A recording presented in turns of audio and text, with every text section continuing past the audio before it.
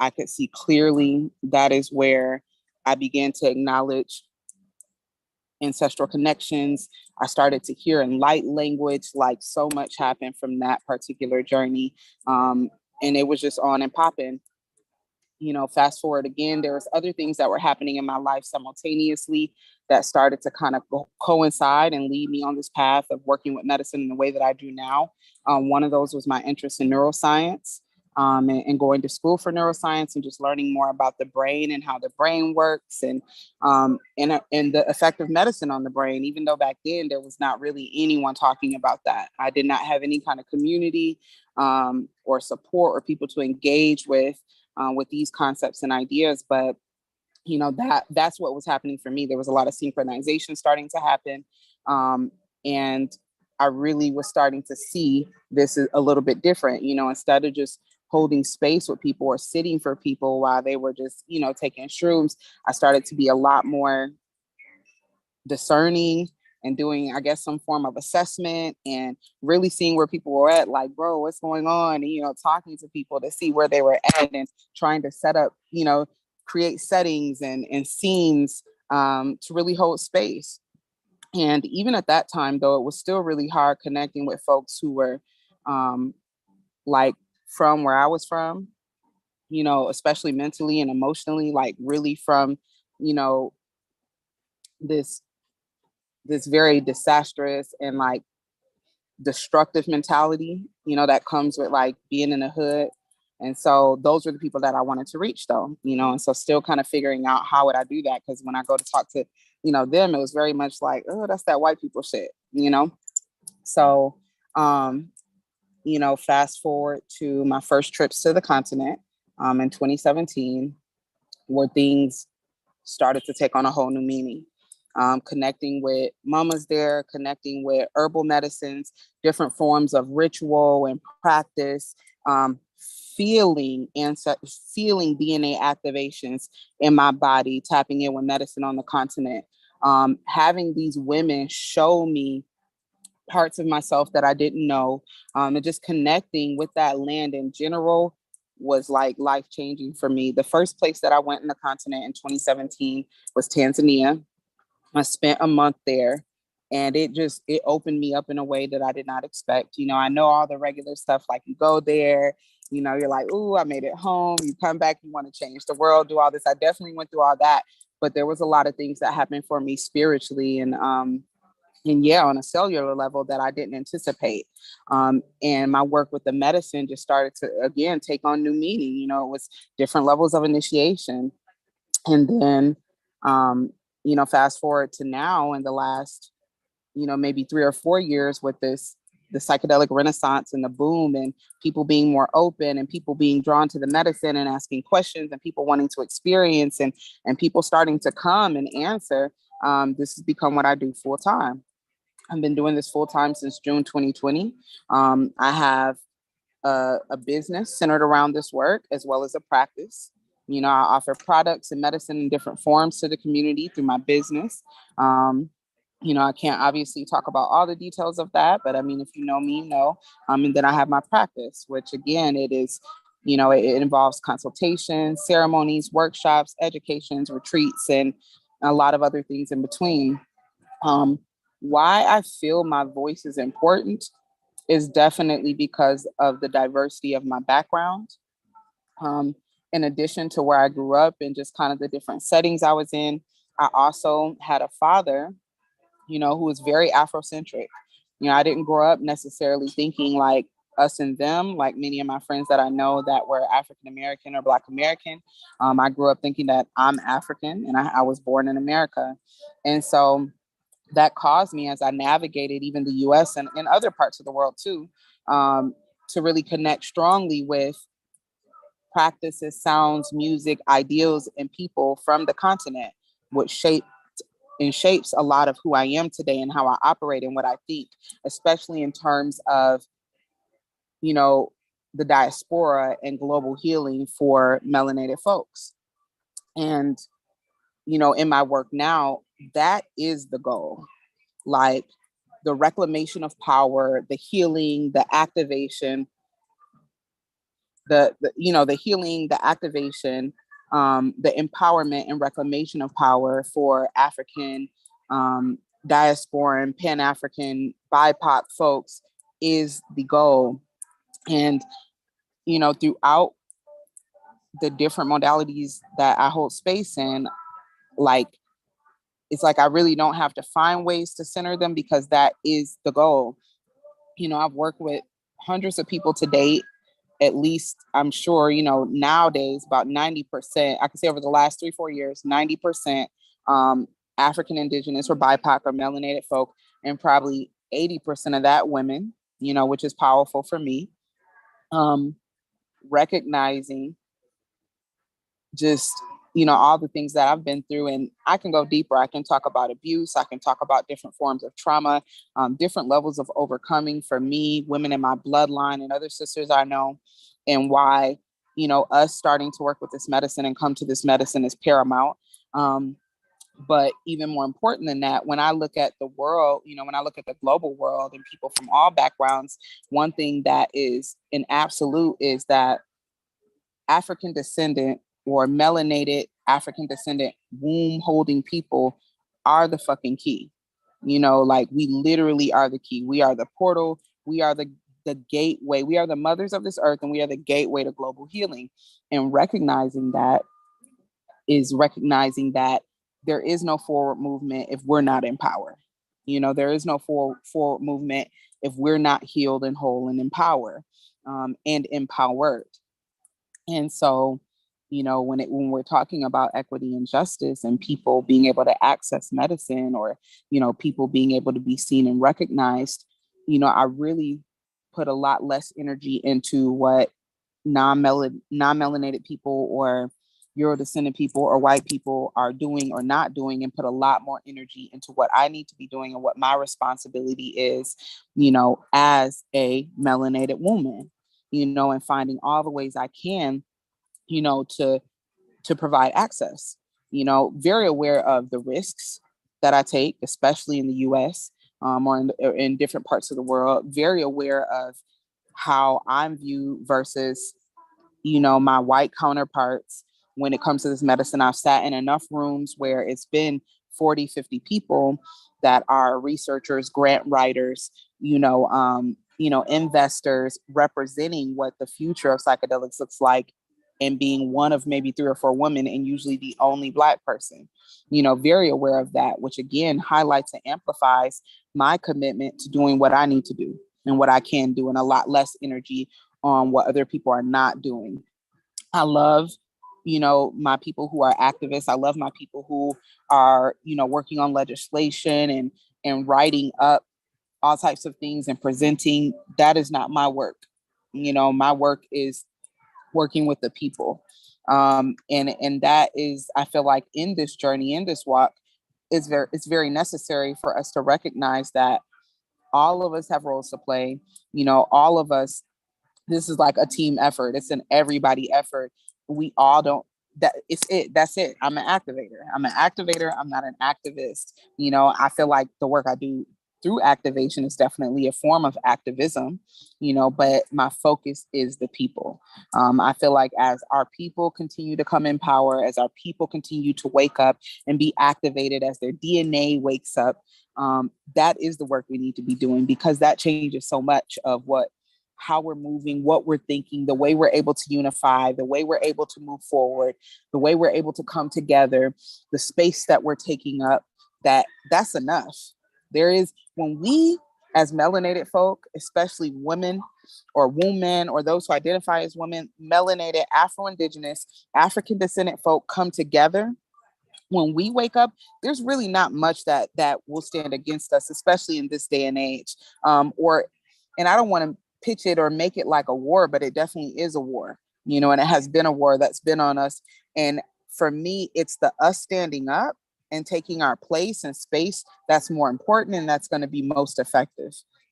Much love to our, those who call themselves allies or accomplices, and the work that they do, because it's very necessary as well. Much love to those that recognize that maybe the ways that they're operating are harmful, or that there's things that they need to shift and ideas that they need to change, and they are doing the work to change those. Much love to those that do everything they can to assist and to provide access.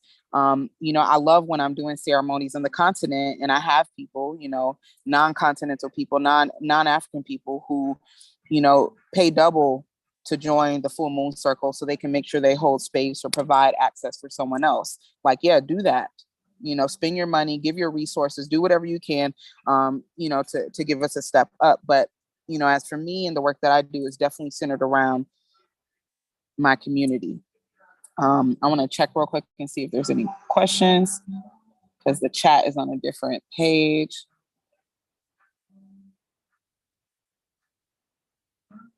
Thank you. Okay, cool. Does anyone have any questions? Yes, we are stronger together. June was last week for the first time and I had a horrible trip. I don't think we can talk about that. Definitely helping the community. Thank you so much. Does anyone have any questions? Thank you to all of you who are tapping in on IG. I appreciate you so much for joining us. If anyone has any questions, I'd love to answer. At Duadon, I'm loving this so far. Thank you so much. Accountability, absolutely. And accountability for us. Yes? Actually, I was Amilcar early on mentioned that there was work that he resonated with. So I was hoping that Amilcar, if you can just share a little bit so that we might be able to grow parts of that conversation and what Lotus is doing all around the world now. Yeah, okay, sure. Absolutely. Okay, my first question is, how's Bali? How's it treating you? I've never been, but I mean, I live in Amsterdam for 9 years, so all my friends, a lot of them have been to Bali and they love it. And I just like to know more about your experience there. Oh, that's really good too, because it also taps in with something I was saying earlier. So Bali is absolutely amazing. I want all the melanated people I know to come visit Bali because of how nurturing it is, literally for my nervous system. I know people who've been talking to me throughout this last couple of weeks are probably like tired of me saying the same thing over and over, but I've literally never felt like this. And there's a lot of different things that play a role. And I'm not sure how are you familiar with human design? Yeah. Yeah. For the last 7 years, you can ask Doc Z about how I preach it. And I just got this from my mom, who's a projector. This is baobab with her like special porridge made of soy millet. So speaking about melanated queens, mine is my mother Anastasia, Patience, Denzutu, Navele van der Horst, and she just handed me this, so I could just keep it easy. Thank you. That's amazing. I say, yeah. So I'm a projector 1-3. And my environment is kitchens, wet kitchens. And shout out to my mentor, Brayton.design, because we were talking the other day. I had a session with him and it really hit me about why I'm like literally in my element here, from the weather to the vibration, like everything about it, the people. But what really resonated strongly was what's going on in the spirit world here. So in other parts of my work, which isn't, it involves medicine, but not so much. So in other parts of my work, I work a lot with those who have transitioned, right? I work a lot with the dead, and just in death in general. And this is something that I'm now pursuing professionally as well. But so I'm used to, just the weight of that energy, the communications, the weight of their energy, everywhere I go, and just what comes with that. And it took me a minute to figure out what was different here. So let me set the landscape for those who've never been to Bali. Temples everywhere you go, people constantly in ceremony, rituals, giving offerings, like everywhere you go, specifically in Ubud. Ubud is where I'm at. Ubud actually translates to healing, but in Ubud, it is extremely spiritual, mindful. This is where all the yoga, all the different types of ceremonies and things you can think of are here, but just the actual local folks, like extremely, so they're mostly Hindu, though there's, a few Buddhists, is a little bit of Islam, and then some Christianity, but mostly Hindu. And many of them are Hindu and still maybe practice something else. But everywhere you go, like I said, I mean, literally walking down the street, there's temples. Everyone in their home has altars. Like there's altars actually built into the home, temples built into the home. There's altars on the street. You might be walking down and actually accidentally step on something. It's an offering to some god, some spirit. Like that is the energy here. Super powerful. And I was talking with an Indonesian sis, and she was explaining really about their engagement and their relationship with spirits. You know, they engage with spirits like we do people around us all the time. They believe 100% that they share this world with spirits and like it's a part of their everyday life. They talk to them, they acknowledge them, they respect them. And as she was telling me that, I had like an aha moment where I realized part of the lightness that I feel here is it's the spiritual energy. They're happy here. They feel they're seen here. They're harmonious here. They're balanced, which is so much different than like when I'm in the Western world or even parts of the continent where I feel them. Like I can't, like it's just the energy is boom. You know, I've definitely learned to navigate and kind of like turn it off or do what I need to do to manage my energy. But here it's like they're free. Like they're lit. They're tapped in. It's like, yeah, really beautiful. So that's what's going on in Bali. I'm loving it. I'm very grateful. Yeah. I just wanted to throw in that I'm a manifestor 3-5 in human design. Okay, third line.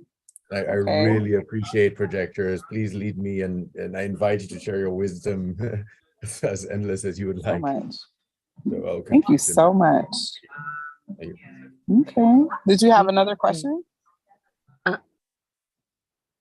Does any Bali? No, don't feel forced. I'm gonna call. Let it. Do I have another question? Let it come. Can you explain? Like I heard projectors only came into existence recently, and you're the most influential in this century. Can you explain that to me? Is it possible? So I can't explain that. That would take a whole nother conversation. And I do want to kind of keep the focus on the nature of this one. But I can send you my IG and send you some resources that are really dope and someone that you can follow. My mentor, who is like the god of projectors, he's super, super dope. And someone to follow if you want to just know more about projectors and human design in general. Okay. Thank you so much. That's about Thank you. See any questions on the side? Yeah, so there are questions. Leo actually dropped one in. Okay. So Leo says, any thoughts on Black feminists who have spoken about race being their first identity, or how they are first seen, and so they speak to the feminist movement almost being a separate thing and not the first group they would identify with, and whether the intersectionality of everything means women are able to help the diaspora movement as far as supporting one another to overcome and share power, so that it is less of either or. Okay, let me read this over myself. Okay, so any thoughts on Black feminists who have spoken about race being their first identity? Yes. And I want to talk about that and levels of consciousness, because that's what I tie that to for myself. Or how they are first seen, and so they speak to the feminist movement almost being a separate thing. It is. And not the first group they would identify with, and whether the intersectionality of everything means women are able to help the diaspora movement as far as supporting one another to overcome and share power.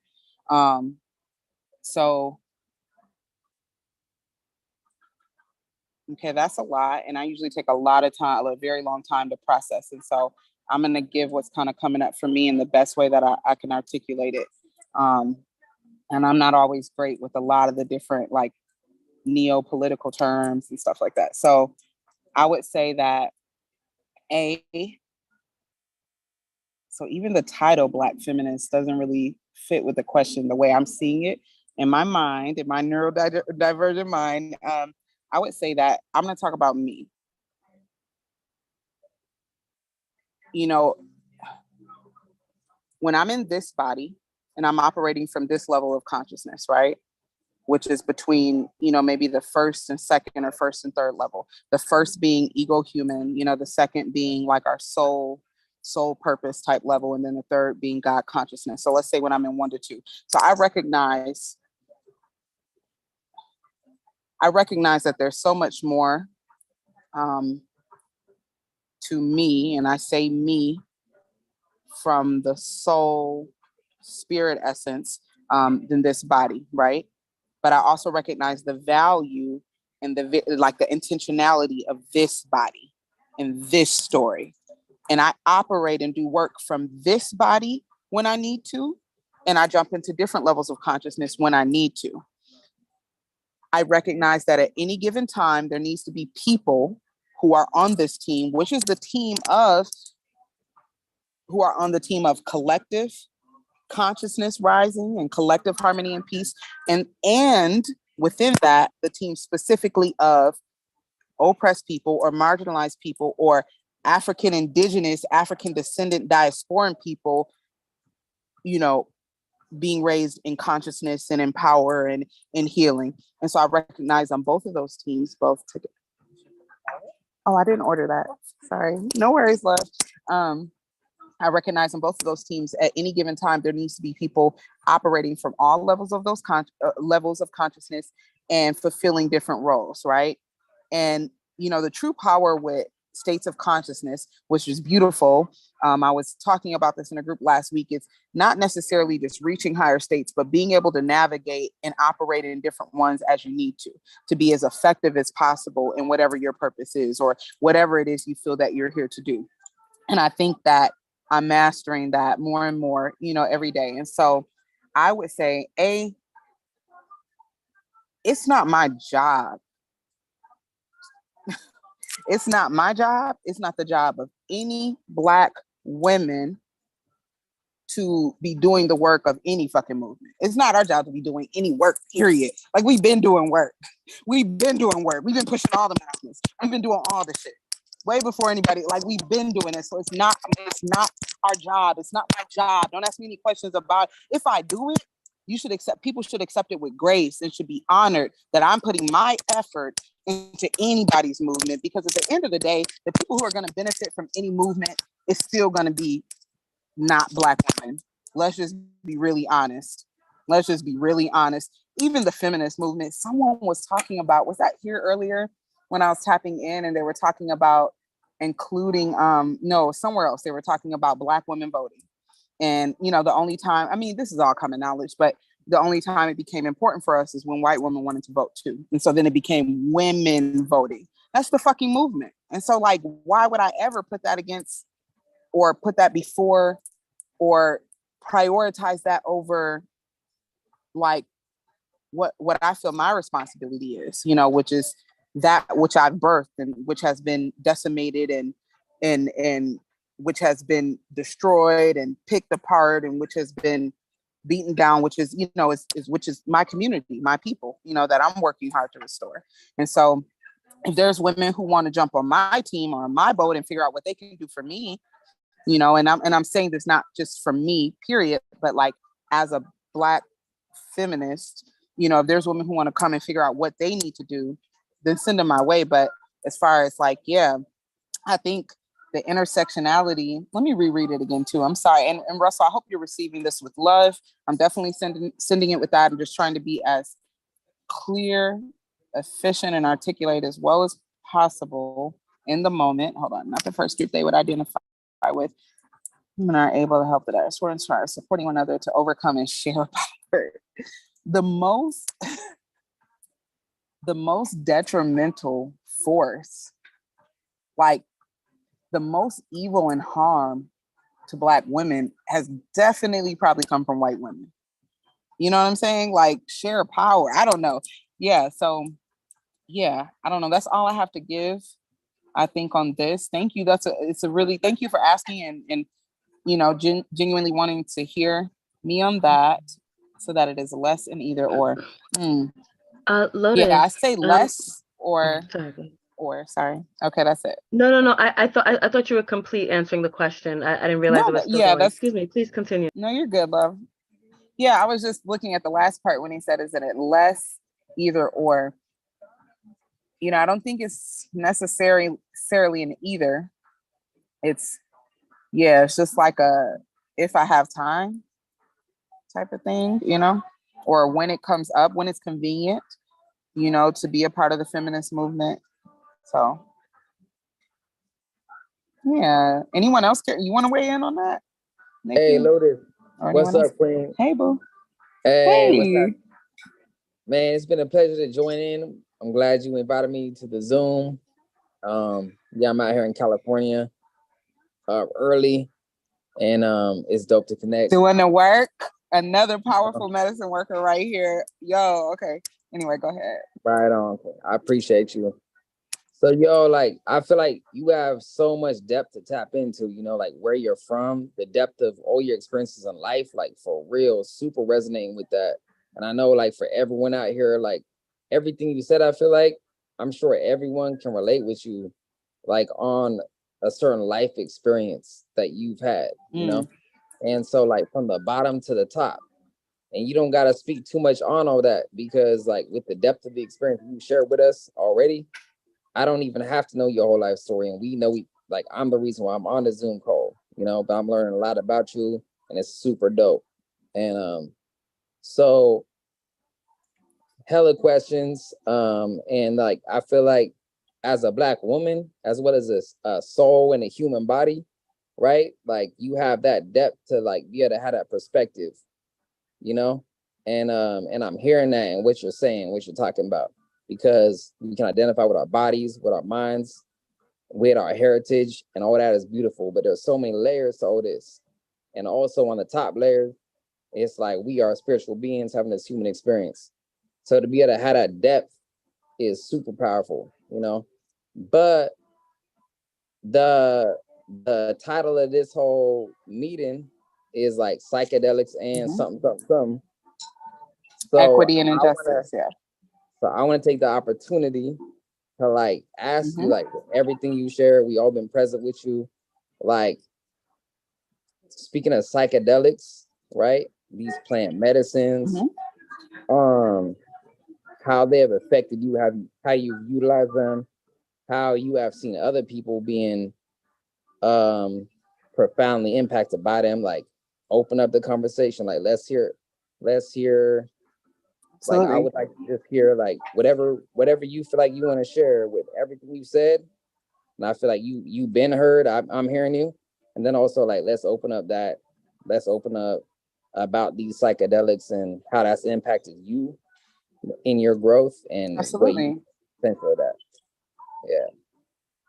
Absolutely. Thank you. Yeah, so I'll jump right in that. So my bro here was just asking the question for those who are IG Live, how psychedelics have impacted me personally, my personal experience, how I've seen them impact others, and just a little bit more about the actual medicine. And for those that didn't catch the beginning or don't know me or haven't, heard my story before, I won't go over all of that, but I definitely can say, all of the things that we know. So releasing things like depression, anxiety, helping with ADHD or just body and nervous system regulation, definitely expanding consciousness. Yeah, expanding consciousness, helping me to navigate different areas of consciousness, different dimensions, definitely helping me to navigate and hear better in different realms, especially in my work, I hate the term underworld, but especially in my work in just in other realms, working with those who have transitioned, working with different spirits and entities, and working with ancestors,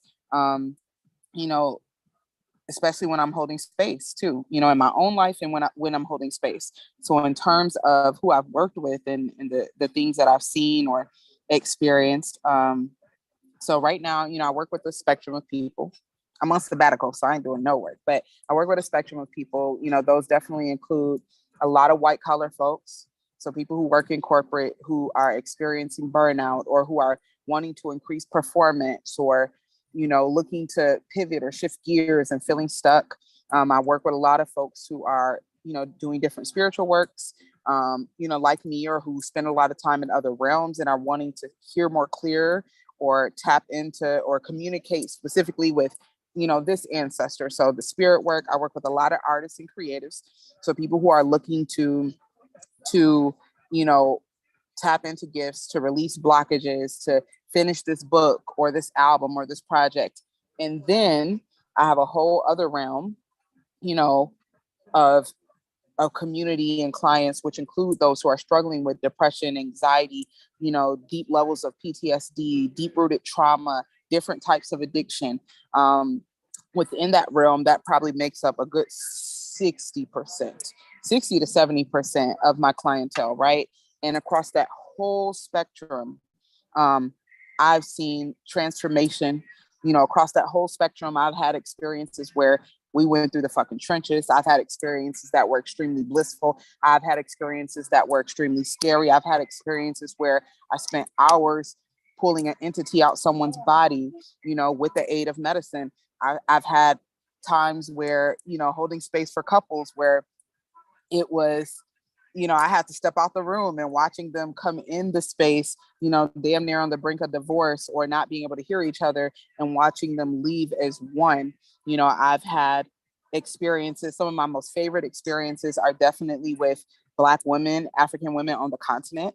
Some of the most powerful experiences. So there's something too that I just want to talk about. And a lot of people who, like melanated conscious folks, talk about this, but the connection with especially psilocybin and melanin, and how fucking poignant that is. And take it a step further to like, not just melanin, but like direct blood, like level of connection with the continent. So like, there's a level, there's barriers, and there's a certain level of depth I see us tap into as melanated folks in general that definitely supersedes a lot of non-melanated folks. But on the fucking continent, what I've seen, like 2 grams of strains that I know how they work, what I've seen them do, like what people who are born and raised on the continent, who like, generational, like real, like continental Africans, like where the way I've seen medicine activating their body, like people speaking their tribal tongues that they've never spoken. You know what I'm saying? Like shit like that, and like channeling, like it's next level. Some of my favorite places. I've held space for 42 people to date between Tanzania and Kenya. So for those, for those that don't know, I am based between Atlanta in the US and East Africa for the most part, between Tanzania and Kenya. That's where I've dominantly spent most of my time over the last few years, though I also travel to a lot of other places. But that is where I do the most work. And it has been really beautiful seeing the developing community, the developing conscious community in East Africa, especially in Nairobi. Like, it's just so beautiful. Different level of purpose to this work. Like, so much to unpack there. I can't wait to bring other folks there, other melanated folks that are in this medicine work. We've been talking about this, and so just really, really beautiful, and just connected to such a beautiful, beautiful community there, of people who are activating, who are returning to their power, reclaiming power on the continent, in East Africa. It's crazy. So, but definitely noticing the depth of connection that is kind of tied to us and our DNA, which is another reason why when I'm doing consultation with someone and, we're talking about information, I always kind of preface or disclaim that I may say some information that it may begin to sound redundant, like some things you've heard as we talk about the history of medicine, the way medicine works in our body, the way as we talk about doses and strains. Some of it may sound redundant, but also some of it may be things that you need to hear, especially as melanated folks, because the shit you find on Google, guarantee you 9 times out of 10, the test subjects were white males, 25 to 45 years old, which has nothing to do with you as a 23-year-old Black woman coming from where you've come from and having the DNA that you do and the life experiences that you do that are also carried, that are the trauma that has, traveled genetically. Oh, okay. Is it freezing on the side? Okay, yeah. The trauma that has traveled genetically, and all of the other things that make up who we are, both in this physical body as well as our spirit body. And so, And I see that again in real time when working with this medicine. So yeah, to answer your question, I've seen all different levels of transformation. There are definitely some that impact me a little bit more than others. I have a lot of larger groups that kind of like dominate. I have a lot of veterans. I have a lot of Black women veterans. I have a lot of trans folk that I've been working with recently. One of my favorite groups to work with.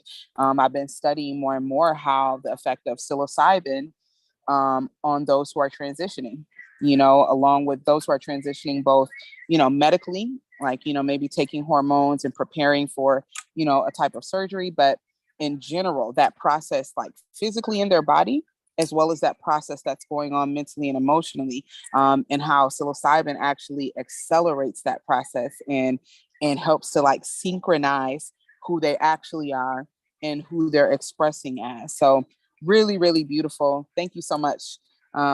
But really, really beautiful process. And so that's work that I'm very, very interested in, because I have, people who are very dear to me who are trans folk, and I've seen the bad side of hormones, and I've seen just the process from, different across the spectrum of that process. And so being able to be a part of creating products and medicines and holding space for people in that process is really powerful for me. And then again, probably the top priority, the top priority in general is African descendant, indigenous African people, like period. And so the work that I do and the results that I track, and, even when I'm sitting in the lab creating new products, like that's what I'm keeping in. Those are the experiences that I'm pulling from in terms of, what I'm making, or, what the doses are and things like that. So, yeah. And I guess another thing, this is coming up for me. So when I was speaking to, I just want to share just a foundational belief about medicine. When I was speaking on the people that I do work with and where they're coming from, whether it's the white collar folks, whether it's, hey, beautiful, whether it's the white collar folks, whether it's my people in a trap, whether it's the spiritual folks, the artists, or the people that are really struggling to be free, that are struggling to feel sound, to be free, and to be able to navigate this crazy ass dimension and realm as peacefully as possible. One thing I will say through all the transformation or healing that I've seen is that I look at all of that as kind of like a side effect or a second line effect of what's really happening. And that definitely is the reconnection and the harmonizing of the body on all levels. I feel like that is the ultimate work of the medicine, and when I'm saying medicine, and right now for the past, hour or so, I've mostly been speaking about psilocybin. I work with some other medicines, and I've had some other beautiful initiations with medicine, but I don't serve those. I don't hold space for those, with the exception of hape and just my things that I alchemize, which include like South African ubalawu herbs, like dream herbs that I alchemize with the psilocybin, and other indigenous African herbs and medicines that I work with.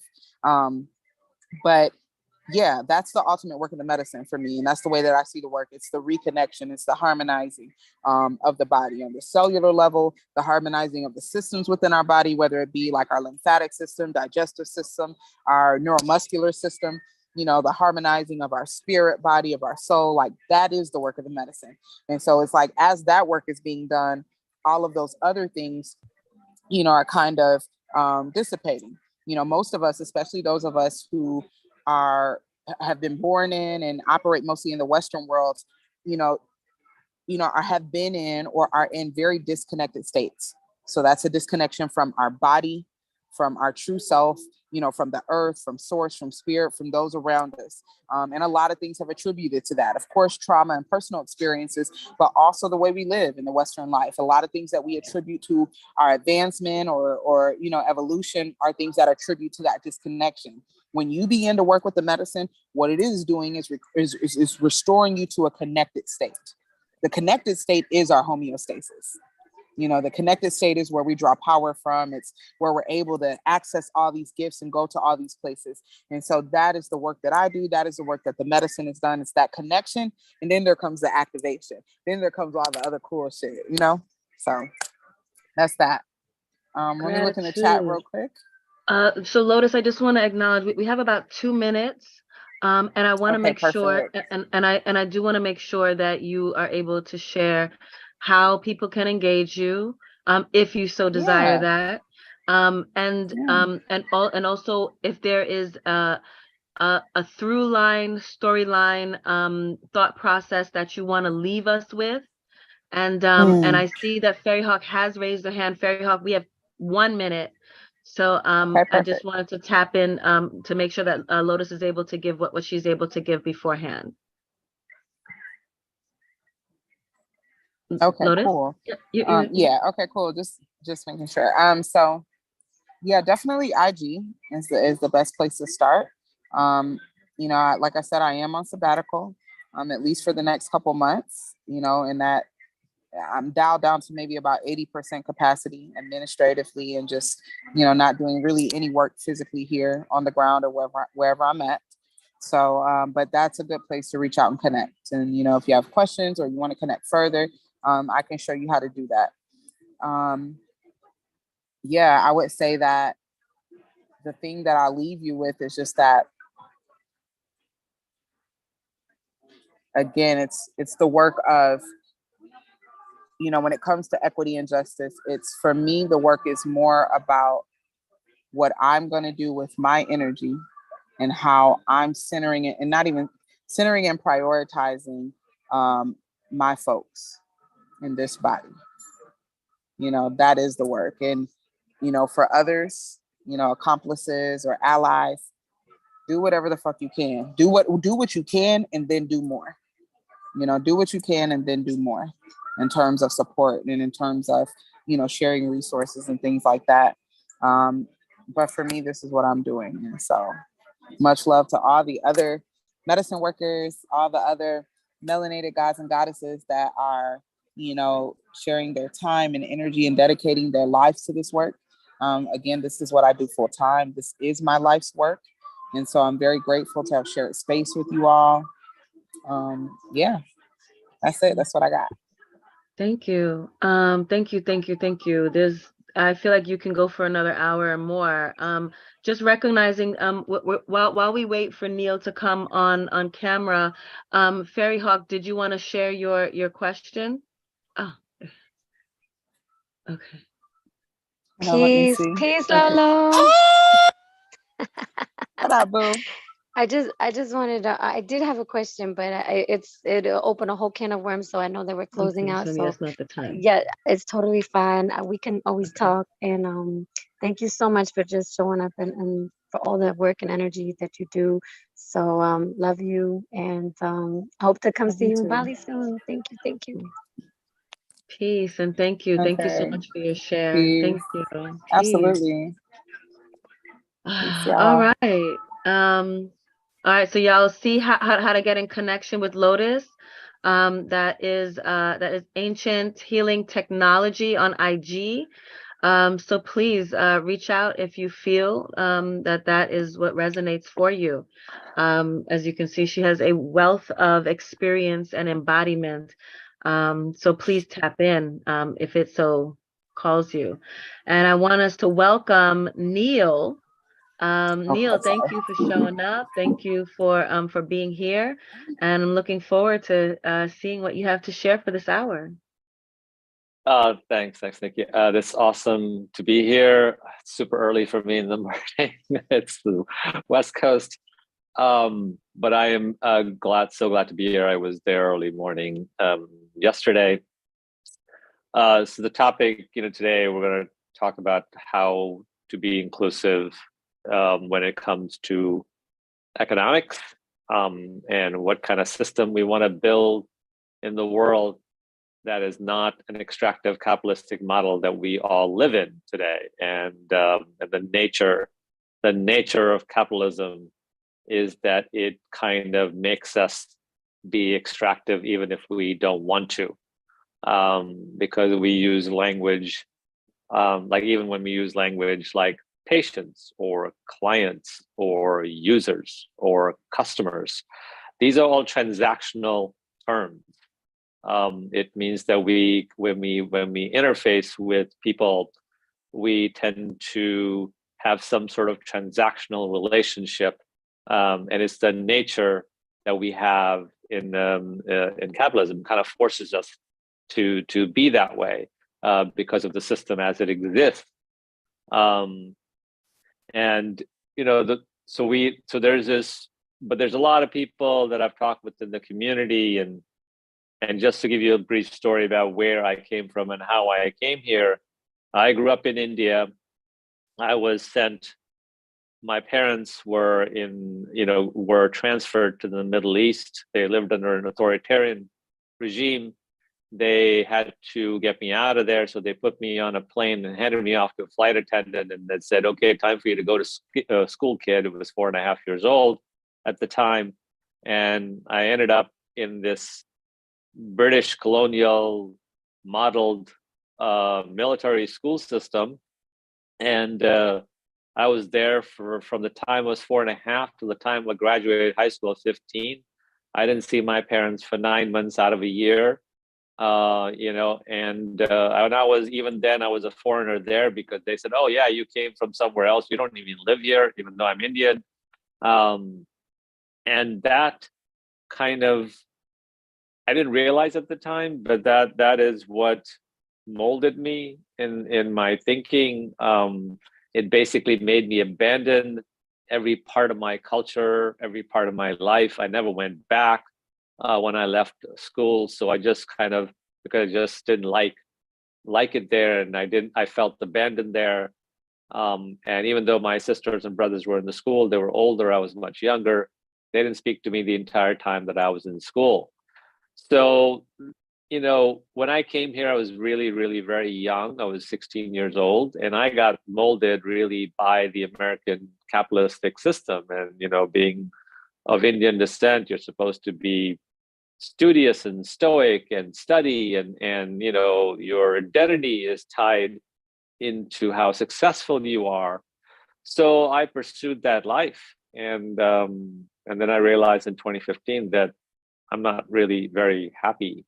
So something is off with my life, and I was in this rat race of just chasing quote unquote success, and the success was all determined by external factors, and it really wasn't making me happy. They're saying that 70% of the people are not really happy doing what they're doing, but people are chasing happiness. And what we want to do is I wanted to figure out like how I can have a more blissful life rather than a happy life. And that's what I went on a journey to figure out.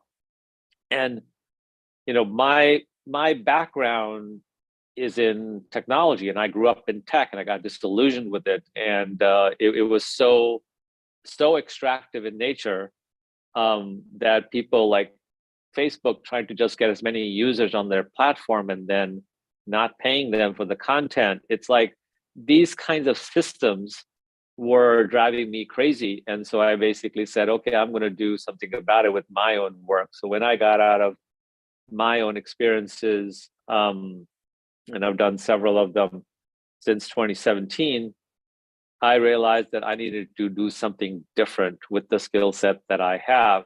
So I set out to create an organization called Mind Lumen, which is basically connecting seekers of consciousness experiences, and we connect them to trained and vetted, reputable facilitators and journey spaces. And that's what I do for my life. It's not work, it's life.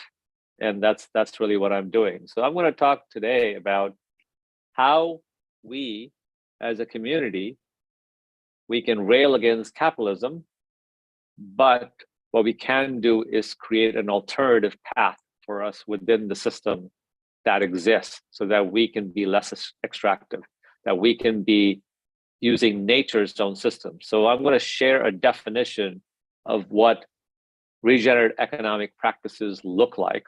And it's going to be in the chat. It's basically patterned around nature. It's using nature's own systems, right? And so that's what we think about regenerative patterning. This term regenerative, it comes from the environmental movement. It was actually coined by a guy by the name of John Fullerton, a white dude, of course. And he runs something called an organization called Capital Institute. And he wanted to rethink for the environmental movement about how the environmental movement can think about nature and connect to the planet and connect to the species and connect to animal life and just make sure that that's part of our life. And can we figure out a way to make a living using that system?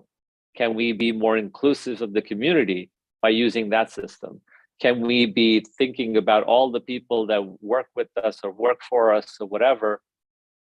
Can we think of them as the stakeholders, as truly equity stakeholders? So everybody can be inclusive. People, and because all of us need to pay our bills, right? We have to figure out how to pay our bills. I said when I was working in tech, and I said, I didn't realize, but I'm basically a capital sex worker. I sell my time, talent, and labor for money. That's what I do, right? That's what I did for the longest time. Nothing wrong with being a capital sex worker. It's one of the oldest professions in the world. But when I accepted that, I realized that the companies aren't there to cater to you. When they talk about, oh, this is a culture fit, what that the operative word there is cult. It's they want you to be in their cult. They don't want you to be who you are as a person. They don't want to figure out how you can make your life. The HR, the word HR or human resources aren't there for you as a human, as an employee. They're there for liability protection of the company. That's why they exist. They're not there to protect you. So you can go in with the mindset of saying, okay, fine, I'm a capital sex worker. I am going to get paid for my time, talent, and labor because I've got to pay my bills, and I got to do that in the best way I know how. So I'm going to use whatever talents I have, and that's what I'm going to do. I don't mind being a prostitute. Okay, I'm going to be a prostitute, but it's my life. I'm going to control it. I'm going to decide who I want to sell my time to, who I want to sell my labor to, who I want to sell my talents to. That's me. I'm in charge of that. And so you can decide where you want to do that. Or you can do that for yourself, and that's what we're talking about here. So I'm going to pause a little bit and let that soak in, and then also I want to open it up for people if they have any thoughts or ideas or questions and how we want to take this topic forward. The floor is yours. Neil, thank you for your share, and thank you for walking us through some of your personal thoughts and experiences that brought you to this space. When I would like to engage and speak to the natural systems that you're speaking of. Would this be considered a consideration like a flower of life or golden ratio way of thinking about how we exchange? If you can go a little bit further into some of those diagrams or the geometry of those financial models, so that we can have a greater understanding in comparison to the transactional way that we have been experiencing of the economic system as of late. Yeah, so it's whether it's thanks for the question. So the models are very, very different. So when I think about financial models or economic models, I don't want to use financial model because financial is just an instrument. Money is just a story. When we stick a dollar in our pocket and look at that, we believe that that piece of paper is worth something, right?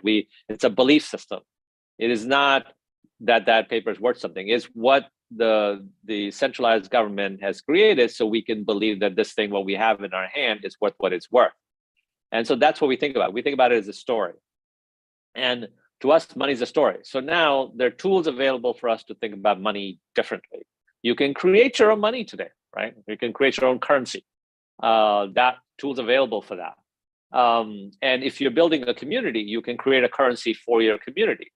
That currency can be exchanged in the capital markets for the US dollar or a euro or whatever. But that currency can be circulated within the community, and you can incentivize the community to be collaborative and cooperative and share that or circulate the currency. So we believe in a circulatory model. That's why we call it regenerative, because once you create this currency and you trade, it's a way, instead of like barter should be the old system, right? The old system for us to do that, but barter in a modern world is very, very inconvenient to do barter. So what we try to do is that, can we use modern tools, but we upend them? We basically go, okay, we'll use these modern tools, but how do we create a barter-like system using modern tools?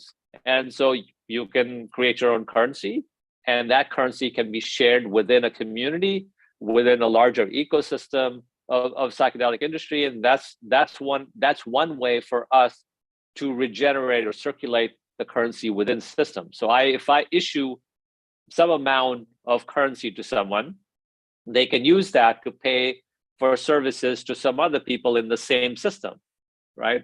But it's the people that are in that system, that are active members of that system, an active collective, if you will, that you can actually share those resources within it.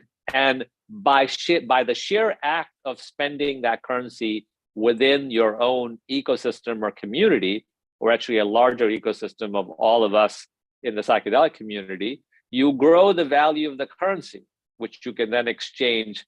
If you want to pay your rent, you exchange that currency with your standard US dollar, and then you pay for that via standard US dollar, right? Now, in order to create that model, we have to sort of create a set of economic incentive systems that are designed to adhere to our own ethical and ethical principles and our own ethical philosophies, right? It's how we want to work together. So if, for example, let's take something like ethics, which is a very, very hard thing for most people to grasp, even for me to grasp, right? Because there's a lot of ethical guidelines. There's a guy who wrote a paper about how do you use Tao being Tao principles, how do you use that to encode ethics? And how do you incentivize people to make ethical decisions in a system that's aligned to our own way of living, right? And there's ways to actually encode ethics and then use these modern currency to basically incentivize people to make ethical decisions, and they get paid for making ethical decisions, right? And that ethics is sort of community aligned. So we as a community agree on. One of the big challenges, their models currently exist, or like self-organizing models, right? They're called co-ops. Co-ops are the alternative to a typical hierarchical, authoritarian structure. We can do that today, like with co-ops. But what are the problems or issues with co-ops? The issues with co-ops are that the decision-making is very slow, and it doesn't scale very well to a global psychedelic community, right? So if we want to make the whole community inclusive, and they're scattered around the globe, like co-ops are a very, very hard way to make that happen. So how do we fix this particular problem, right? This particular problem means we have to create some sort of distributed or decentralized co-op, right? But if you create a decentralized co-op, you got to figure out how to make decisions work in local communities. So regenerative patterning is they are local communities who are local co-ops effectively. They're self-organizing. They connect to a larger ecosystem, right, of other local communities. And that's what builds the network. That's what builds our network. Neil? Yeah. So I'm I'm making an assumption that many people are not familiar with what some of these models are, like a co-op, right? Like when you were discussing co-op, I immediately thought of DAO, right? Yeah. Right. And so if you can, while you're sharing, because this is important, and this is important because when you're speaking about these models, these and connecting them to our to nature, and our natural way of being, when you're sharing it in this space, because everyone hasn't had a lot of the experience that you have had, it helps to sort of give us a little bit of a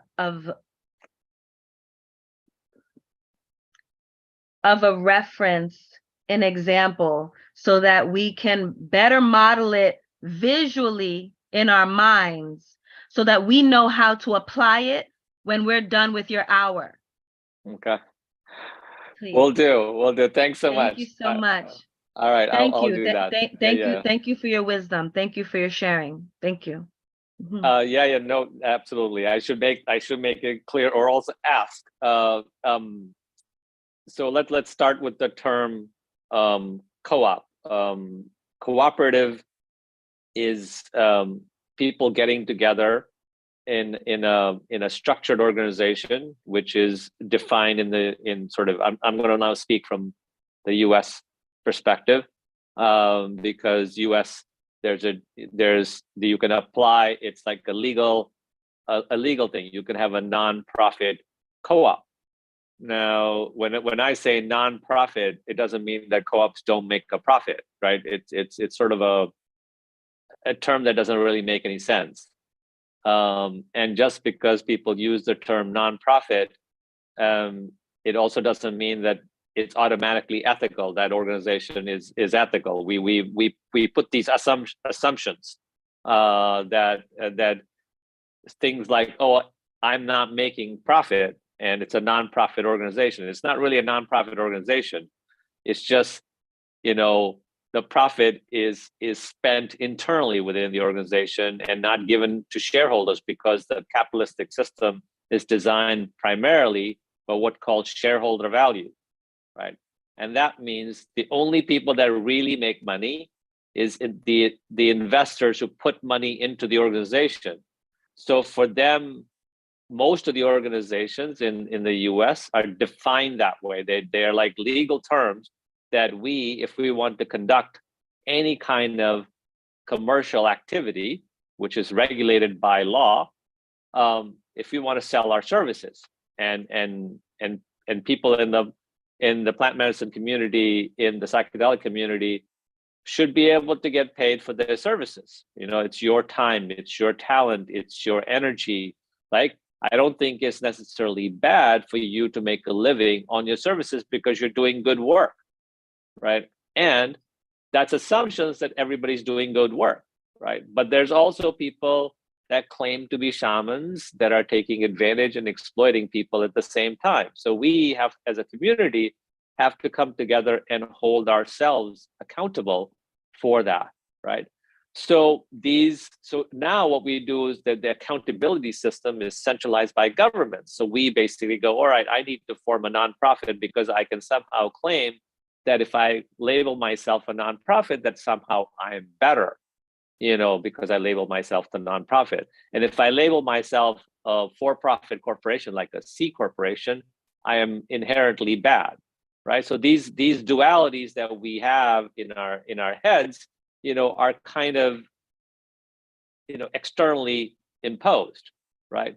So one way people do it, now there is a difference between a C corporation, what they call a pure C corporation, because their charter in the legal language is that their only job is to create quote unquote shareholder value. And what that means is that only those people that have shares in the company, that means primarily external investors, right, who have shares in the company, they're the only one that get the value. not the employees, not maybe even the founders of the company, right? Maybe the founders get wealthy, maybe they don't, but primarily it's the shareholders. So how do we think about the stakeholders? And the stakeholders being everybody that works with, for employees how do we think about them getting value first, or prioritizing value for them, right? And so that's that. In order to implement that, we need to think about ourselves differently in how we build our organizations. So for us, we when we thought about it, we said we're going to become a public benefit corporation, because now that exists. Now that term exists, and a lot of people in the psychedelic community will form themselves as a public benefit corp. And what does a public benefit corp really mean? A public benefit corp, you can file a normal corporation status, but you have to define what the public benefit is. And you are now held accountable for that public benefit, right? So that's the way we can structure ourselves. But we also have, why do we do a public benefit corp? Because we still need to raise capital in order for us to do the work that we do, because the kind of work that my organization does on governing systems, on decentralized governance models, on ethical adjudication, on creating a circular economy, those types of things that we try to do, no sort of venture capital or shareholder is going to pay us for that work, right? They're not going to invest in that because it's not a return that they get, because that's the only reason they would invest. They would say, okay, I'm going to put 100K into you. Well, for this kind of education and research work, they're not going to pay me. So what do I do?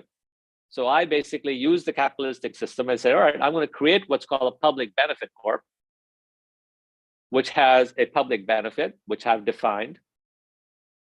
Yes, you, Mr. Investor, can put your money in and you get your return, but the nonprofit owns the largest share of that public benefit corp, and any excess revenue goes to the nonprofit for doing the nonprofit work, right? And it stays within the nonprofit.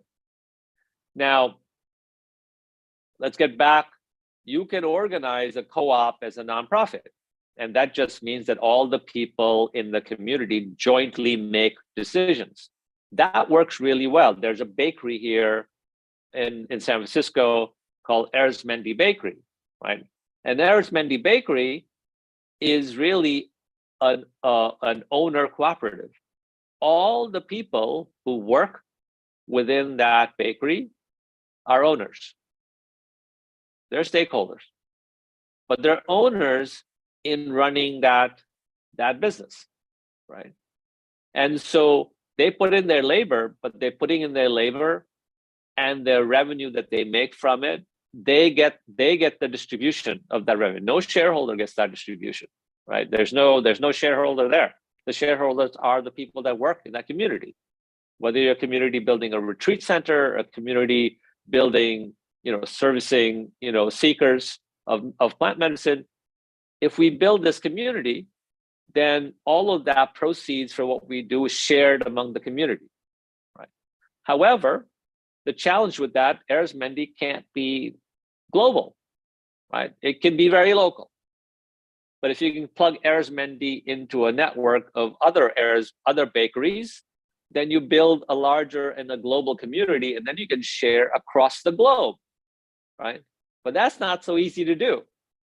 That's where the challenges come in, right? So what we think about when we think about regenerative models is that we want to build this network of local communities plugged into a larger ecosystem.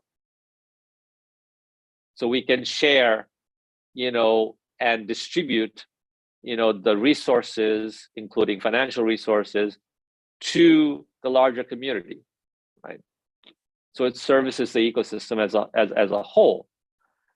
And that type of work now is very much in sort of the research phase of trying to define how we can build governing structures for something that is very distributed and very decentralized, right?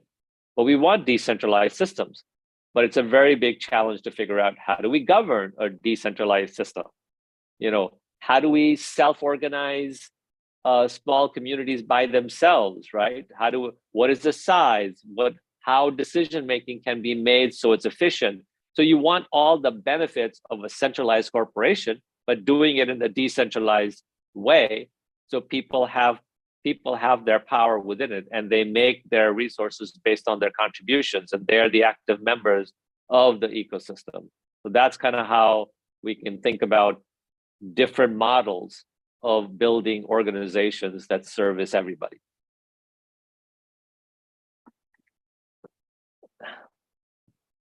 I'm going to pause here just because it's a heady topic of trying to be inclusive in an economic world and the capitalistic world, right? So it's not an easy thing to pull off. So I'm going to pause and see if people have questions. Well, what's coming up for me immediately, and I'm leaving space. Wait, Yasmin, did you just unmute? No. Okay. What's coming up for me in your description, and I think about natural models. I think about our psilocybin. I think about our mycelium. Yes. I think about how the mycelium connect and they exchange, which then also models blockchain, right? Or crypto. And these vessels are nodes. And these nodes also then connect to other nodes that create larger nodes. Correct. Yeah, exactly. It's basically a mycelium network that's global, Yes. and so we can, I always say that people have given us these new tools now, but the question is, how do we figure out and apply it for good, right? So crypto is kind of a very bad word these days, right? So but the blockchain is very much like a mycelium. It's sort of a distributed network, effectively, right? That's what it is. And in the blockchain, one of the things that you can do is that it allows us to be both private and transparent at the same time. Like, normally you have to do a trade-off, between privacy and transparency. Well, blockchain actually allows us to solve those two problems together, because your identity is not revealed, but the transparency of the transactions are. Right. And so that is actually a good thing. It's like, okay, we want transparency in the system, but we also want to protect people's identity. We don't want to do that. So a good example, let's take a very practical example for how could we use blockchain to do that. One is in the adjudication of ethics, right? Ethics is a very complex issue. And there's been ethical lapses in our community. You've seen the MAPS example, where they had a problem. It's not that MAPS were bad, but the problem what MAPS was dealing with is that, how do they protect the people's privacy while they're adjudicating, while still remaining transparent? That was the issue they were dealing with, right? And because they hadn't resolved the ethical problem, it was hidden behind the scenes. Nobody could actually see what was happening. And as a result of that, they lost trust, because when the news blew out, people of abuse, right, while they were trying to resolve it behind the scenes, they could reveal the people's identities. And this caused them, lots of problems. And it kind of hurt their reputation. Now they're a big enough firm that they can survive. But you can take a smaller organization that could totally destroy them, right? So how do we adjudicate ethics on the blockchain, right? There's a guy by the name of Adam Sokolsky who wrote a paper, and he said, can we think about using Tao principles and use Taoism? Can you say his name? Can you say his name for me again so I can put it in the chat? Yeah, Adam. Are you let me referring to type the MAPS thing in Canada? I'm sorry, I'm not sure exactly which MAPS scandal you were talking about too. I think the maps in Canada, I think. Okay, yeah, that was kind of freaking hinky, man. That lady, like the way she was describing an 8-hour blacked out, does not happen on the drug she was saying she was on. It just, I don't know. It sounded. I've seen a lot of people rolling on Molly in a lot of different like scenarios. Right. That just sounded fucking hinky to me. Yeah. So you know, it's like, right. I'm sorry. I mean, no, that's okay. That's okay, Rick. It's you know, there's several of these stories have come out. You know, there's a person, the one climbing in bed with the woman, you know, that wasn't supposed to do that. There was no consent there. You know, that's a whole, we could talk about ethics on a whole different topic. But in this particular case, he was saying that how do we adjudicate, how do we implement ethics on the blockchain if we could, right? And so he wrote a paper on this. And so we are like looking at that paper going, okay, can we actually use Tao principles to build an ethical model on the blockchain and keep the ethics transparent while keeping the identities private? That was the problem that we wanted to solve. So there's ways to do that, because you can actually take the blockchain and you can say, all right, fine, the ethics body is chosen from the community. The community elects the ethics board, right? And those ethical board has to make a decision on some ethics case. Let's say a case comes up in the community. You have like, you kind of have that, you know, you have the circles in the indigenous culture, like it's a community that's basically making that decision. But how do you make this community, that a digital community that's global, that we all want to connect with each other? How do we make that happen now using modern tools? Well, we can do that. The ethics body is elected from the community. And let's say a case comes up, it's given to the ethics body, and the ethics body has to now adjudicate whether or not this is, you know, this continues to be an ethical case, or does this become a criminal case? And then they have to refer someone out of that system, right? But and we'll deal with there's a whole issue about why we criminalize, and that's, you know, not a good process to go through either. But that's for a different day. But in this case, what we try to do is that we use, because we can create our own currency, we can incentivize the ethics body to make a decision, you know, every 2 weeks. We're not saying to you, don't make a decision. We're just saying, make some decision. And you're economically incentivized to make a decision, right? We're not telling you what decision to make. You know, so the community has elected you, and the community says, okay, fine, we give you this charter for making the ethical decisions and ethical choices, but every 2 weeks or so, you can say decide a month, it's up to the community to decide. Every month a decision needs to be made, so it feels like, you know, that the case is being addressed. Because if you don't do that, then it's not transparent. People don't know it's actually being addressed, and that's what causes mistrust. So transparency builds trust. But at the same time, you're not revealing the people's identities. You're simply revealing that the decision has been made on this date, this time, and it's recorded publicly. And you make progress until the case is done. But now it's a community-driven case. It's within our ecosystem. It's economically incentivized for decision to be made.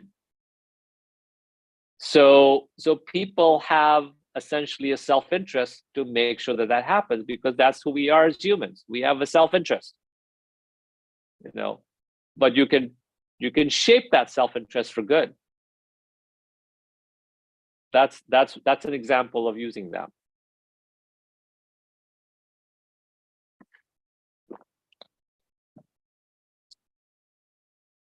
Thank you for that. Just letting it sink in.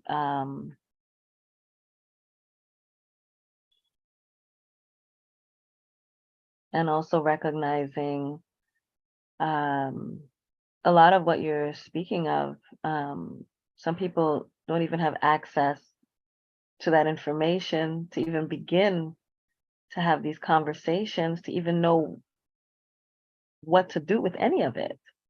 Right. Yeah. Yeah. We have to figure out how to share. Yeah, exactly. I have to figure out how to share that. It's relatively new, so I will share a bunch of things in the chat. for people to look at and digest. The fundamental, the basic principle to think about is that the model, the patterning model is very, very localized, and the localized is connect to a larger whole. That's basically it, you know, and that's in a nutshell. If you can visualize the mycelium network of nodes scattered across the globe, and they're all interconnected, and that's what we want to be able to build an economic system around, so that all of us in this community are sharing in its resources, but in a way that's sustainable. You know, it's a way that's sustainable for us as a community, but it's also in a way that's ethical for us on how to operate, how we can do things differently. How can we not be extractive ourselves, right? And that is something that we can think about, and that's now doable. The system can be built doing that. So that is basically, if I had to leave someone with a thought at the end, it's like, think about how you could plug into an ecosystem that you are part of a whole.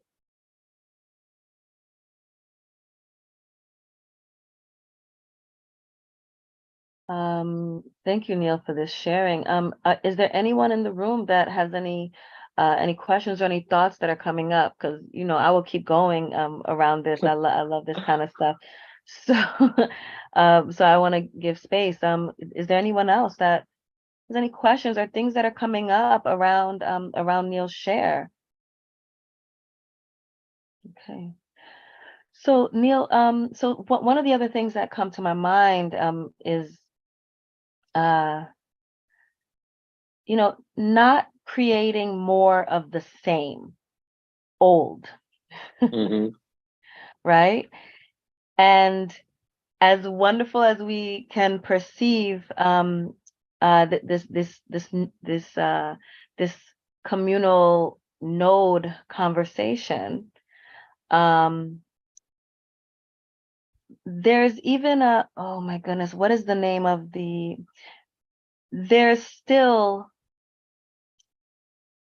a gatekeeper that holds the information, which felt very similar to me, like the Treasury. Right? Yeah. So what is your opinion, or your, because if we're talking about equity, if we're talking about inclusivity and decolonization, are those thoughts that come through you? And if so, what are your thoughts? Because it's still the people behind it, right? It's always mindsets behind it. That's right. So yeah. What can we do, if you have a perspective on this, that we do not create the same old with this new way, which is actually, Baba Kalindi says this is actually ancient way of ancient currency that is just resurfacing itself. Yeah, I think, and it's true. Like there's always going to be people involved behind the scenes, right? So one of the big challenges we have that we're sort of thinking about is, how do we build a governance model around this so that the people involved is sort of not highly centralized and authoritarian, right? So it's like, well, we have to distribute that decision-making power to the community. But in order to do that, you need to build sort of a decentralized governance model. There's a feminine organization called disco.coop. And I'll put that in the chat. Disco.coop is a female-run organization, and they thought about writing governing rules. Like they have actually sort of described how we do governance, you know, in this sort of decentralized world. So we share the power, we distribute the power, right? Where the notion of money does not equate to governing power. Like that's one of our philosophies. When we started our organization, we said we didn't want money to dictate governing power. You know, we wanted to define governing power as participatory. The more active you are, that's where the governing power should reside. The more people that are engaged, and the more engagement with the community as a whole is what allows you to, you know, have governing power, because you're still going to have some sort of shepherding going on. You know, there's some, you know, it's just like the elders in the tribes that are like, okay, somebody has to shepherd, you know, and so, but it's more of a guide, and you're guiding the flock rather than going, you shall do X. You know, that is not how we want to govern. That's how current systems, you know, current capitalistic systems work. They basically go, yeah, I'm in charge, you need to do that. We don't think that that's a very effective way to do it, especially for the psychedelic community. So we think there's ways to do that, which is how do you distribute governance? So take the treasury. How do you spend the money? You know, how do you spend the companies or the organization's resources, right? Yes, there's somebody shepherding who may be a financial expert, but that expert is selected by the community. You know, it's done through voting through the community, and then the community there's votes for the community to decide on. Hey, I want to spend money on this, you know, for the community, and there are proposals made, and the proposals are then decided within the community using community's votes, and that's how decisions get made. But there's time limits on them, right? Because you also basically go, yeah, I'm going to open this proposal. This proposal is going to run for a couple of weeks. So the more active you are, the more involved and engaged you are, right? But you can't be engaged in everything. It's just like a system of voting. I may be very focused on decriminalization laws in the psychedelic space, but I can't be focused on 100 different policy proposals because I just don't have the bandwidth in my head to be able to do that, you know? So I've got to decide where I want to focus my time. But that's the choice that is available to every community member, every community participant. You get to decide where you want to spend or focus your time, you know, and that's a way for us to make progress moving forward. But these things which you're raising, it's like, yeah, these things we need to study, because we don't have currently like you know, an off-the-shelf solution that we can just drop in and make work.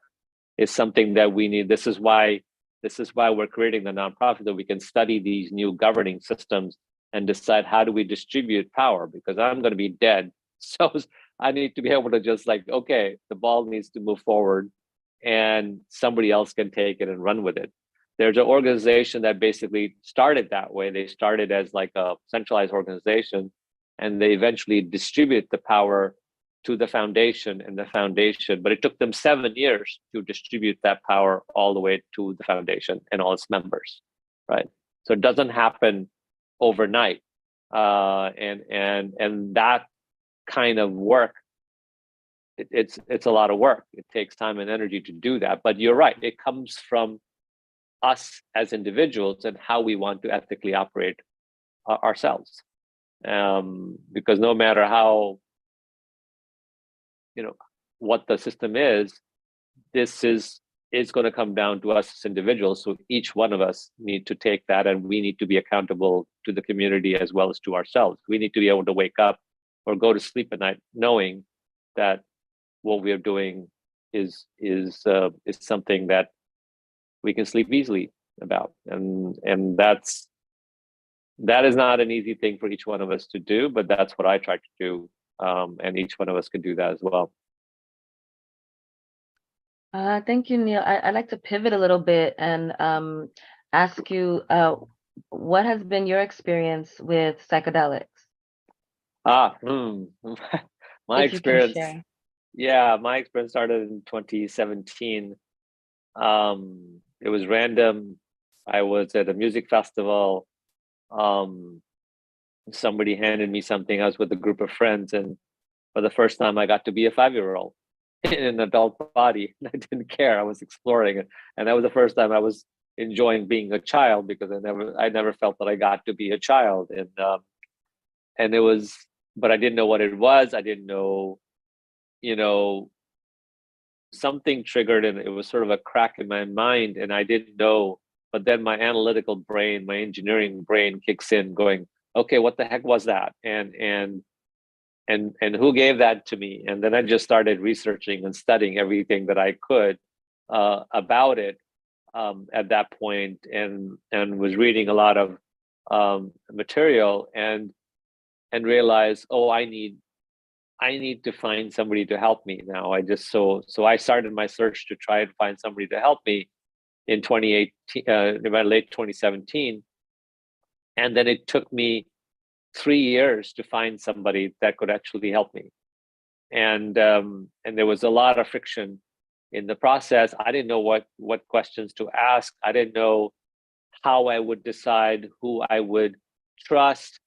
It was, it was scary for me, and it wasn't until 2020 that I found someone that could say, all right, I'm going to help you and guide you through this experience. And then I was ready to go on my first experience in June of 2020.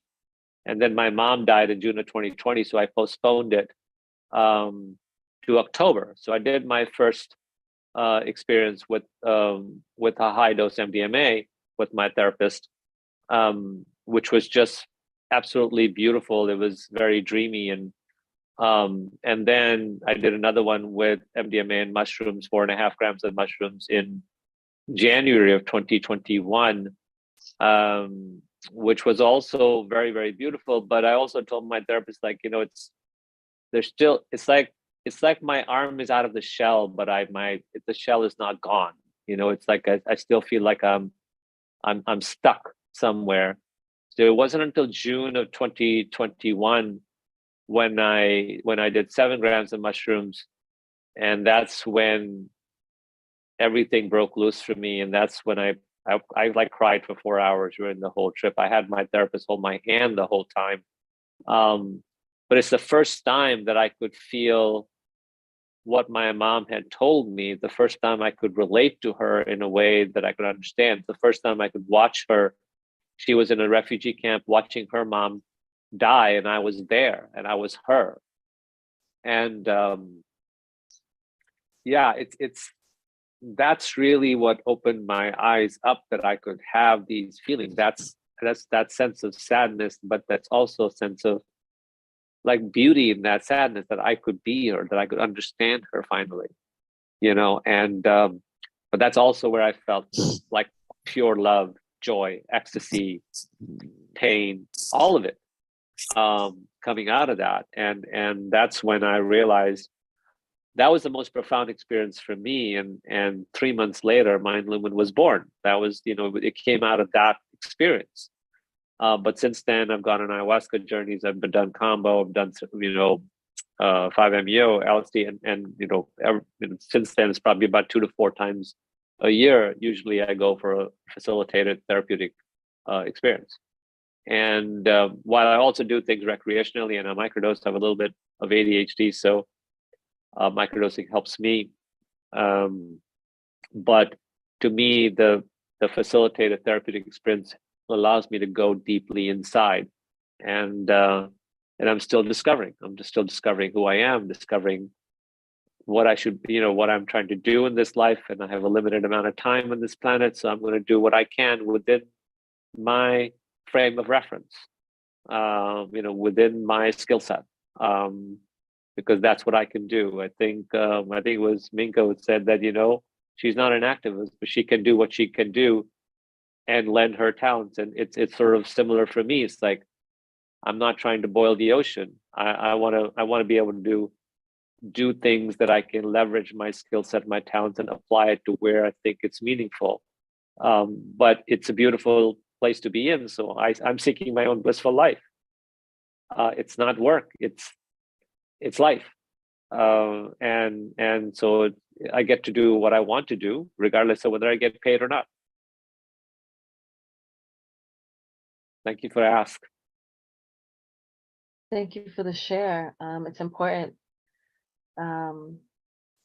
So I just want to recognize that we have about 7 minutes left in your hour. So again, I just wanted to check in to see if anyone had any shares, any questions, anything that comes up around around all of Neil's shares, around currency, around community, around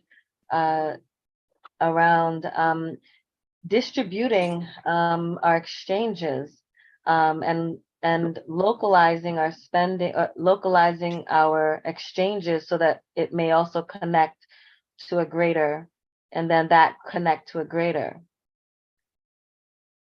Hey, Please. Neil, I just like to thank you for everything you said, and I'll definitely watch it again on the YouTube. But I like the way activeness and competence and trust are made into the right sort of like corporate structure that's pragmatic and works well. So I look forward to learning more and seeing how we can all participate in that. Thank you so much.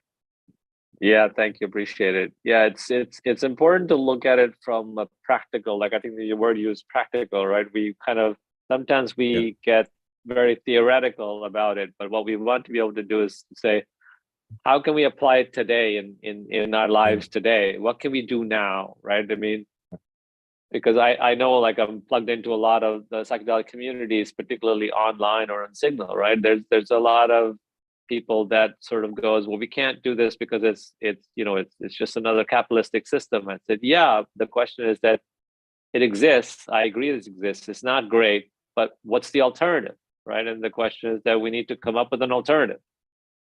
So this is an alternative. It works within the existing system, but it allows us to operate in a way that we want to operate, and so we can choose to do that, but it allows us to basically focus on our own ethics, our how we think about conducting ourselves ethically, not only in the care of people, but in the business of care. And this is, like, I'm very much focused on that part of it, because that's what keeps me grounded, and that's what allows me to say, okay, this is my own philosophy. It's public. I published it. This is how I intend to operate. And so when I think about ethics, on how I want to operate ethically, people know what I'm relating to. I'm transparent about that, right? And if I'm not transparent, people are going to call me out on it and say, hey, and I'm saying, yeah, fine. That's what I want to know. I want to know how I can be more transparent, and because I got lucky enough that we're trying to create like a system of ethical measurement, what we call applied ethics. Most of the ethics is sort of meta. They're like, people write these long guidelines, and MAPS has written this very long guidelines about ethics. But if I look at that and go, I can't, they're not measurable, they're not observable, right? How do we do that? Yeah. So whereas like the Guild of Guides has a beautiful set of ethical guidelines, but there we can take some of the things and they're measurable and observable. So we hold ourselves accountable for that, because if we don't, then one bad shaman or one bad apple can ruin it for all of us. Right. And I'd like to just 2 words: synergy, which is obviously being greater altogether, and phronesis, which is practical wisdom. So synergy and phronesis. Yeah. I'll leave it at that. Thank you. Yeah. Thank you for sharing. Okay, Neil. So we have about 3 minutes. Wanted to see if before we move on to our next moderator, if there are any if there's any contact information you want to share, should anyone want to reach out to you for going further or deeper, if that's something you so choose, and also any last sustaining thoughts or words or applications that you want to leave us with. Yeah, thank you. So the best way to reach me is on LinkedIn or Twitter. I'm going to put the links in the chat. And And also on Instagram, if you want to connect to Mind Lumen on Instagram, obviously you can always go straight to the website as well and contact me there. And that's what I would leave people with, that's the best way to reach me. We're all about collaborating with people. So there's also a link that I'm going to put in with this, like if you want to be part of the system and add to the system and be involved in the system and help co-create the system, then I'm going to put that link in there. So that's where the join. So if you're a facilitator, you want to be on our network as a facilitator, we welcome you. There's no listing fee. We don't charge anything. If you have a retreat, you want to list that, we don't charge anything. You can list your retreat for free, that kind of thing. But our goal is to match the seekers who are coming and seeking, and to match them to reputable facilitators. So I'll share that link as well. And that way, but the best way is Twitter and LinkedIn. That's how you can reach me.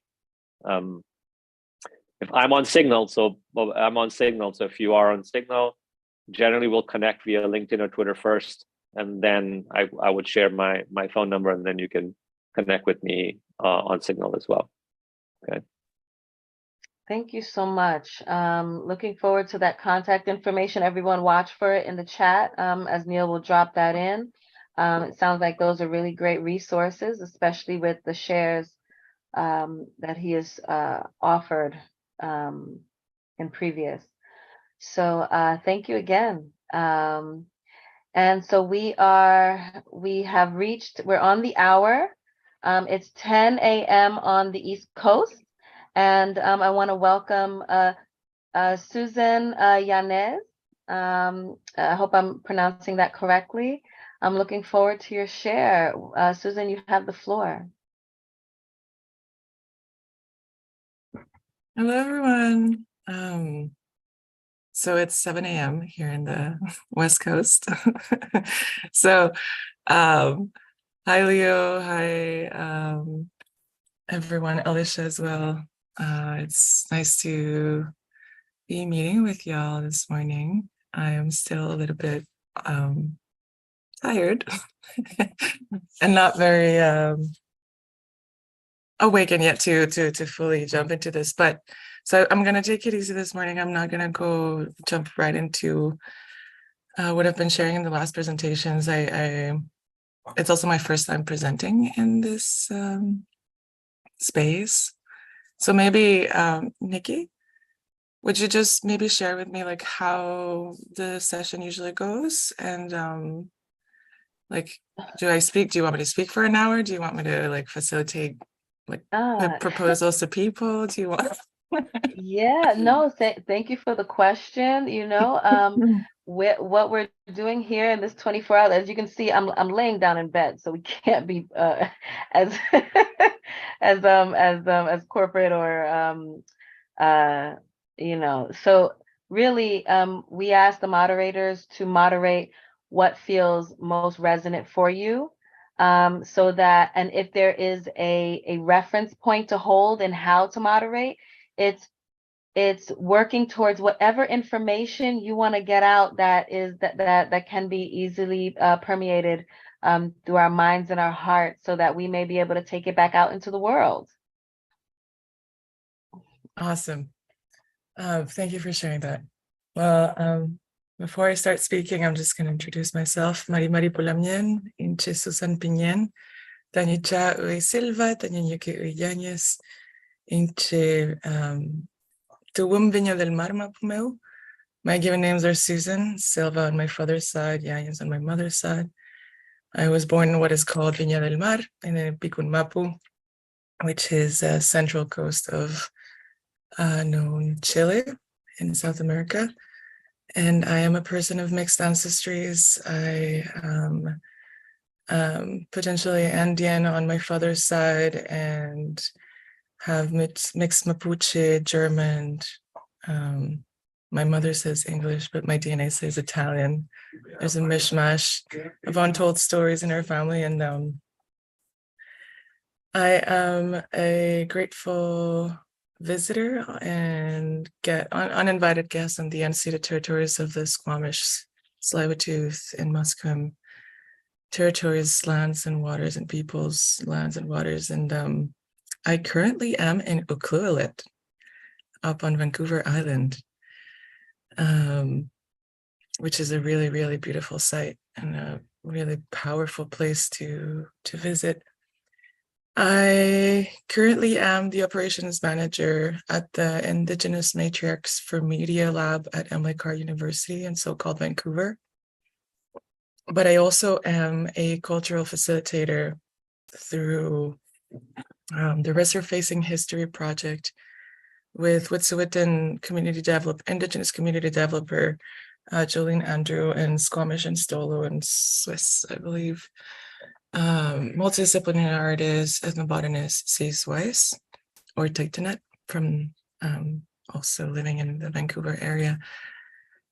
And I have worked with the Wirrarika Nation on an independent research around the right protocols, the traditional pathways,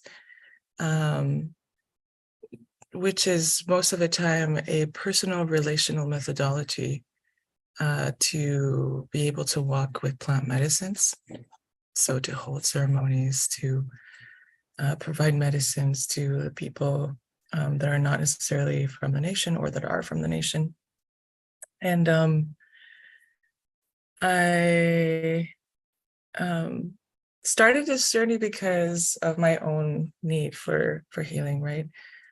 Colonization and intergenerational trauma had terrible impacts on me as a child. In my teenage years, there was a lot of self-harm, self-hatred, and practices of addiction. And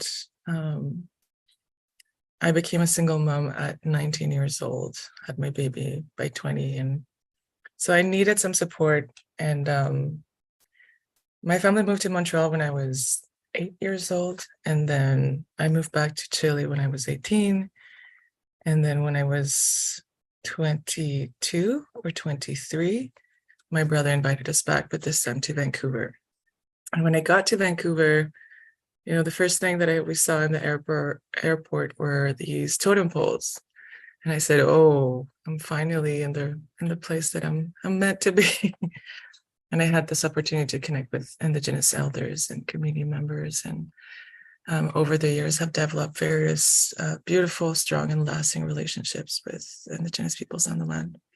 And so my proposal to the psychedelic community would have been sharing about and would have been suggesting that we do as a community of mixed ancestries peoples that most of the time are uninvited guests or displaced peoples, right, on these unceded territories or in territories that are either treaty territories or just plain stolen territories, that we go at a slower pace with everything that we want to do. Because I understand that there is a great crisis in our world that, you know, requires some of the aspects that these plant medicines or synthetic substances bring to us, in a sense of opening our minds and opening our hearts and breaking from the trauma and the PTSD and all those layers that keep us strained into just survival modes, right? But really to look into where these plants and the minerals that made the synthetics, you know, where all these different relatives are coming from, what their stories are, and how they have made it so far in this, you know, all these years that the planet Earth has been evolving, developing, and nurturing us. How is it that they have made it so far into our societies that are globalized and colonized? And when we look back and when we look on the side, we know that it's because of the stewardship of Indigenous peoples, right? The sacrifice, the responsibilities, the commitment that entire families have made to these plants to treat them as relatives. And I was on I was on an interview for the GEDI Advisory Committee for MAPS Canada Friday morning. I wish I know that we connected because of that as well through Kim, my dear sister from West Elkson First Nation Potawatomi woman, Kim Haxton.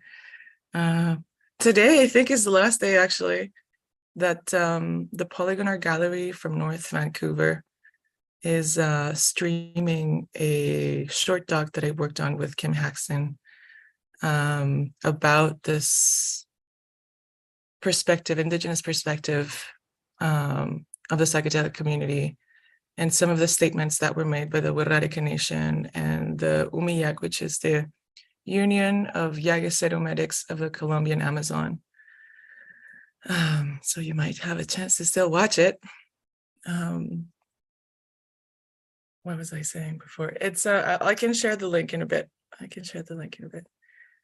And so why did I start talking about Kim? Oh yeah, GDI. And I was telling Riel that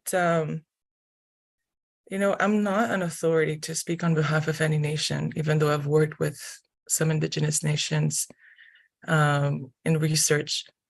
I went to, even though I followed traditional protocol and going and asking for permission, offering my commitment, offering my responsibility, I presented myself to the Wirrarika Regional Council's General Assembly, where more than 3,000 traditional commoners of the Wirrarika Nation that still live in the Sierra, have never left outside of their community. My voice was shaking, like it has never shaken before, because of this pressure of the social pressure, right? Like I'm a person of mixed ancestries. I was not raised in a tribal way. I was raised to believe that I only had European ancestries. So it was a lot of recognizing, like being really sure of who I am and why I was doing what I was doing to be there in front of all those peoples, asking for their permission to do the research, right? As part of a trial of being a good relative, not just to the plants and giving back, but also to making sure that I'm not assuming, you know, a positionality of a community. And so I was telling Riel, you know, I'm not an authority also from my own nations and my own ancestries, because I was not raised in that way. Though now I do speak on behalf of the Indigenous Matrix for my job, you know, as an operations manager. But on the cultural facilitation side, I am just doing my best in trying to be, I was saying, like, I can't say that I'm a user of these plant medicine, because that's not the relationship. That's not what is happening. I'm just trying to be a good relative to these plants, to the people that have stewarded these plants, the people that have made the sacrifices of, you know, training for 25 years and like fasting for so many of those days during those 25 years, and walking to sacred sites and fasting from salt and abstinence for 12 years and all these different things that we never think of in the commodity of our very commodified lives, right? In cities and in urban centers and in developed countries.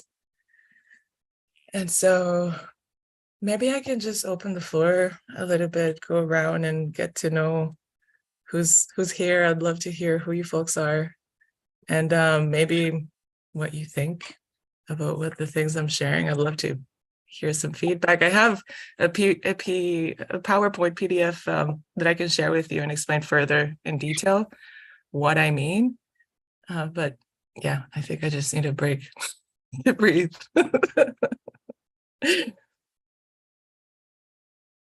Alicia, do you want to start by maybe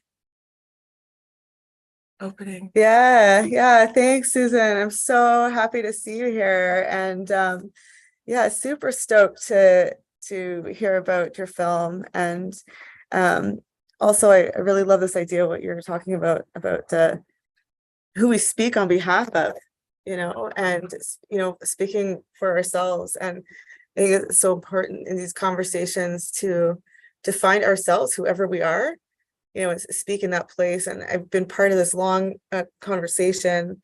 I'm a little wiggy because I've been, for here for the last, like, since almost 24 hours.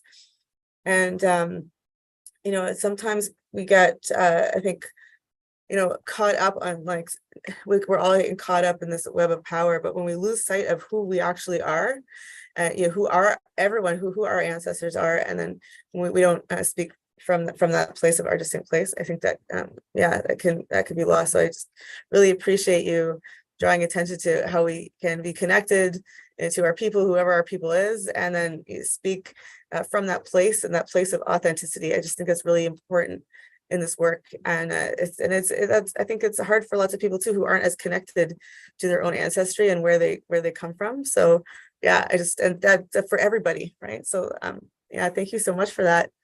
And I'm really stoked to see you here and continue this conversation around equity and psychedelics. And maybe I'll see I don't know, Susan, or see if anyone else has any thoughts. And just to reiterate, we're talking about equity and fairness in relation to psychedelics. And actually, I don't know, like the film, I don't know if you want to say more about that film as well, or if there are any key insights that you think would be sort of relevant here as we think about this collective group of people, across space, wanting to work together to create a more equitable psychedelic community. And also, there's been a lot of conversation as well as what is the potential of psychedelics to help get us there? They're magic that psychedelics have to bring us to that place of authenticity and to to allow us to get to that world that we want to live in. So yeah. Yeah, absolutely. Maybe I can share more about like my personal journey and how I hear that we need gentleness at this time. We need caring. It's been a long time that you've been facilitating these calls. What a brave thing, 24 hours. That's a lot.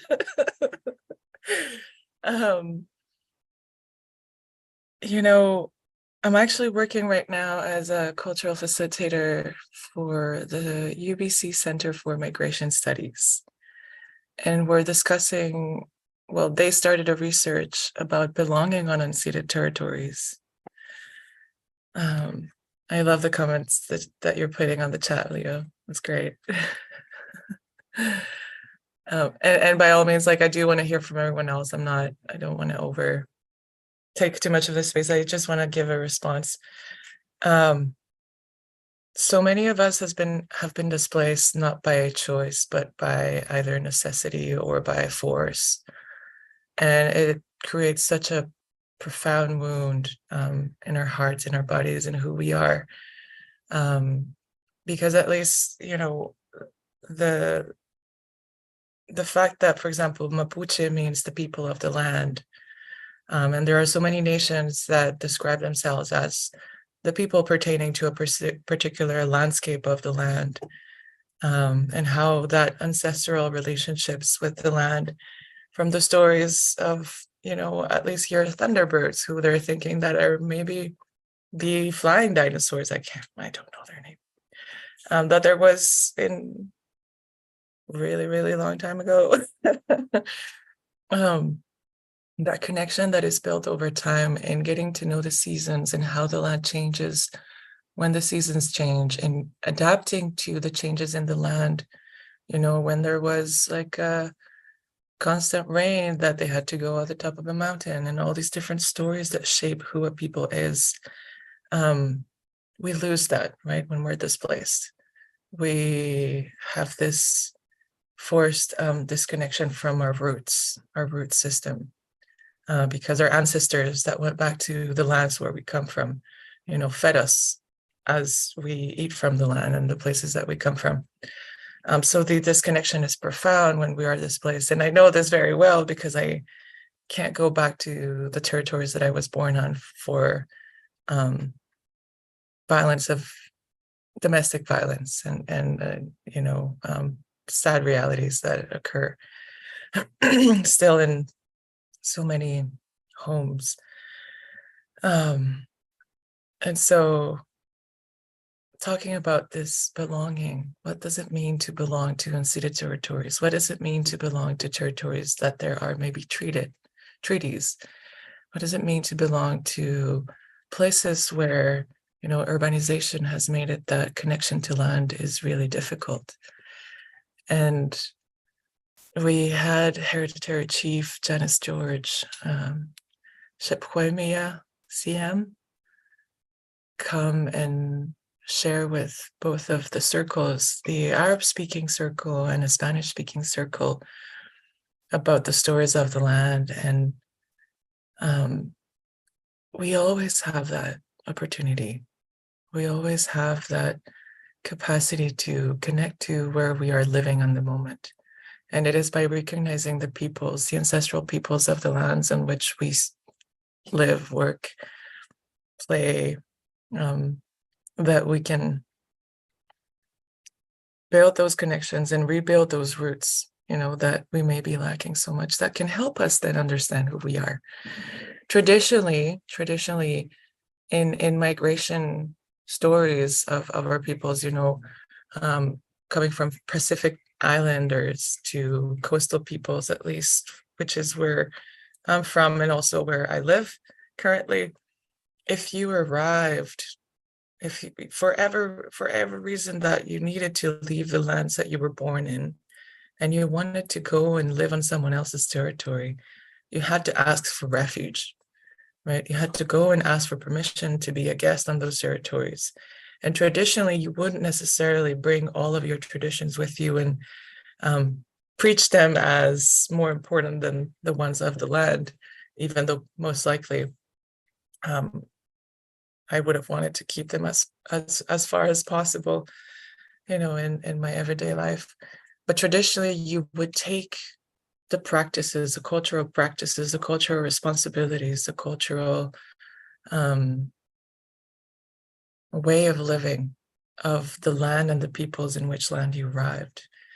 And so that's been my approach, even visiting these territories this weekend. We've passed through so many different unceded territories, and everywhere we go, everywhere my foot steps on, I'm like, oh, I'm just going to offer some tobacco just to make sure that, I'm being respectful, because I don't know if this is a really important site. I don't know what ceremonies took place in these lands, in these waters, and I don't know,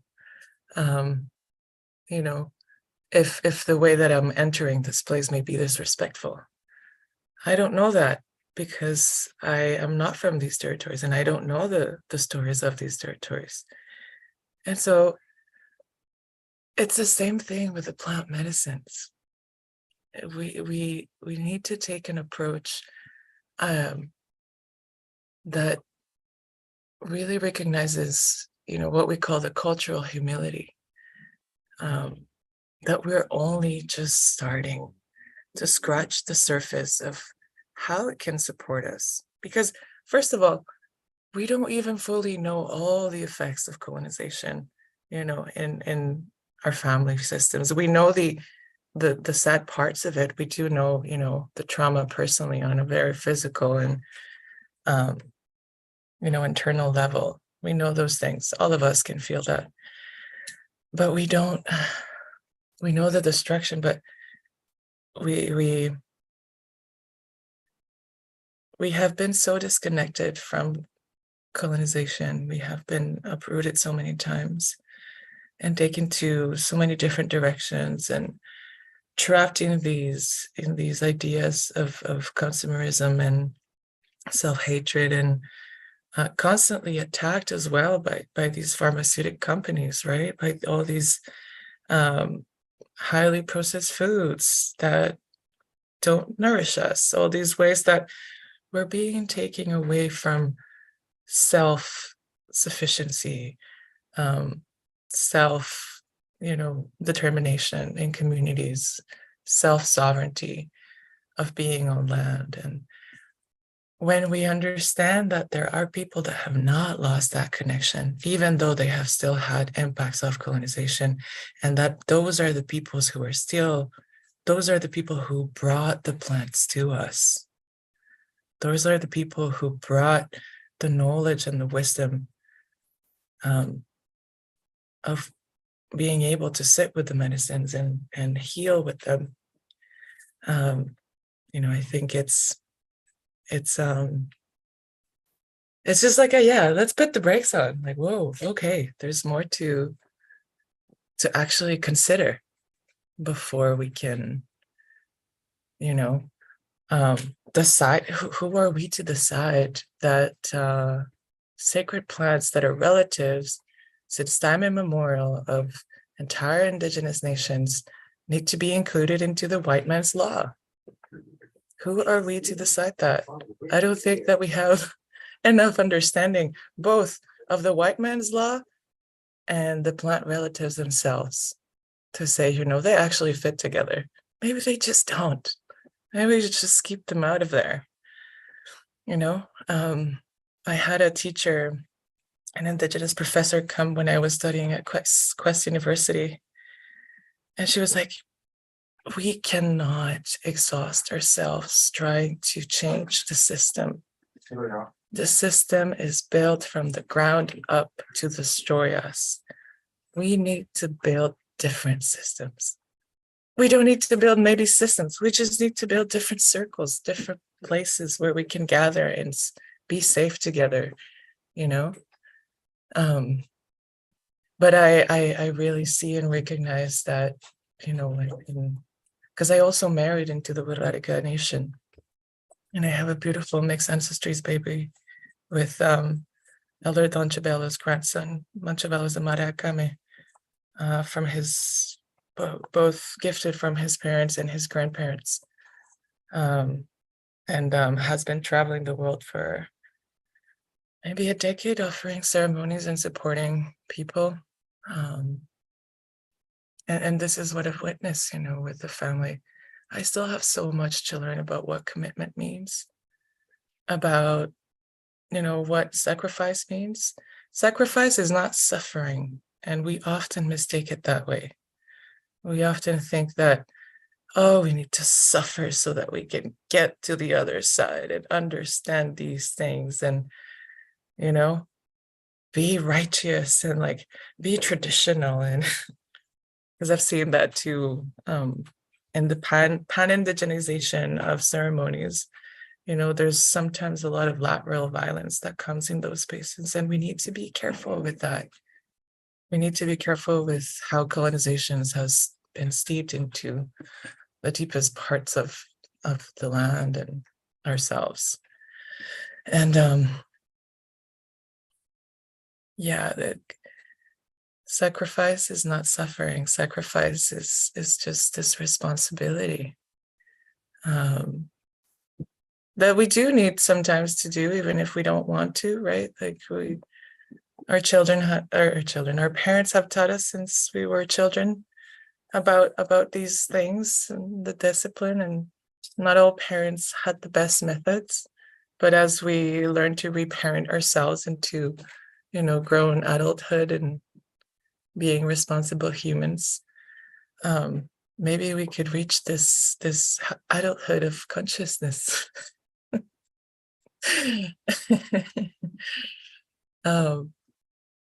But yeah, I want to hear more from you folks. How are you doing? How's the what I'm saying landing? If anyone wants to speak, if you don't want to speak, that's okay too. I'm very struck by your voice and your gentleness and your wisdom. And I love the talk of not taking each other down in our own ways of feeling decimated or feeling belittled by the powers that be. And I love calling out like the white man power stuff, because I feel like there's a huge conversation there that that doesn't need to be hateful towards white men that care and are there for the fight, but there's a white man system, I think, that oppresses everyone. And I just was really comforted by your voice. So thank you. Awesome. I want to follow that and say, hello, everyone. I'm Mariela. I'm calling this morning from Michigan. And I do want to speak about the voice, right? I feel so much of my process of deconditioning is finding my softness again. I want to become soft once again. I have lived in this land, territory in the United States that we know, Turtle Island, for about 25 years. And how hard I have become is shocking to me. The softness of my being, the softness of my heart, and how harsh the system was, and how many walls I had to put between my heart and the world in order for me to survive in this territory. Mm-hmm. So thank you for that, right? So I believe that we are, we're vessels of energies, right?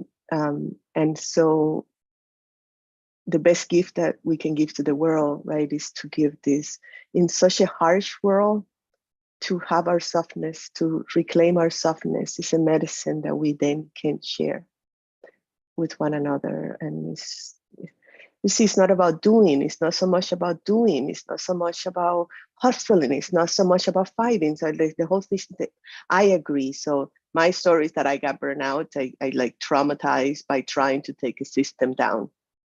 It doesn't work. I had this vision that I was in, like, I don't know, in my 70s, and people will come toward me and say, like, I was like, oh, child, you're still hitting your head against the, you know what I mean? It's a machinery. And what happens is that more and more we continue to lose our humanity, and we continue to use our softness, and we continue to lose our medicines by trying to go fight those systems with that force. So I wanted to speak on that. Thank you for that, because really is how we show up, is how we express ourselves, is how we deliver the medicine. And you have done that beautifully. Thank you. The other piece too, so I was born in Cuba and came here as a refugee 25 years ago. And I'm just now really, truly, I'm writing about it. So it's funny, you were talking about this and I was writing about what being uprooted does to your system. I mean, literally, I think about human being is like a tree, and you uproot it, and so all the nutrients, all the support system, all the connections are gone. And so we feel like we can uproot ourselves like that and throw, I mean, a lot of my uprooting mostly was because I had to. No, all of it was because I have to. But anyway, it just, the damage. And so I come at this work through the nervous system. I'm a spiritual teacher, and they get us through our nervous systems, because then we can fight back. Once your nervous system and all that fighting, it puts, but with being uprooted, what that does then is like, it's this very basic level that we feel like shaky. If we feel like this, it's because our root is like inside, the energy feels like this. And so this is, the more time we spend in nature, the more that is valid. So we are nature. And so then the earth element lives in us. And so when I'm feeling like this, I'm like, oh, I need to go ground myself for like half a day. I need to go into the woods and do nothing. Mm-hmm. So I just wanted to speak of that and love. So I'm here for just a little bit, because Leo asked me to just hop on any moment. Next time I want to give myself 24 hours and I want to be here. This is great. This is what I want to be doing. And she left, but would it be okay if I just share for 5 minutes what I came here to share today? Because so I have a full weekend, and anyway, so she wanted me to share about what I found during my healing journey was that, and also what I have seen accompanying others during their healing journey, is that underneath our pain, if we can touch that unbearable pain, slowly. It's a rage often. And under that is our power. So I was like, I don't have any anger. I don't have anger. I'm too nice. And just, I was using the nervous system survival pattern that is called fawning. I have fawned my way through the world, just being nice to everybody, being nice to people, being accepted everywhere I went. And so much was committed against me. And to survive, I felt like I had to not be angry about it. It's okay. It's okay. It's okay. But then there was this pain inside of me, and it was just, I'm like, when am I going to heal? Like, I'm doing all the right things. And then I was like, let me go into it. And it was almost unbearable. And it only lasted for about 90 seconds. And then that pain became like anger. Like I was like, whoa, what is that? And this is the part that nobody likes. I say, because oftentimes it was that energy that created the damage and the trauma in the first place. But what I feel inside of me is that there is an animal. There is an animal in me, like my animal nature, my instinctual nature, that if anybody, any animal, if there is an attack against the animal is going to feel a certain way.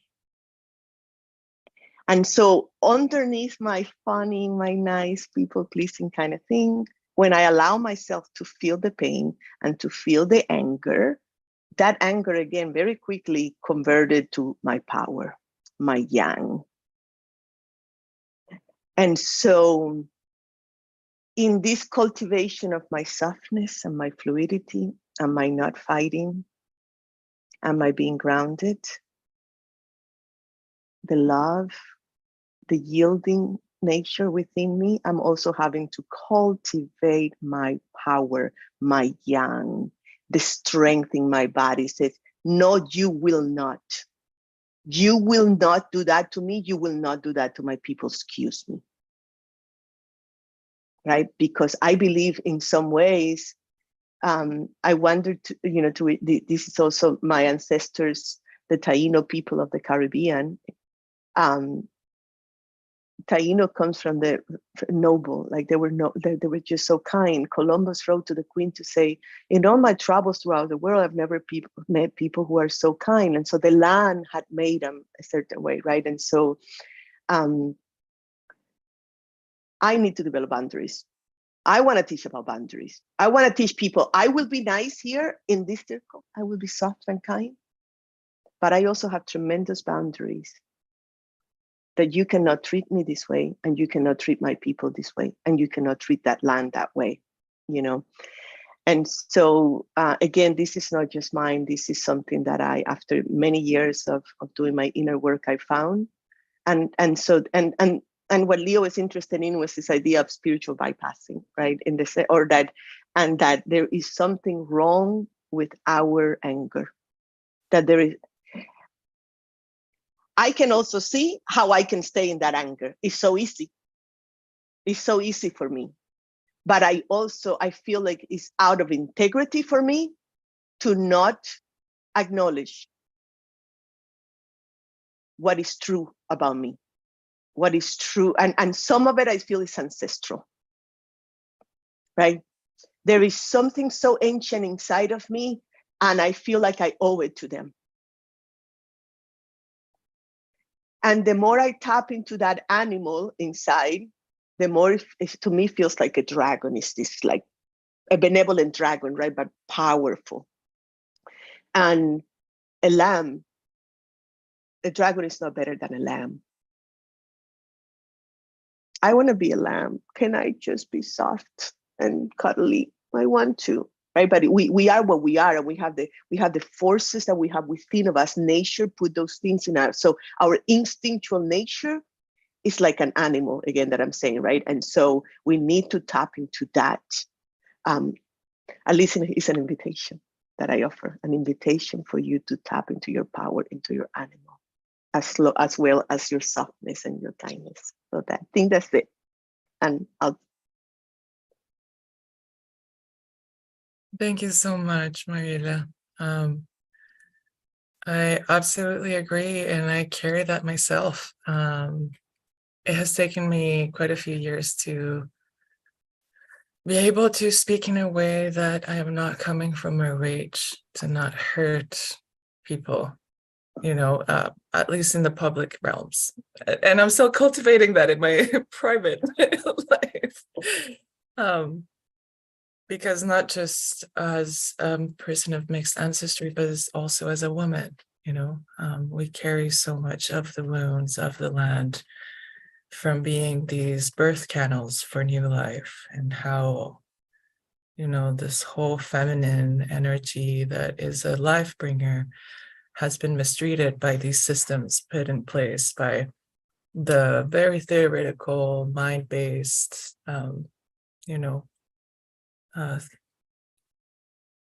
doctrines, because they're not any other thing than doctrines. Like all the policies, all the laws of the, European settlers are doctrines. They're not real. They're made up. They're made to be broken, and they break it better than anyone else because they make it for themselves, right? So I do agree. The more, and actually this is a really, really interesting thing. I found my voice when I was sitting in a Inipi ceremony on Xajlip, which is not a territory that traditionally had Inipis, which is a sweat lodge, but was brought by elders that put together prayers for the healing of their communities, because addiction has also been such a ravaging space on reserve as well, and I was sitting in an Inipi after my 23rd birthday, 23rd, 24th. And Maima Teresa Fenton Bob, so Chief Daryl Bob and Maima Teresa Fenton Bob live in Xajlip, which are the Medicine Mountains of the Satlim Nation up in so-called Lillooet. And Maima was singing the Woman's Warrior song. And, all this anger, both of my grandmothers were singers, and I didn't know that I could sing. And all this anger that I had inside of me, all this rage from being mistreated for all the injustices, and for all the genocides, and for the uprooting. And, all of this just came out through my throat. And I started singing with my mind. I said, how is it that I can sing in this way if I've never sung this way before?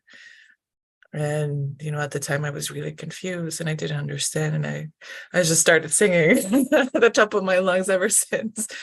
And I'm going to sing a song to all of you, but this rage is the source of our, it's the source of our creative energies. I mean, not just the rage, right? There's so many other things that are also the inspiration for who we are and what we do. But this is what we need to fuel the resistance, the protection that our land needs, that our peoples need. This is the fire that is keeping the new generations coming alive. They say Gen Z is so delicate and so sensitive, but it's because we need people to be this way. We need everyone that is coming onto these territories that we live on to realize that we're all sentient beings, right? And we need to do that with anger, because otherwise the systems will not listen to us. But one thing that I also wanted to say, we don't need to fight systems, because you know why? They collapse on their own. They collapse on their own. It's a fact by history. No empire that has tried to take power from other people has lasted forever. No empire has lasted forever and will not happen. Hopefully one day we can come to a decentralized, back to the traditional ways, decentralized people power, where we can, know and listen to the land and what we need to do from the land and from the stars and from the ancestors, and for the ones that are not yet born. I am going to sing a song to you whole. And so if you're wearing headphones, maybe put the volume down. If you're on speakers, tell your family that they should get scared. They're not used to listening to. It's more chanting. And I sing this song because I really value all the teachings that, and it brings me tears right now, that I've gotten from Chachlip and this place in the Medicine Mountains, with the Nipi, and because we're talking about this range, and I think I still have some things that I haven't dealt with, haven't had the chance to deal with, because I'm working in stressful environments in the system to provide programs for Indigenous communities, and it's it's very frustrating to constantly have to face those like purposely put barriers on a daily basis. And this is a song of the Satlim Nation, and I sing it not because it was passed to me, or I have not asked for permission, and I want to be really clear about that, to share it as a teacher or as a community leader from their nation. I share it because I honor my spiritual parents, and the Inipi where I sat, where I learned to sing this song. They say that once you learn a song, it is, yours to walk with. But I also want to be mindful that there are some songs that need to be sang in certain specific spaces and conditions, and like a time of a community ceremony or practices like hunting. And so I just want to be mindful that, if by any way in me sharing this song is disrespectful to the nation, I apologize, and to the family that, where I learned this song. But I shared because my heart needs this song. And I feel that this is a good circle right now to share this song. And this song was brought together when remains of bodies of their ancestors of the nation were in museums, and they were calling the ancestors back. That's how the song is called. So I'll sing it for you folks now. Usually it's sung with a drum, but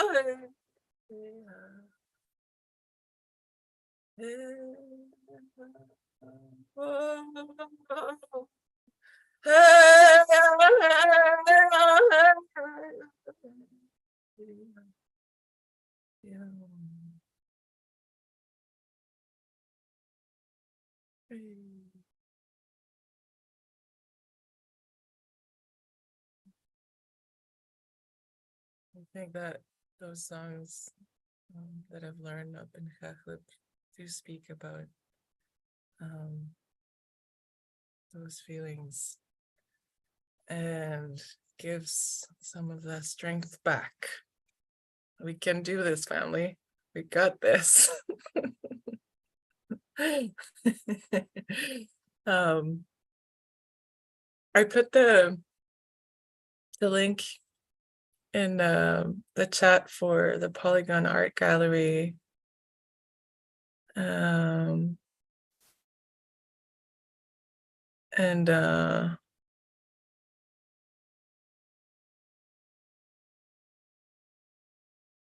like for the panel and the screening, it's just an 8-minute short doc in that Polygon Art Gallery. I don't know if you can see it. Could you see it, or did it just get erased? Oh yeah, it's there. Okay. Yeah, it says Polygon Art Gallery Vimeo.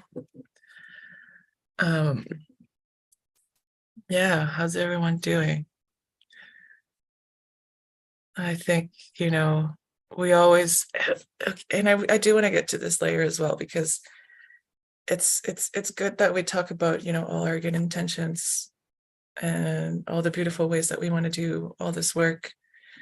But on the ground level, when it comes to like the material level of things, when it comes to the fact that, a 1% of community in the world has so much power through supposedly, so much power through money, and how this money is tainted with, all the blood of our ancestors. So it's not real power. It's just physical power.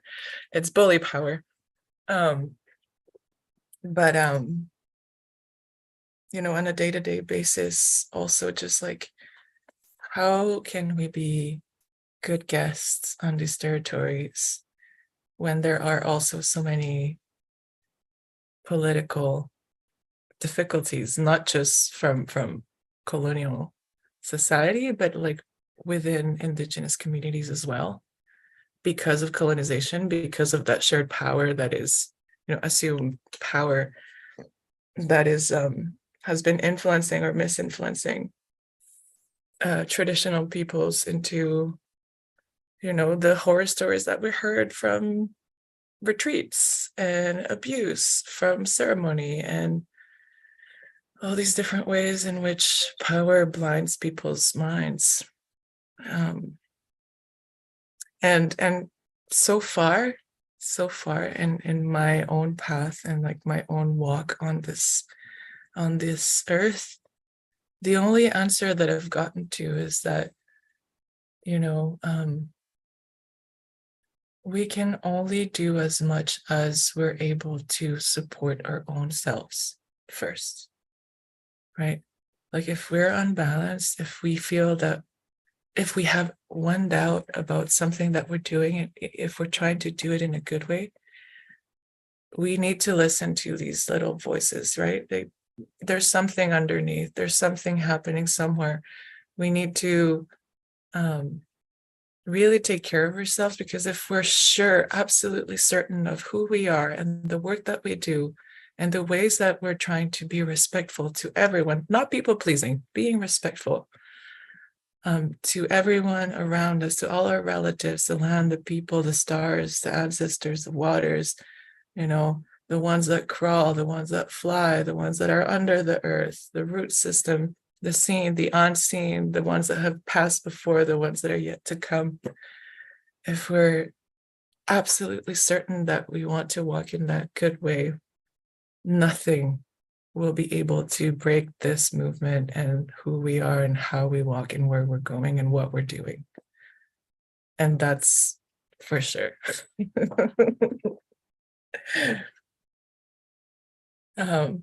So thank you for the space and time today to talk about these things. I have more technical and more academic things to show to other, if you're interested. I've been meaning to publish it. I haven't published it.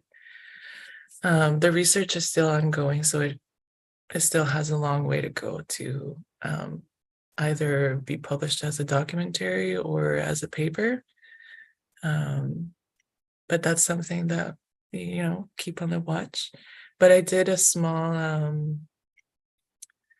flowchart for a class in Quest University a couple of years ago, and recently presented at the Women in Psychedelics webinar with UBC Psychedelic Society. And I created a new proposal of this nest of relations and Indigenous research methodology from Nehiya woman and Dr. Margaret Kovac. So if you're interested on the more intellectual side of this conversation, I have some resources too that hopefully will be available publicly soon. But go check out that short doc. There's a panel conversation as well if you're interested. Thank you. Mari Mari. Chaltumay, everyone. Thank you so much, Susan. Oh, hang on. Can you hear me? Okay, sorry, I had it's Mercury retrograde. I had a little bit of a computer failure there. Wow, you're powerful. You're a powerful voice. Yeah, just thinking about the conversation before and about emotion and about everything, that runs through us. And thinking about Marcella, is her name Marcella? Marcella, who spoke as well earlier, and about looking underneath pain and just having things move through us. And I was hearing your voice and just appreciating and feeling things move through. And so thank you so much for coming today, for your words of wisdom, for holding the space. I got so many things from what you were saying. Even earlier when you were talking about humility, I thought that was really beautiful, and being in relationship with the medicines. Wow. Thank you for coming and being part of this and sharing your medicine with us. And I'll just say, I don't know if there's I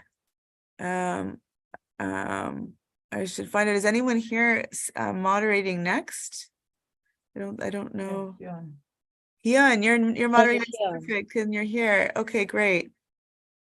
So anyways, sorry, Nikki, I see you there too. I will I'll turn it over to you, but thank you, Susan. And I'm super excited to see you. And I know you're back in Vancouver, so hopefully I'll see you in real life at some point. Thank you. Yeah, absolutely. I just wanted to just share one last thing. The first time that I started sitting in ceremony, I felt that I needed to build so much of always doing these things to make sure that the land was listening to me. That cultural humility and that relationship to land and the plant medicines, and a lot of sacrifice, a lot of things, which to my own path, now looking back, was okay because I was so disconnected. I needed to build that. I needed to be constant in those practices. But I learned that I was also hurting myself and trying to go over standards that were not necessarily adaptable to the communities that I was living in urban spaces. So if you ever find yourselves in a circle where someone tells you, you need to do this because we do this on a daily basis, just step back and think, what is their authority to speak about these things? Who is this person? Who gave them their rights and permissions? Where are they coming from? How are their ancestral and ties to the land? Just be careful out there, because there's a lot of people saying a lot of things and harming people without realizing that we just need to be gentle. Not all Indigenous peoples will offer food to the fire before they eat and fast every single day. That's not true. That's not true. Just wanted to say that. Love y'all.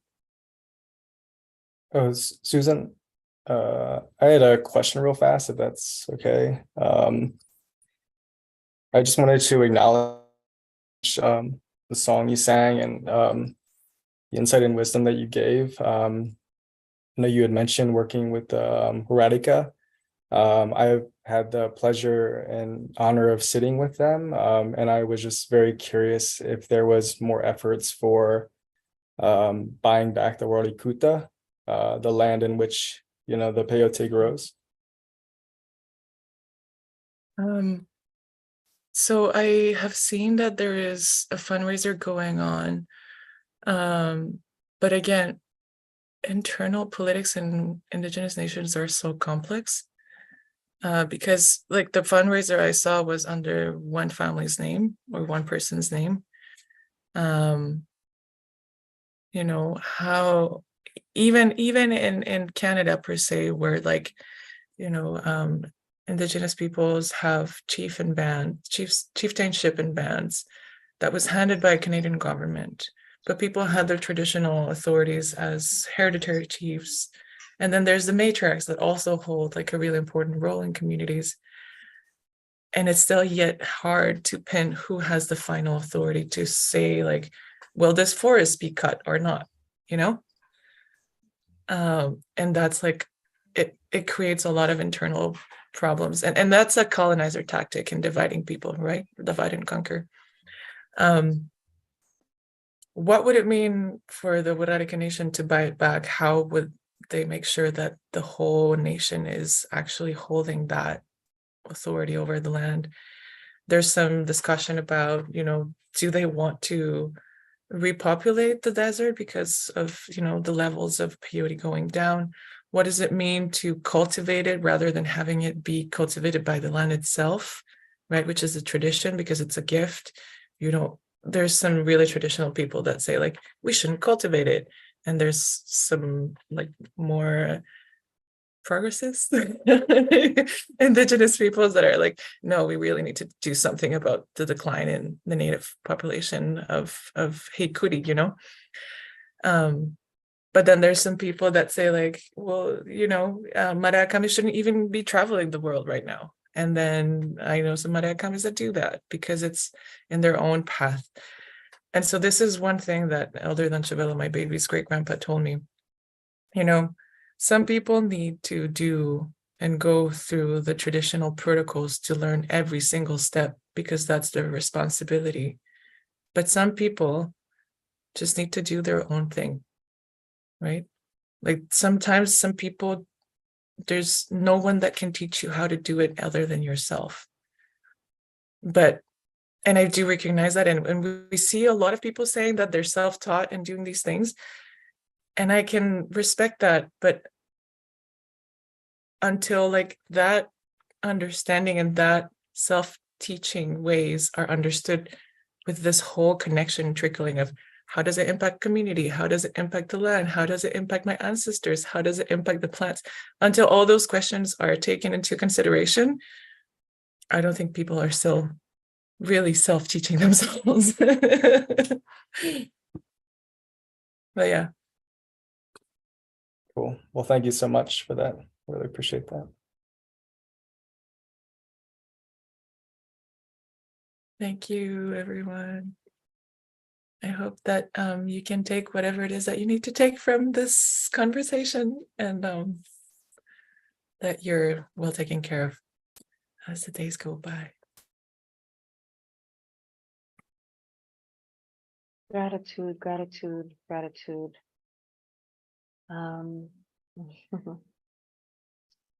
And so now we're going to be welcoming Hyung. Hyung has to share for this hour, and just want to check in with everyone again. Make sure, following Susan's message, please care for yourself. Hyun is a second to last speaker for our 24-hour. Thank you so much for being part of the finale, Hyun, and Susan, and we're looking forward to hearing what you have to share. Wow, yeah, thank you so much, Nikki and Leo and everyone here. Damn, I'm so nervous like leading up to this. I don't normally do this type of stuff, but yeah, feeling very honored and grateful to be here. Like definitely a lot of like imposter syndrome, and coming into this like really not being as present as I should have been this weekend, and people kind of suffered at the hands of that. So, here's me coming in authentically and realizing that like I have so much fucking growth to do within myself. Yeah, and with that being said, I kind of like give a little background about myself. As my bio kind of stated, I'm a transracial adoptee from Korea. I was in Korea for maybe only about 6 or 7 months, then put in a foster home for a little bit. And from there, I was adopted to the US by my father, who was of European descent, and mother of Mexican descent. And, where I grew up, it was very rural, just very white, not a lot of, diversity going on there at all. I was actually in like Rising Sun, Maryland, where, there were, sects of the KKK having meetings there and things like that. So it was, definitely just a really confusing and crazy experience for me, but ultimately being very grateful, for what I experienced. So yeah, I work in the harm reduction field currently for Baltimore Harm Reduction Coalition. I specifically do community-based outreach for people in active addiction or homeless, dealing with mental health. We provide like safer drug use supplies for people because we know that drug use is going to exist regardless of whatever policies are put in place. And we just want to keep people safe, through that. We also support, policies that are working against, sex workers or working for sex workers. We don't want anything, going against, people having autonomy to really do whatever they choose to do. And yeah, I help run the Baltimore Psychedelic Society as well. And yeah, for me, when I think about this idea of equity and inclusion, there's definitely been a lot coming up for me, and I really kind of want to open this space to also have time to share from everyone else as well. I don't want this kind of just be all about me. But I personally just really think about accessibility and the lack of accessibility currently from like medicalized models. And I really think that in order for us to kind of progress forward as a community, it's going to be really about changing mindsets and, this idea of becoming more embodied, within ourselves. But, through that embodiment, there's just a lot that has been a lot of history within that, and a lot of people not feeling very safe within their bodies due to, like systems of oppression, policies that are in place, and deep pain, kind of within all of that. I don't really know what the correct answer is for accessibility, but I feel like this might come down to having mutual aid funds through the community to help either bring these spaces to the people that need it the most, or provide kind of the bridge for other people, that are really needing this to, gain access to what they need. And through saying this, one of the biggest topics and point that I kind of wanted to emphasize was really moving away from this psychedelic exceptionalism. I don't necessarily think that equity and inclusion can exist if we're not truly including everyone within this conversation. And for me, coming from the standpoint of, or the background of, people who are either consistently using fentanyl, heroin, meth, crack, cocaine, what have you, there has to be an extension of love and compassion to all people that are using drugs, and I do feel a reaction within myself when I hear these drugs being labeled as escapist type drugs, and then you have the plant medicines and psychedelics being revered in such like a higher light, because then we are othering individuals who are either dealing with addiction. These are the only tools and coping mechanisms that they may know. And for someone who has struggled with addiction, primarily with like benzos and opiates in the past, I can definitely empathize from a certain level. And really it's just about keeping everyone safe. And I feel like once we begin to dispel and move away from the exceptionalism, everything can be more geared towards including everyone. And I think that also goes into a point that I wanted to touch on about, who are your communities beyond the psychedelic community? I have to think about the Baltimore Psychedelic Society specifically. It's primarily, white individuals that are coming to, a lot of our meetings and gatherings, which is not a representation of what Baltimore, or these unceded Piscataway lands, actually represents at all. So what is our responsibility to try to reach out and include everyone, and that's been about not reinventing the wheel. What do we do to get out there? And I feel like it's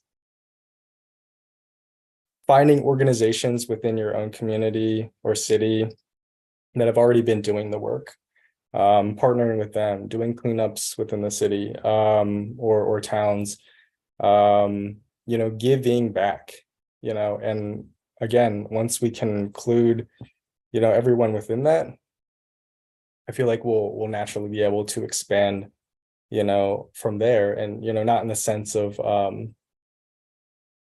capital gain at all, because that has never really been,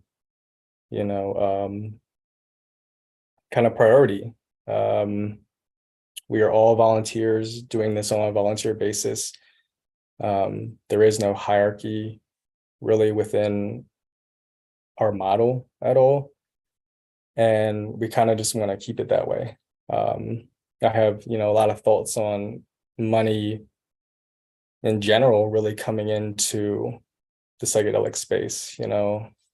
I understand that like we live within a capitalist system and people need to make ends meet and survive. But yeah, there's just, a lot of confusion on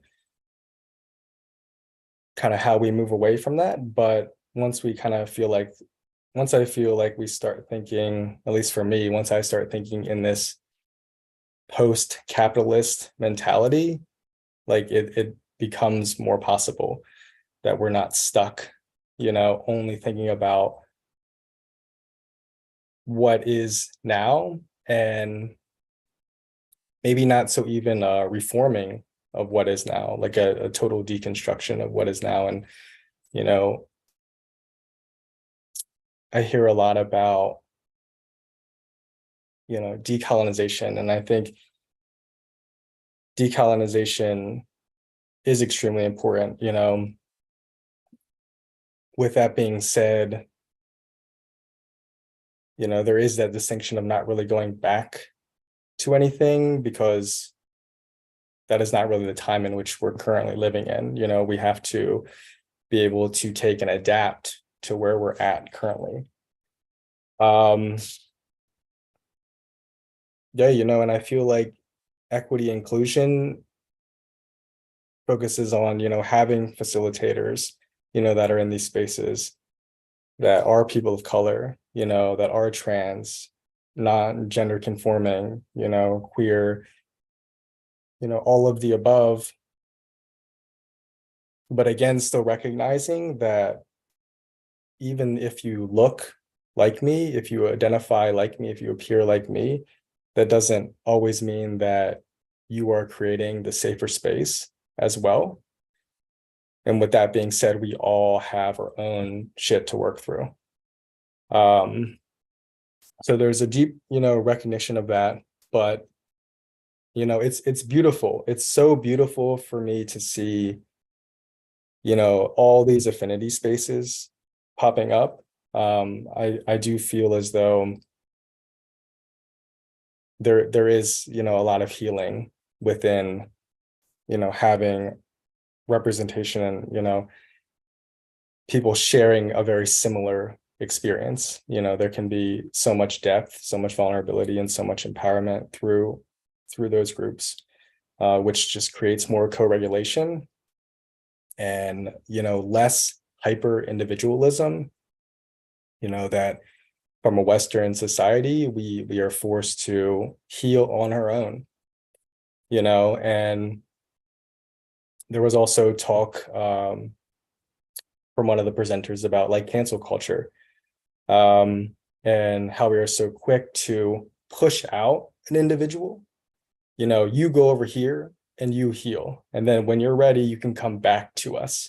Like I really don't think, that should be the primary model of healing. Let's co-create this together. And with that being said, I think sometimes there is this guise of, well, for me personally, maybe sitting in a predominantly, white ceremony, there feels like this almost this cocoon of white privilege within that space. Like for some reason, like now it's okay for me to also experience what I'm experiencing with this medicine that, is illegal because of the white privilege that is around me. And to recognize and address also that the safety or safer feeling around that should not come from that white privilege. Like therein lies the immense power dynamic that, also I feel like really needs to be addressed and shifted. Because then, you run the risk also of like microaggressions and macroaggressions, within those spaces as well.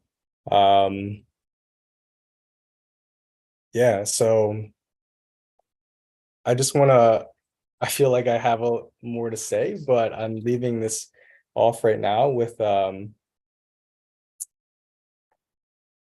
this idea of just listening, and I feel like as a culture, we don't really listen enough. And as I begin to sit in more spaces and hear more of like Indigenous teachings and Indigenous ways, and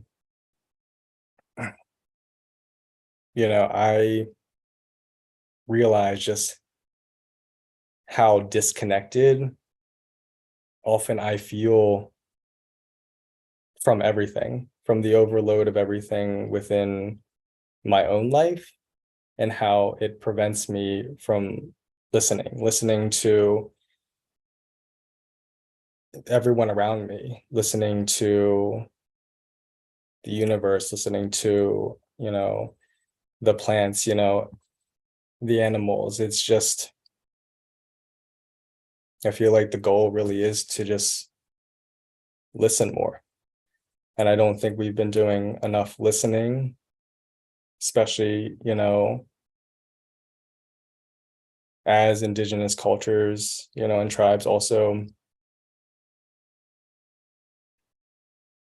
begin to like speak their stories and speak their truth in the ways that they've been communing with plant medicines and animal medicines for, you know, much longer than Western civilization really has. But that's also to say that, you know, out of deep respect too, that indigenous cultures and tribes and people are not monoliths either. You know, I don't believe that anyone or anything should, you know, be a monolith. I think there's a lot of harm that can come from that as well. So, you know, I'll kind of leave it there for now. You know, some questions, you know, that I had maybe to the community, you know, after seeing, you know, a lot of speakers up until this point, like, has your ideas or views of equity and inclusion changed? You know, what does that, you know, now look like or feel like for you where you currently live and your location and like your communities? And yeah, I just kind of want to leave the floor open if anyone kind of wanted to speak to that.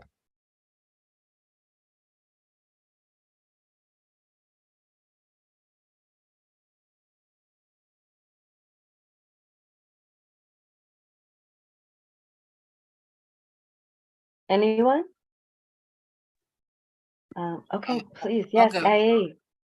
Oh, No, go ahead, Aya, because I think probably what you have to say is more on point. Well, first of all, I want to acknowledge that Yoon said a lot. So, yeah, I had a lot of different responses. We'll see which one comes up first. What's coming up for me now is accessibility issue. And I have such a different perspective on that because one of my applications is, I guess, what they call the patriot sovereign thing, but it's really about studying law. And if you really get it,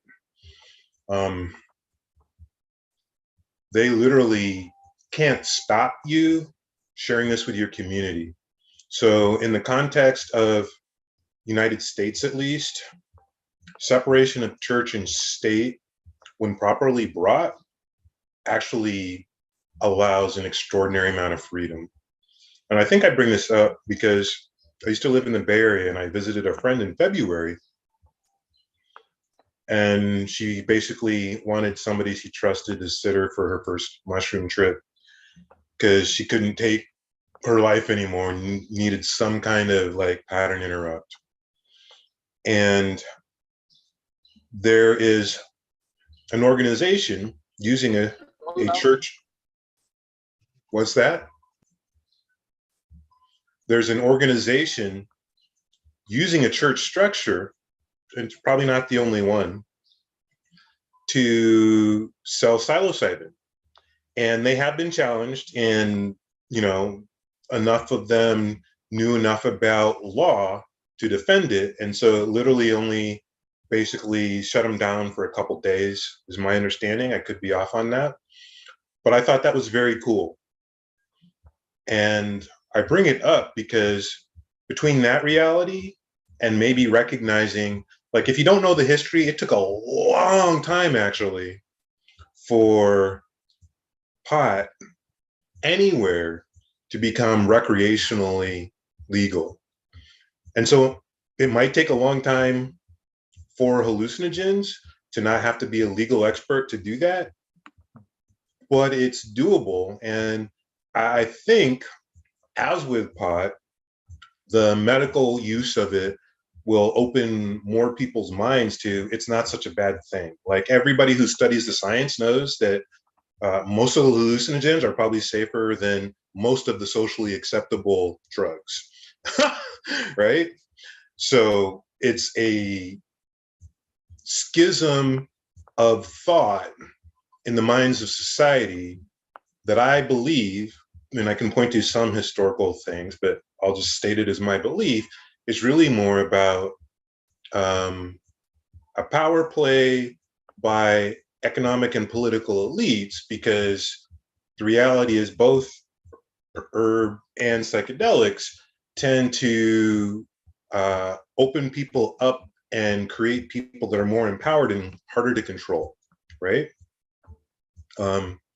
That plus the convenience with which having, well, I'll speak specifically about herb, being illegal to continue an excuse for basically a war on the mostly unacknowledged indigenous or autochthonous people of the Americas, also called African Americans, right? And the people don't realize how much money is really made by what we call a capitalist system. I phrase it that way because it's not really capitalism, although we get taught that and then, you know, use it as a label to hate it. But if we were in truly free markets, let me put it this way, the world would be very different than it is. But there's a lot of money literally made off of the taking away control of the lives of poor people of, quote, color. I don't like these terms at all, but I use them so that I'm understood. And people have no clue. It's not as simple as the more on the surface prison industrial complex. Literally, a large part of the financial markets, much greater than anybody who hasn't done the research and law to understand what's really going on in society will understand, comes out of bonds that are floated based on court cases and people being warehoused in prisons. So slavery, unlike most people realize, was never abolished in the United States, right? And a lot of the way the so-called capitalist system functions is by continuing that and literally making profit off of the war on the original people of this land. So I say all that because I believe that accessibility is really important, because the shift in personal consciousness, which leads to shifts in social consciousness, I think are very real from psychedelics and herb, more strongly from psychedelics in my personal experience. But that fight, if you're going to be in the system, needs to start somewhen. And like with herb, it would take time. Meanwhile, there are ways to make it more accessible in, quote, freer markets by just understanding how the civics of the system works, so that pursuit of happiness, which is ostensibly a part of the Constitution, can actually be lived.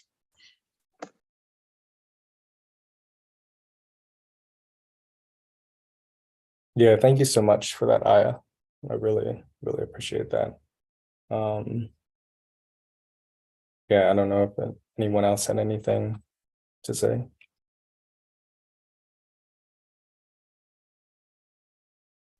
Leo, did you still want to speak?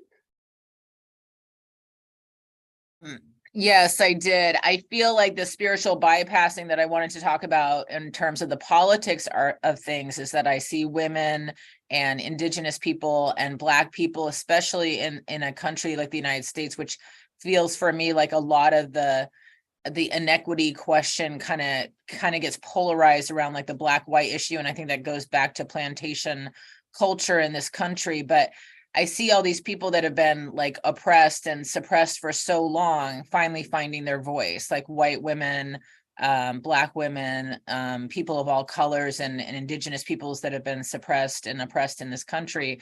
I see them finally finding their voice and finally being able to talk about their pain and their sorrow and their anger. And then I feel like this world, this entire world, is built around telling us we don't have time for that anger, and that anger is not appropriate. And don't you know that we're all enlightened now, and we're all so humane, and we're all so refined, and we just show good manners. And so I always make this joke and people think it's inappropriate, but you know how like white men, if you watch like TV shows, like they got to like squeeze their secretary's ass, and they got to like squeeze the ass of like the stewardess who went by on the plane or whatever, or ask their secretary to bend over to pick something up, like in 9 to 5, like that movie, and you can look at her cleavage and stuff like that. And we had this whole culture built around like men's privilege to be able to do that, right? And I always joke about how like I wouldn't mind a male secretary, you know, a male secretary that I got to ogle and say, you know, you're looking fine today, you know, Sam, and you know, kind of stuff like that. And people tell me, well, that's not okay, because we need to move on to this time where we're also enlightened and treating each other nicely and kindly, and where we all know like our boundaries, and we never get to do any of that bad stuff. But I got cut out of being a bad girl. Like I didn't get to have my time to be a bad girl and be a little saucy or be a little inappropriate and drink too much and do all the things that these like men got to do or whatever. And I just feel like there's kind of this blossoming rage and fuel that's coming up that is our power, as Suzanne was saying. And I just feel like some of that is that people who haven't had power historically, they're going to come into power awkwardly, right? So letting women in leadership make mistakes, that's part of that awkwardness. Those are those growing pains, right? Thank you. And so I really feel like there's a lack of forgiveness for people who haven't had power, and we're begging these systems to give us power. They're not going to give us power. So I think that there has to be some aggression, if you will, in taking that power. And whether it's by building a new society, that's fine. But I think they come for our new societies. They split us and divide us in our new societies. So I think to some degree, you have to be kind of like ready for war. Thank you.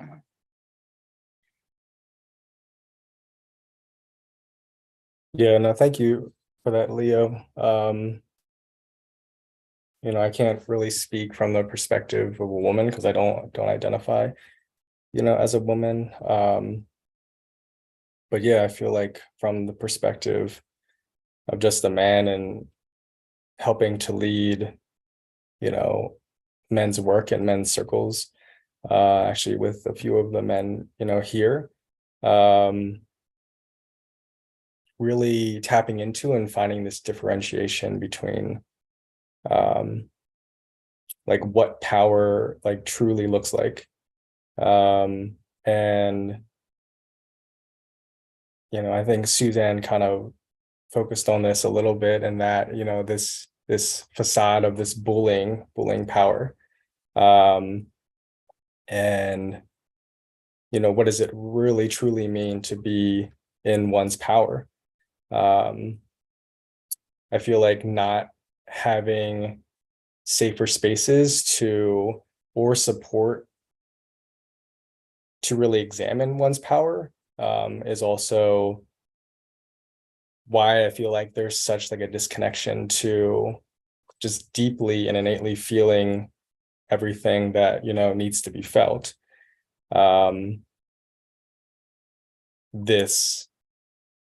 This balance almost of like the masculine with the feminine, which is not inherently male or female. But once I feel like the balance comes through from there, you know, we can begin to like create these shifts and begin to co-create together or model, you know, what power actually looks like. But yeah, Leo, your hand up again. Alicia. Sorry. Alicia, you're muted, Alicia. Oh, thank you so much. Yes, it was me. I just wanted to just comment. I just wanted to build on what Leo was saying, and then I wanted to just come back to something you said earlier, Hien. One just about what it takes to be a a woman leader, what it takes to be a leader by someone who's experienced so much systemic oppression within our society and institutions. And I work in the context of Indigenous health, and I've worked in this area for maybe like 15 years or so. And I've learned from incredible Indigenous women leaders who just were doing really great, amazing anti-racism work when nobody else was. Everyone was doing like very soft kind of cultural safety, learning about other people's culture, kind of sort of reeks of multiculturalism from the 80s kind of approach. And these women were doing really like critical anti-racism stuff. And,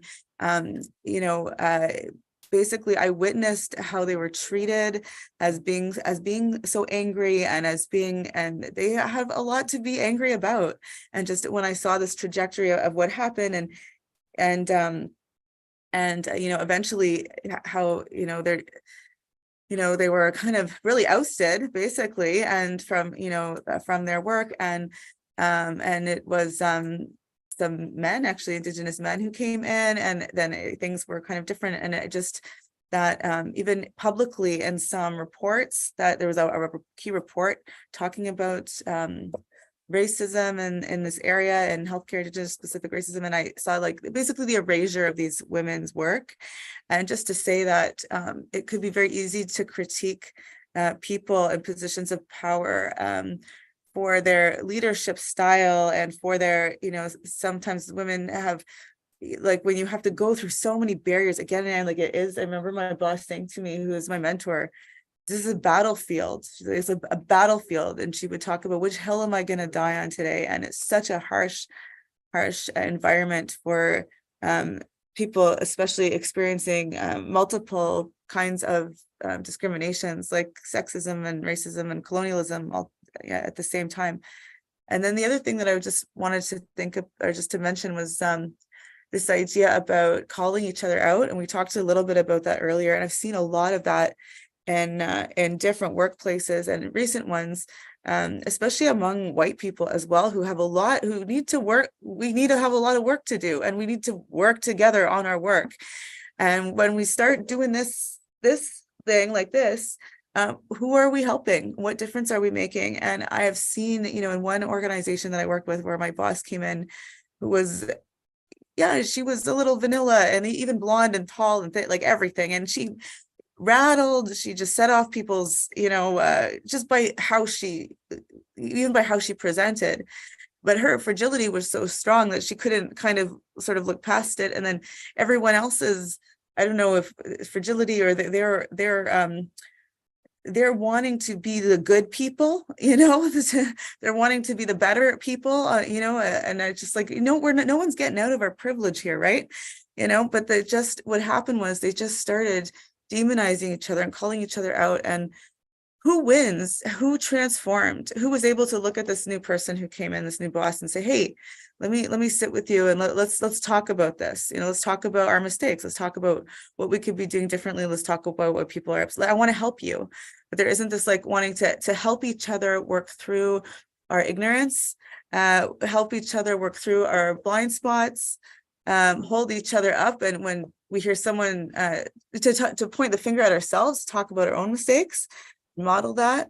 And I really think that there's a strong need for that. I'm talking in the health context where I work, and also in the harm reduction and substance use areas as well. And anywhere in so many places, there's so many really strong, often like women, really strong, women leaders, and even queer women as well. And it just, whenever time we point that finger at each other, I always just want to say, let's point the finger up. Let's point our fingers up at these inequitable structures that do this, that pit people against each other. And anyways, I just wanted to thank you so much, because I find it a real challenge in some of the work that I'm doing, and it just keeps us from directing our energy to fixing things at their roots, or and it just kind of keeps it focused in a place where it's not helpful, and then everyone gets upset and burnt out, and then leaves the fight. So anyways, I just appreciate the reframe, and just appreciate you introducing this topic for those of us who are working on change. And I think it's really important to think about in the psychedelic community as well. And especially lateral violence that I see happening among different groups of women, especially in areas of equity. And I won't continue to go on, but in the queer women's community, especially, like I've seen, I'm a Jewish person. I've seen stuff go down around Israel, Palestine, with whether, Jews can or people with an Israeli pride flag can or cannot walk in the pride parade, and the amount of money and media attention and all this stuff. And what difference is it making to Palestinian human rights in the meantime? And it's just, I've seen it in intersectionality conferences, and it's just this kind of spinny thing. And I don't know if, I don't know, Nikki, if you've experienced any of that, or if anyone else, I can't see anyone else, or if anyone else who's a woman on here has experienced that, or in other areas, but just that, I don't know, shooting at each other, I find really a challenge to work through. Thank you. Thank you. Just to answer and I guess continue with Alicia's mention, yeah, I have experienced that. And the thought that comes to me is Hyun, when you mentioned the listening. And there's an assumption that we're listening to each other. And then because we lean so heavily on the language structure that we've created in this programming, there's an assumption that we're also speaking the same language. And then I think about in my learning through this last 24 hours, Lolo Lolo mentioned she spoke of the different levels of her consciousness in how she answers. So sometimes she may answer from her Godhead, but then sometimes she may answer from her expressive identity. And that also matters in how we listen, because who and what filter have I put on to perceive what it is that is being delivered?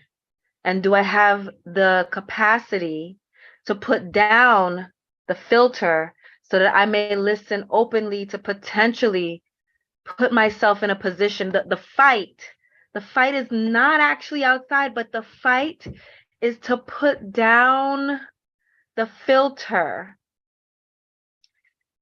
to feel like I understand my identity's righteousness in my victimhood and the anger, and all of those things still apply, and they can still apply.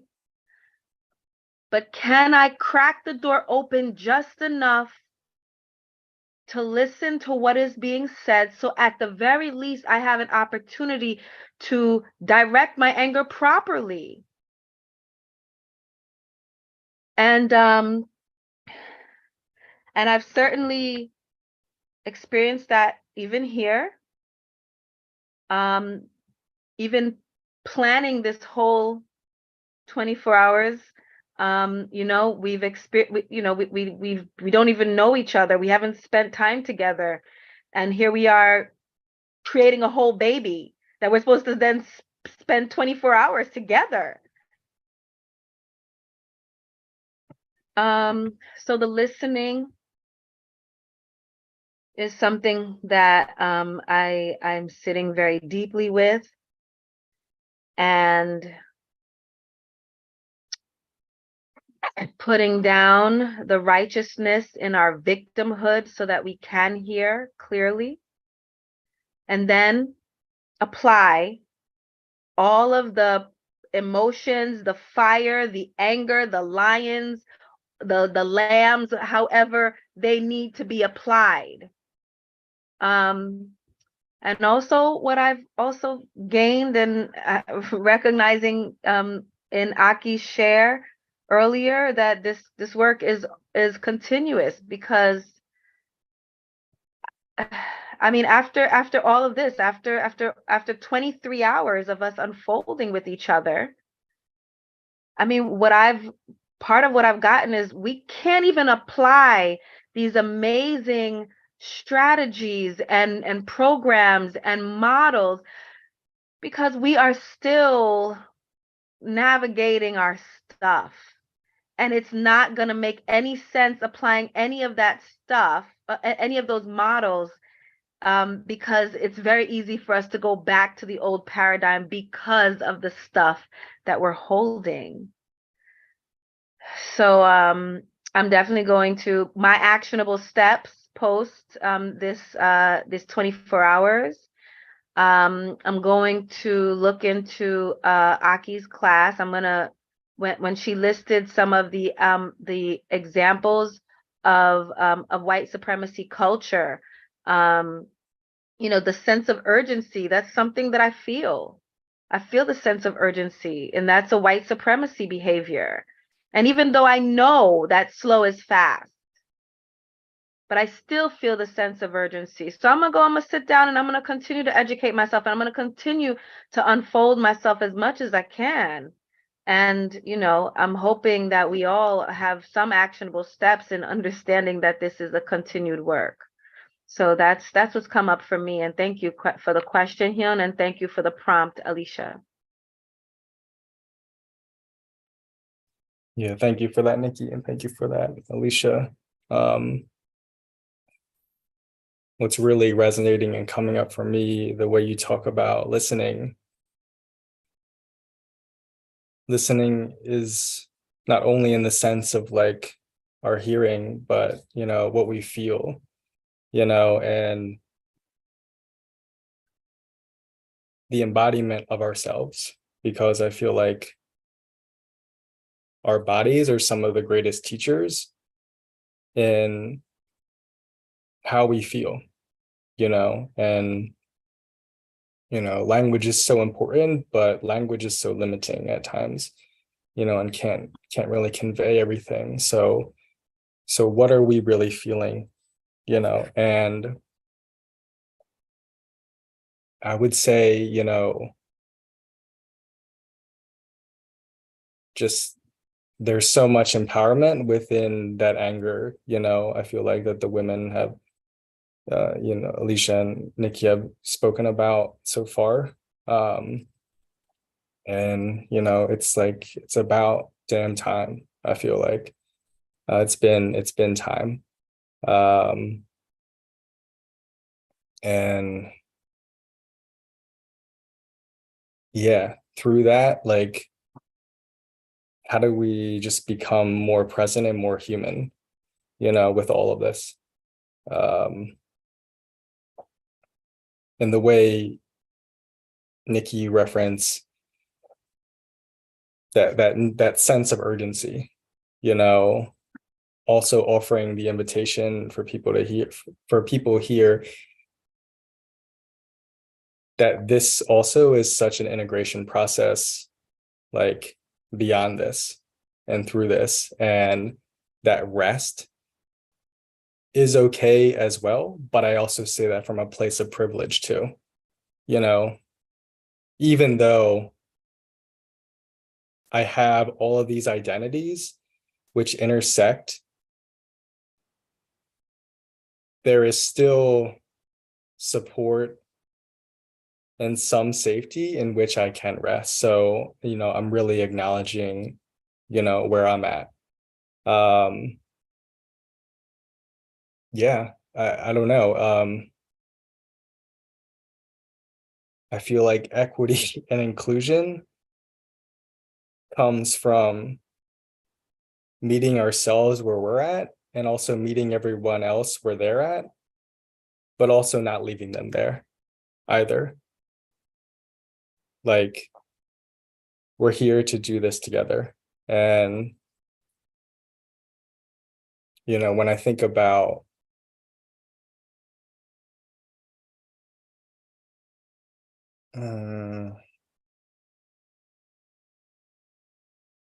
I guess to touch on like the white allyship,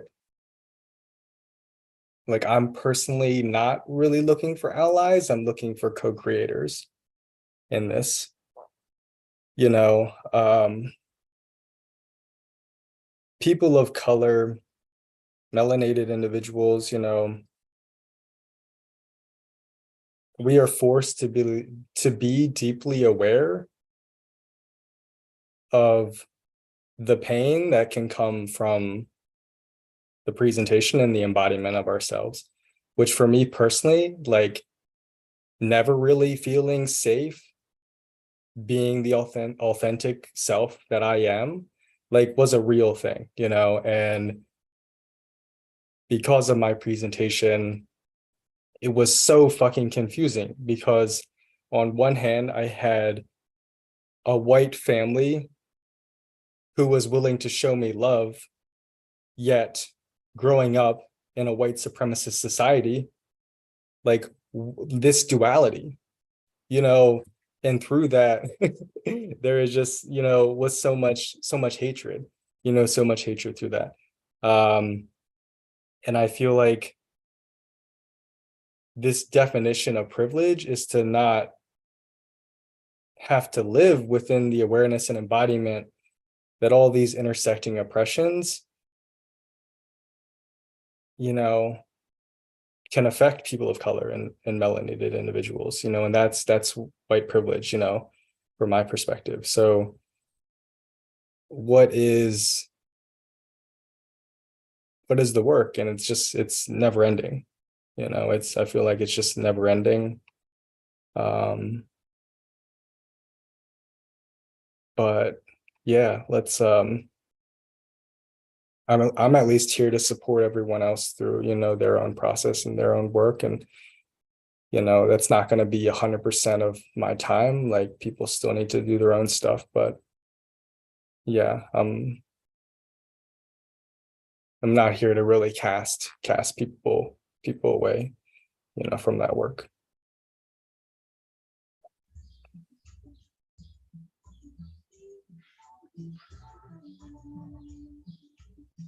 I wanted to remind people that language has this extraordinary, powerful effect on our consciousness.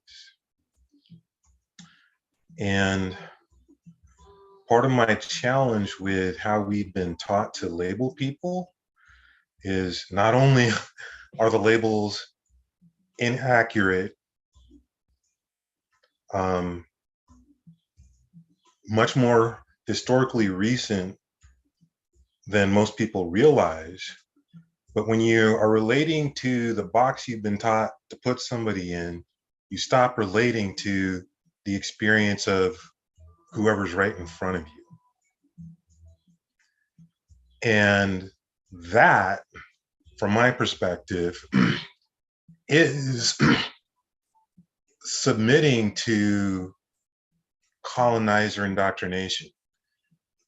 And what is going to actually get us out of this is recognizing that whether it's working for us at a level of, quote, social privilege, which is real, but also means I live in a comfort zone where I have a whole lot of shadow that I can't even begin to look at, because that's what white fragility is really about.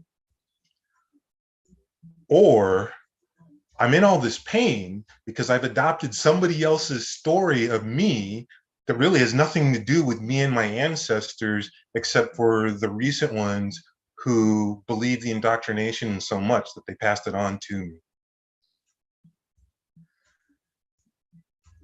But the impact of psychedelics and traditional medicine is because they do give us the experience and teach us to be in relationship to present time reality experience and not the ideas in our head. So we have to be careful when we are categorizing based on colonizer stories that I will put to you were literally created for the divide and conquer that they do. Right? I'm in Maryland. In law, white people didn't exist until 1681, right here, first time on the planet.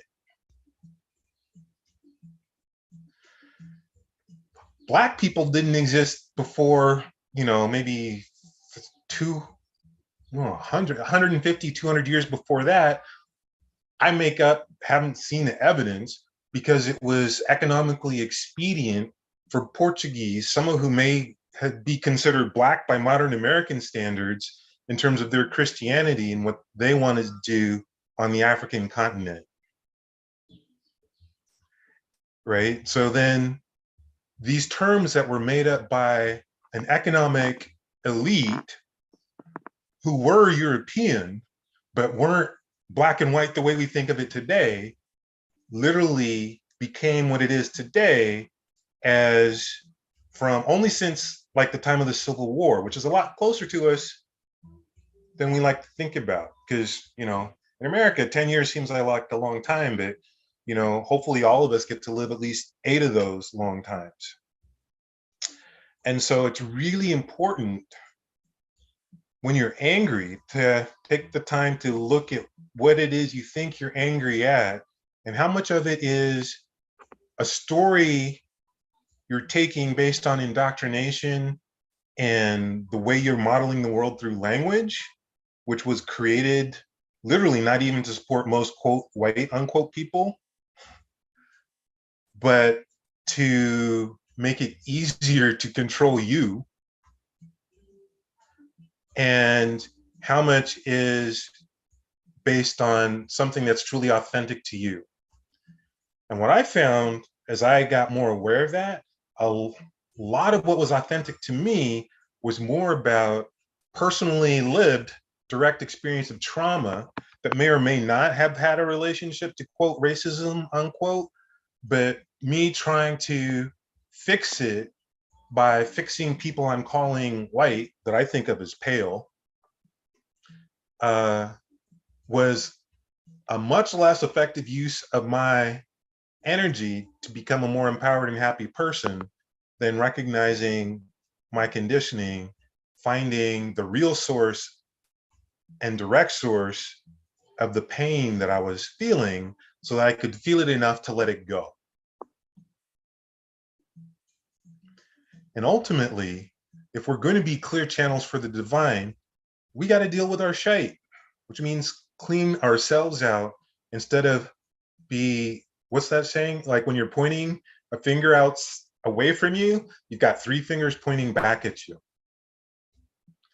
So if you remember that, and remember that even if it's in a complete cultural shadow context, everybody's coming from the closest version of their truth that they can live based on their indoctrination, because we've all been indoctrinated and we're all supporting this lie by acting as if the language we use that's creating it is speaking truth and putting that on the world out there when it's not.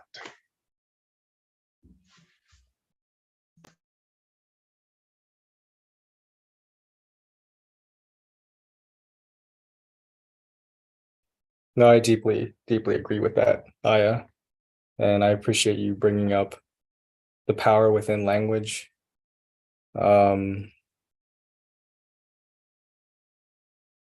What's really coming up for me is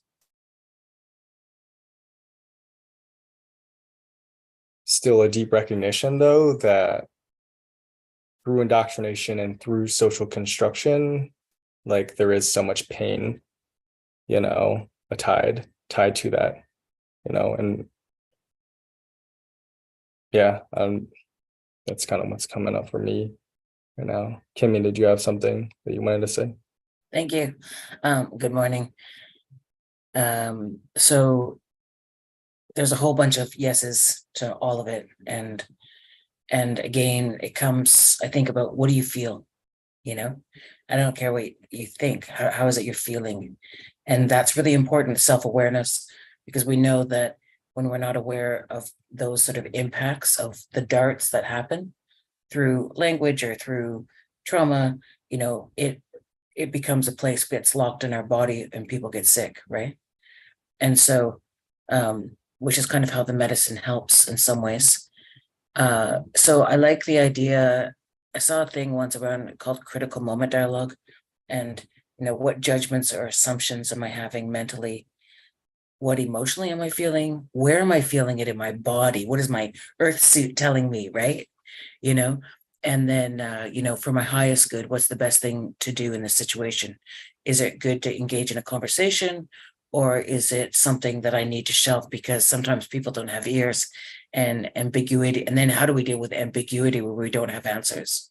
And I think, when you talked about the pain, because there is pain. Yeah, there is pain. It sucks when people are mean or violent, or I don't want to belittle any of those experiences, but I also think those are the refining moments of our lives in this earth suit, right, in ways.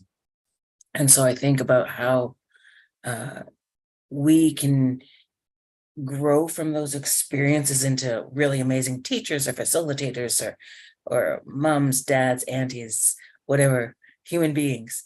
Or we can become stuck in our brain of the fight, flight, freeze, faint response, whatever, and then the emotional associations that happens from those.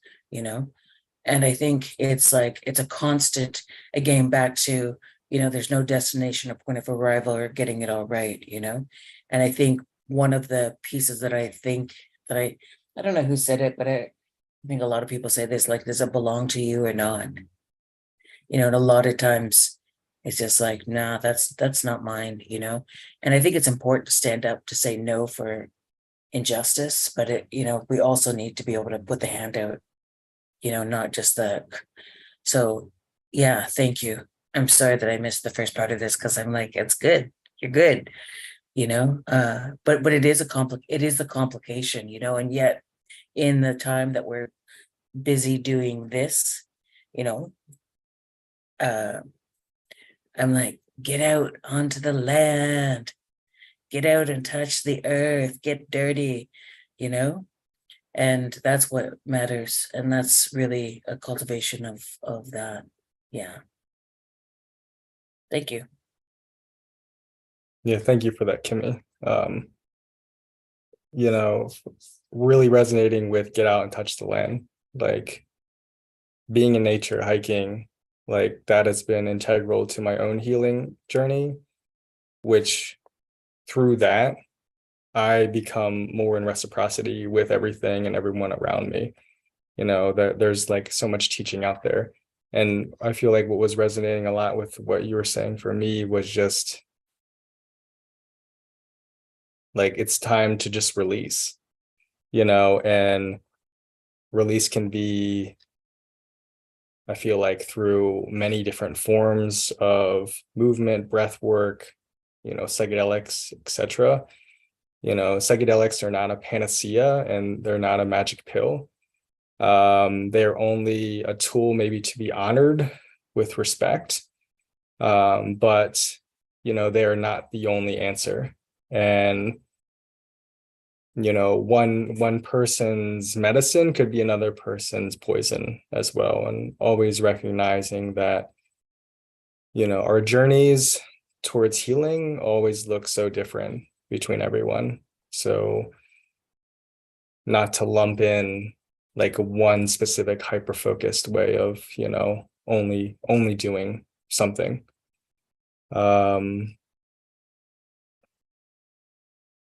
But yeah, it's like, I feel like the only way out is through, and you get, like Leo had said, like the bypassing, like it's just not gonna fly here. Like we have to be here to feel everything, because that's what this life is all about. This plant medicines have really shown me that, like, I'm not, like, I don't fear death. What I fear is living, because that's where the fucking hard shit is. To fully be here and fully live. Yeah. So there's been a shift, there's been a change, and now I'm here to just, I'm here for it all. So let's be here now.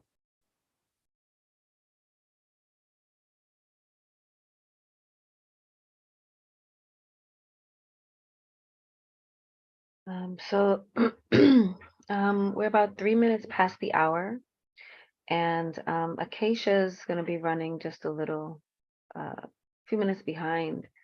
So it does give us some space to just be in our bodies, take some breaths. Um,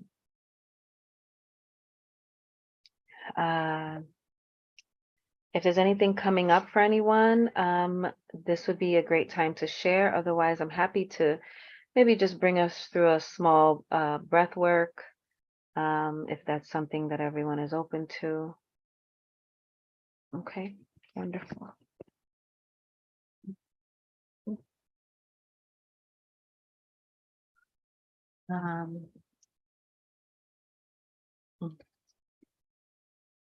So this breath work is really helpful for drawing in and cultivating life force energy. We've been moving along for the last 24 hours. So take note of how your body feels now, and then take note of how your body feels after we've completed this breath work, and see where you are. All right. So I ask you to get yourself seated or comfortable wherever you are. Make sure that however your body is positioned, that your lungs are able to gain as much oxygen that it fills even the lowest part of the lobes. And when you breathe, be sure that your shoulders stay as far away from your ears as possible, and that when you breathe in, you are expanding your diaphragm. So it'll look like your belly gets big when you breathe in, okay? And when you breathe out, it falls. And here we go. We're going to be breathing in through the nose, full breaths in, and breathing out through the mouth. And as you breathe out through the mouth, I want you to squeeze your Kegel muscle. That's all right if you don't know what it is. I'll explain as you continue your breath. Breathing in through the nose once again, out through the mouth, and you're going to be squeezing your Kegel muscle on the out breath. That is the same muscle you use to stop and release your urine stream. So as you continue to breathe in through the nose and out through the mouth, I want you to engage that muscle that you use to hold your urine. And when you breathe out, it'll feel like everything is compressing in the lower part of your body, your stomach, your genitals, the breath. It is squeezing everything out. So please continue your breath in through the nose and out through the mouth at your pace, squeezing on the out breath.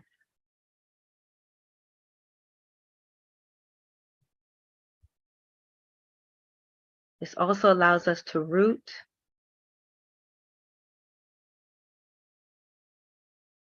continuing on your own pace. And as you continue this breath, I just want you to bring awareness to your feet, your ankles. Bring awareness to your shins and your calves.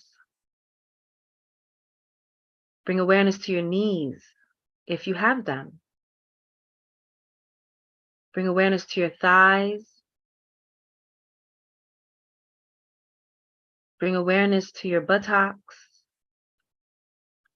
Bring awareness to your genitals. Follow your genitals inward and bring awareness to everything in your pelvic bowl. Everything in your pelvic bowl. As you breathe in through the nose, out through the mouth, and squeeze on the out breath. Bring awareness to your lower back. Offer gratitude that you can give your body patience to bring awareness to these parts. Bring awareness to your lower abdomen. Bring awareness to your middle back, your solar plexus. Oh, how these bodies continue to serve us no matter what they look like. That is unconditional love. That heart keeps beating. Bring awareness to that heart center. Bring awareness to the upper parts of your back, to those shoulders, to those arms, as you continue to breathe in through the nose, out through the mouth, and squeezing on the out breath. Bring awareness to your elbows, your wrists, your palms, your fingers, and your fingertips. Bring awareness to that throat. Feel how that air continues to move through. How obedient those lungs are. How completely giving those lungs are. Bring awareness to your jaw, your tongue. Feel what it feels like on your teeth, if you have them. Feel what your teeth feel like as it's touching your tongue. Identify the nuance. Bring awareness to your cheekbones, your ears, the base of your neck, your temples, your first eye, your second and third, and then your top of your crown. And now I want you to take the next breath from the tip of your toes, bring it all the way up to the top of your head, and then release it slowly, slowly releasing all of the tension, and be like water. Connect yourself to your creator, your source energy. And when you are ready, and only when you are ready, because Acacia's not here yet, and Source is giving you the space to be intimate with these bodies that allow you to feel these sensations, that allow you to feel the anger, and allow you to feel the sadness, and allow you to feel all the things. What an amazing human experience we are having. It is a sensational life that you lead. So when you are ready, and only when you are ready, please allow yourself to come present with the room and take note of how your body feels, how your energy levels are, and where you are right now. And feel free to share it in the chat. Feel free to unmute and share as we welcome the fiery Acacia, because Acacia's fiery, y'all. We got to prepare for her to come in. So please, just take note.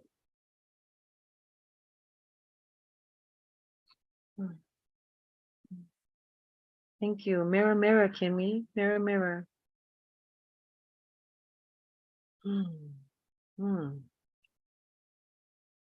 Oh, I'll tell you, I feel relief in my womb. I didn't even know that I was holding all of this tension in my womb for the last 24 hours. And it feels like I just like it just opened and now there's a breeze in there. Aya says my body is tingly. So let me tell you something about this breath work that I just gave y'all. If you do this daily, one, this is the breath work that brought me into learning how to walk orgasmically, walking blissfully, like literally just a little bit of joy and it would spring through my entire body. If you do this breath work regularly, those that may have trouble with premature ejaculation or having trouble even finding your orgasm or discovering it, no matter what body you're in, this will assist it. The cultivation of the creator energy that this breath work does, because it cultivates creator energy, it also starts to push any of the stagnation of these other sadnesses that we may have challenges moving, because we think that we have to think our way out of these emotions, but that doesn't always work. That's not what it is. Sometimes it's just about allowing these bodies to release it these bodies are of the earth, and when you're done with it, you give it back. So our jobs with these bodies are to allow the expression of the earth to happen. So when you hold it, it's really selfish, y'all. Don't worry about the etiquette. The etiquette will fall. It'll find itself. It's bursting now because of all the things that we've been holding. But that's in essence what our psychedelics have been offering us, to relax the body so it can move through. So you have the capacity to do it at any time. You don't have to wait for a journey. You don't have to wait to go to Bali or wherever. You can do it in the moment. In the moment. So thank you for allowing me to share that with you. That breath work led me into it opened amazing doors for me. Leo asks, do I have recommendations or resources or apps for breath work? Honestly, okay, if Acacia's here, that is welcoming. Welcome, Acacia. Recommendations for breath work. Montauk Chia is amazing. So I still don't see Acacia in our chat here. So Montauk Chia is amazing. And he's actually just freed himself from some things. So he's actually opened up a lot of secrets that he's been holding about bodies that he's now opening up. So he's someone that I can recommend. Someone joined via iPhone. No, and knowing Acacia, she would be the one to she would be on screen ready to go. That is her nature until she shows otherwise. She's here to share and show. Yeah. There's also there's some really great breath work in this book called Sexual Energy with Don Juan. That's a great one. Qigong. Qigong has so many amazing breath work exercises. And all the things that I'm mentioning here, like these can help you in your psychedelic journeys so that you can have even greater receptivity for what it is that you are asking yourself to show yourself. All of our walks are different, but the tools are there. The tools are there.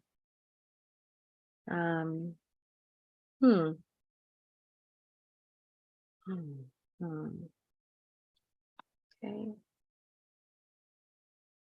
Let's see.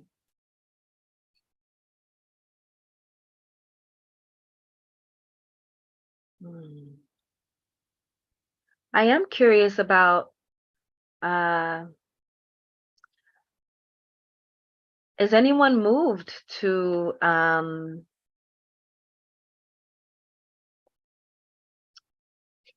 absolutely I will. Absolutely, I'll share that. Some of the book recommendations that I just mentioned. And I'm curious, is anyone moved after these 23 hours to like take a step? And what could that step be for you that you might share and inspire others? As I pin these books for you. Let me make sure I have the correct.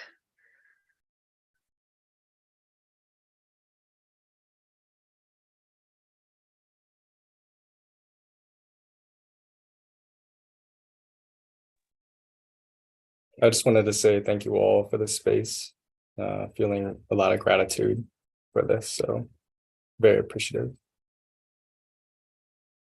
Acacia's here. All right, well, Acacia has arrived. Our finale moderator for these 24 hours.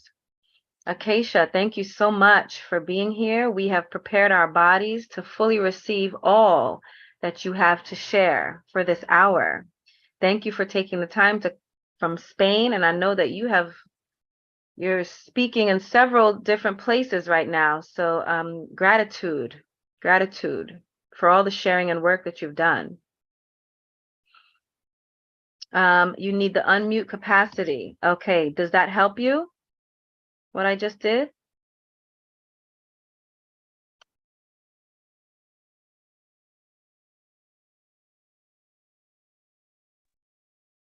Everyone should have the unmute capacity. It says host isn't allowing people to unmute. What? No way. Can anyone else unmute? Yeah, I just saw Aya unmute. You know what? Leo, can we I was gonna say, can we make her a co-host when she returns? That should resolve any issues that she might be having. It just allowed me to unmute.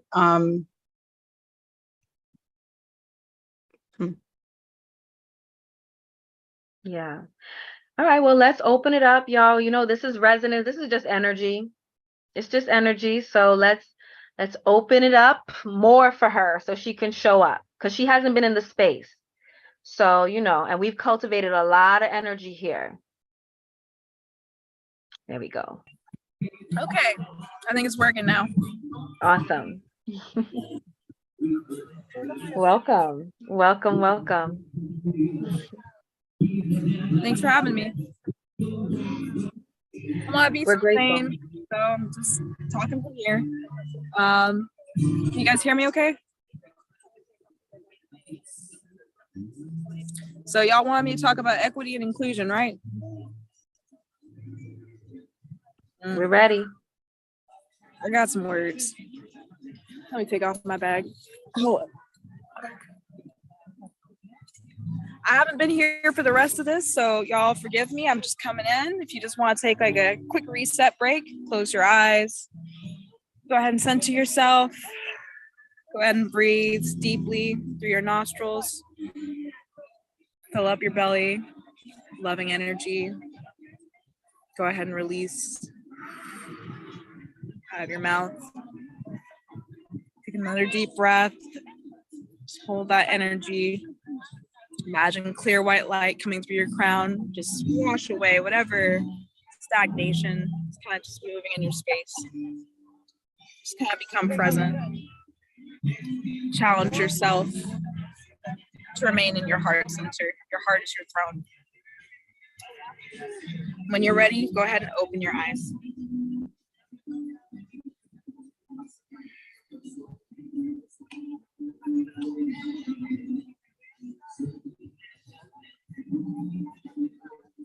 Go ahead and give you a couple of seconds to kind of settle yourselves. If you're out and about or use the restroom or got a snack, go ahead and take a seat. There's only 17 of us on here. So if there's any of my friends on here, hi. Anybody I know, hey. Hey ho. Equity and inclusion and psychedelics. You ever seen Michael Jackson's "They Don't Care About Us" video? That seems to be the vibe these days. They don't care about us. There are so many conferences I get invited to every year now, and there are certain folks who I've really just had to draw the line. Equity and inclusion does not mean people who take psychedelics and support capitalistically run, pharmaceutically funded organizations. Doesn't mean that. I care less about a lot of these organizations that claim that they're donating money to Indigenous people as a pat on the back to whatever they're doing. Personally, when it comes to equity and inclusion and psychedelics, I feel like it matters more that we self-include. The background noise is, I'm outside at the beach, so I'm gonna go ahead and walk to the water so that you guys have less noise. Personally, equity and inclusion is not about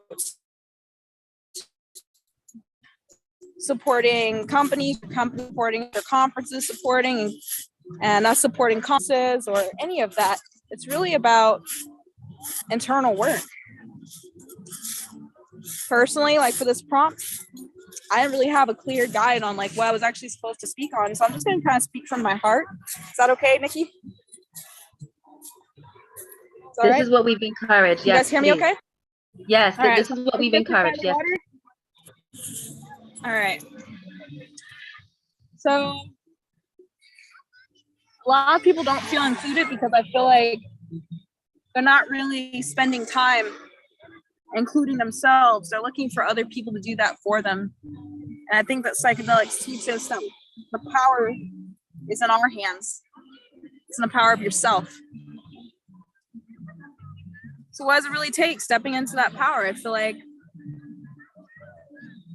Maya Angelou didn't really ask to be included. She just performed her art. We are people who can perform what it is that we do and become adept at it, or we can consistently be on the outside looking in, wishing that people would pay attention to us, etc. That's because we're not paying attention to ourselves. So it's really important self-development and equity and inclusion. It doesn't mean that the ways that things are is not unfair. I'm not saying that. But what I am saying is that when we focus on the establishment, we lose focus on our craft. When we lose focus on our craft, our quality becomes diminished.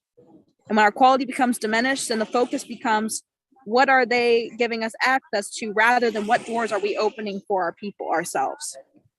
The greatest teachers of our time, Ahati Kalindi, Baba Kalindi, he opened doors for people in the psychedelic community, not because they let him or because he was begging for equality.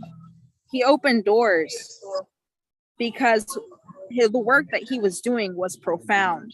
And no matter what race, color, or creed, there are many people who didn't agree with what his message was about working with the high dose mushrooms. Those who did do the work honored his legacy and still honor his legacy. And for me, what that means is stepping out of line. I'm not here in the picket line asking for food stamps anymore, as far as a metaphor for wanting to be included in people's projects. No, I am consistently dedicated to helping my sisters and brothers self-empower. That doesn't mean that we put ourselves in positions to empower other people, because there's a lot of ego in that. I'm here not to empower other people. I'm here to help bridge the medicine to help people empower themselves. Because I feel like when we constantly enter these victimhood realms where we're constantly wondering why someone isn't doing for us, it's because we're not doing enough for ourselves. Were we not taught to? Yes, we are taught to help everybody else before helping ourselves. Yeah, maybe. But the truth is, it does not take that much to make time for yourself and to practice equity in your daily life. That might look like, if you have a connection to a teacher who's from Mexico or Peru, going down and visiting them and fundraising yourself. You're not looking for these massive corporations to fundraise for your lineage. You're going down there, hands in the dirt, building and doing permaculture yourself. It's a matter of whether you are walking the red road or you're moderating the red road. And so I know I'm supposed to be a moderator for this. Am I supposed to give a talk, Nikki, or am I supposed to start asking people questions? What am I supposed to do? However you want to run this hour is however you do. Well, I would like some people to come up on stage and share what they are doing as an example to promote equity and equality in these spaces, and to kind of deprogram from the Western mindset of it's what I can get from the medicine rather than it's what I can give to the people who are around me. So, you know, let's just share. Let's get a little circle going, do a popcorn chat style. I'm not here to talk like I've got shit figured out. I want to hear what you guys are doing out there, and I want you to be able to network with people in the space. That's inclusion. That's what inclusion is to me. Feel free to unmute, y'all.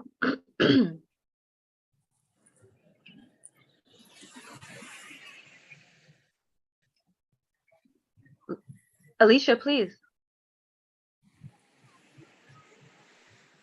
Hi, thank you so much, Acacia. I wanted to say that addressing inequities and inclusion is something that I think for me is just a way of being, a way of seeing the world.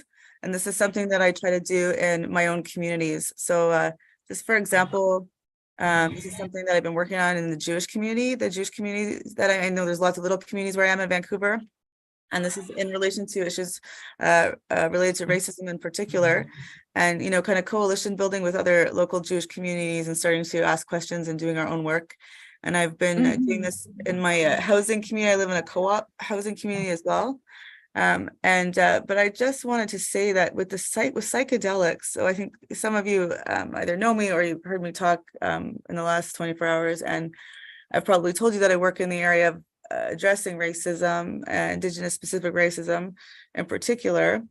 And I feel like I have something to offer this emerging sector of psychedelic assisted therapies in particular, but being someone who works in health and who does this work, and and just psychedelics have this beautiful intersection of like the health, anti-racism, spiritual work, harm reduction, all these beautiful different areas. And when I put myself out there and tried in a number of different ways, there just was this focus on, all the different, services, psychedelic services, which are all, of course, pretty much mostly like private, right?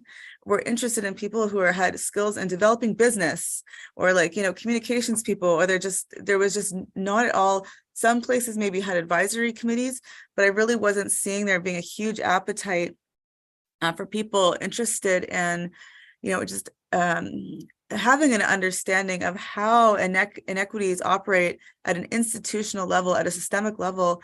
And I feel like it's actually, I had to do a lot of learning to be able to understand that. This was not something that, was a born gift, right? As like I studied in this area, I focused in the area, and I believe that there are, when we learn, we become educated. I became educated on understanding how racism, for example, operates at a systemic level, and why when you look around at decision-making boards and all your decision makers and you see like everybody is white, for example, like how that's an indicator of how your organization is doing, or if you're not collecting any information, for example, on who are the people that you're employing, or, paying attention to, how are you involving people who need your services the most? And I just this being here and sort of feeling that gap, or feeling that that lack of interest and that frustration in the psychedelic community, that sort of inspired me to want to participate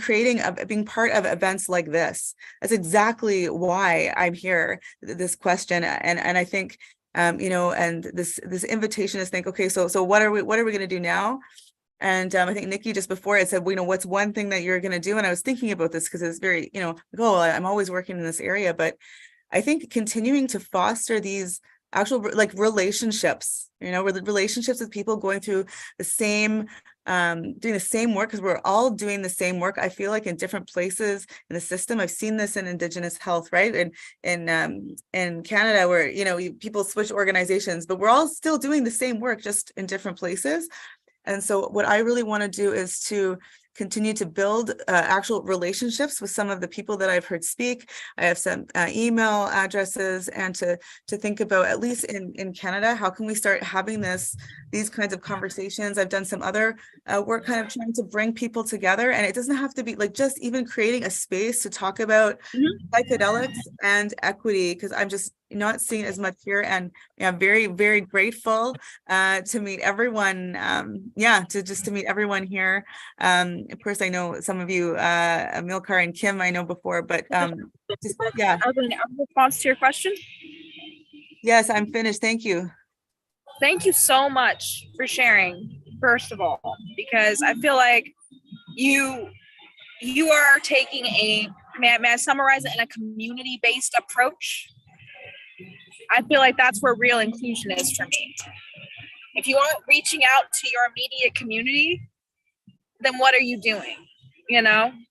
because we can talk about like the systemic racism. I mean, this is something that has been going on for a long, long time. And so there's so much to study and so much to see, and then we can see how messed up it is. But at the end of the day, it's about what? It's about connecting, you know? And so how do we land and make those connections while simultaneously helping to unravel the previous foundation? We have to lay a foundation of our own that's built on what? Transparency, right? We have to share and educate our people about what has been going on, and then efficiently help share healing techniques and traditions and all of these, like you were saying, psychedelic integration, etc., with those same people who are receiving information. Because 1/5 of the process is knowing that you've been, how should I say it politically correctly, that you've been overlooked and maybe underserved as a minority. I'll say that. But then the next step is, once you know what has been happening, is how do you deprogram from the negative effects of it? And I think that's where psychedelics come in as a step in that. But also there's so many other programs and therapies that exist that people don't have access to in certain communities. You know, I know where I grew up in Dallas, you go down the street in South Dallas to Deep Ellum and DeSoto, where I used to go to church as a young woman before I started working with psychedelics. The youth down there don't have access to psychedelic therapy. The youth down there don't. So what is my passion? Is to provide outreach. So I'm out in Europe speaking to Black women and Ghanaian women of Africa about healing endometriosis and fibroid tumors, because they don't have people come into their neighborhoods in the Brixton Village talking about different herbal remedies and different physical and martial arts practices to naturally heal one's body. So that's what I do in my community. In the Zapotec community, rather than say, oh, by the way, we're going to drop off some mushroom supplies and say that we've helped you. No, I'm helping build a community that's Zapotec run and operated, so that it can be shared from parent to child, grandfather to grandson, etc., and an unbroken lineage, rather than Westerners running the center. I'm building it so it can be operated by Indigenous people who have been working with the mushrooms for 7 generations. It's for them, for the people, by the people, and I'm just helping out. You know, and so I feel like when you enter different communities that you are not a part of, that you have not grown up in, it's really important to help those who are working self-empowered, rather than saying, okay, I'm here to charitably fix this situation for you. I'm here to support you in doing the work yourselves. You know, self-empowerment, I think, is really important. So thank you for answering that question. So, do you have a response to the question you'd like to give before I pass the mic off?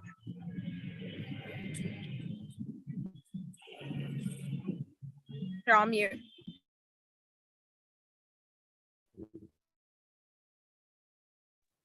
Hey, have you passed the mic off? Hello? Sorry, go ahead, Amilcar. I just want to say thank you very much, and that for that reminder just about staying with our own communities. But yeah, I'll pass it off for someone else. Go ahead, Amilcar. Okay. I haven't been to Ghana in 5 years, though, which is the longest I've ever been away from Africa, because my first 16 years in life was in 7 countries in Africa: Uganda, Kenya, Mali, Togo, Ivory Coast. And then when I was 16, I moved to the Netherlands, and I've been there for 18 years. I used to visit twice a year, and then once a year, and 5 years was the biggest gap. So I've been back for 18 days. And honestly, what I've really been doing is learning from my mom and dad, because my dad's been in Africa for 44 years. And by that, I mean, he's from my earliest memories in Uganda, 95, in Burkina Faso, he had a plane and he was all over in all these little villages. So I'm just learning from my dad and my mom and how they work. And the inclusion comes from just seeing how my mom does nutrition and home economics, and like extended family, because one of her aunties sent her to school. This was like the 60s, and I'm from the north of Ghana, so our tribe was not supposed to be educated according to the British, but then our first president made education free for all, and yet still women were not meant to be educated. But then one of our aunties sent my mom to school, and now my mom is returning the favor to the grandkids of that auntie who still lives, and so on and so forth, and it goes on and on and on. But I don't want to talk too much because I'm still learning. I've been here 18 days in 5 years, and one step at a time. Thank you.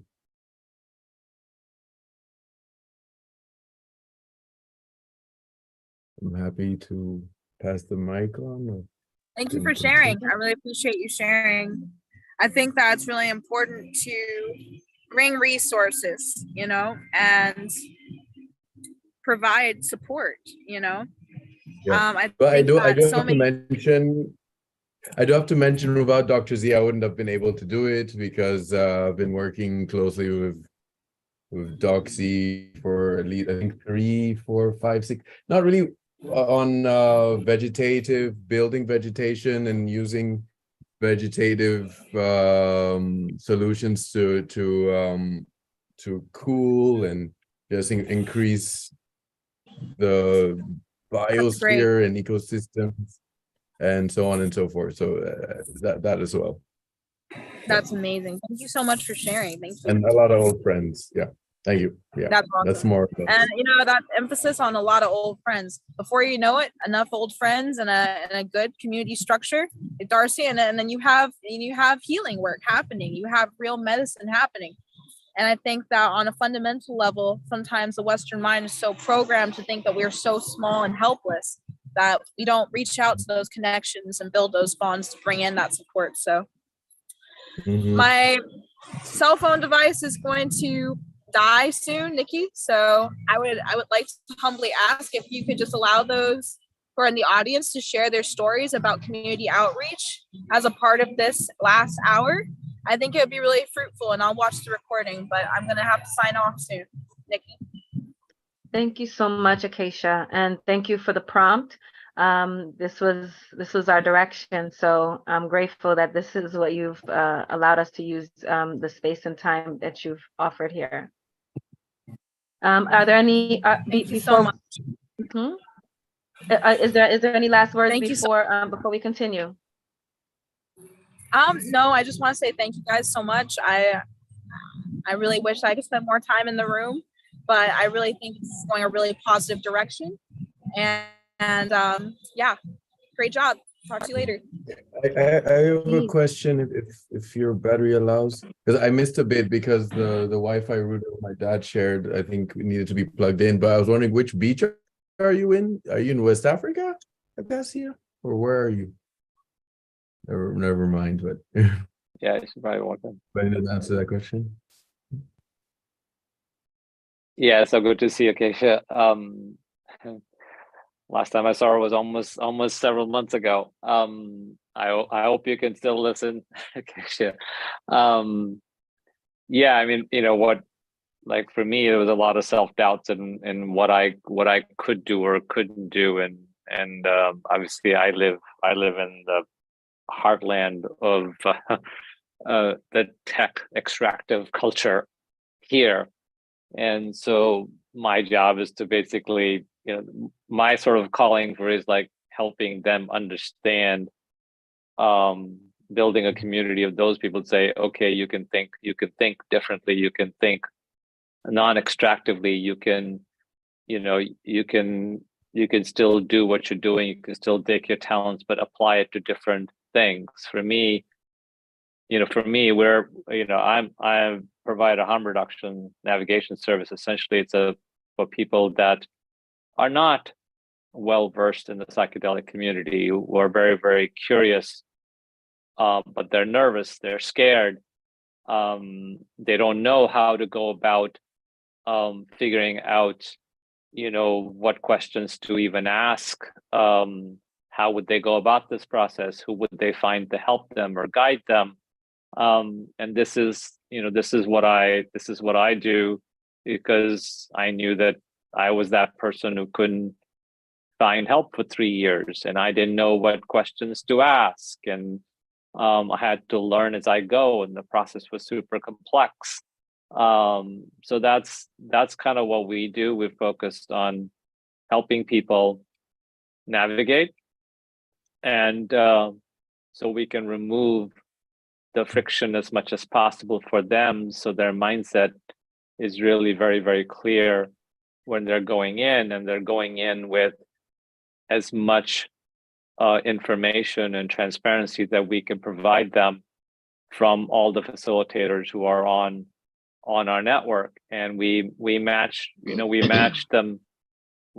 them to the right people for them, because people come to us and say, oh, I'm of Asian descent, and can somebody help me navigate, and I want to talk to somebody from my own culture or background that will understand what I'm going through.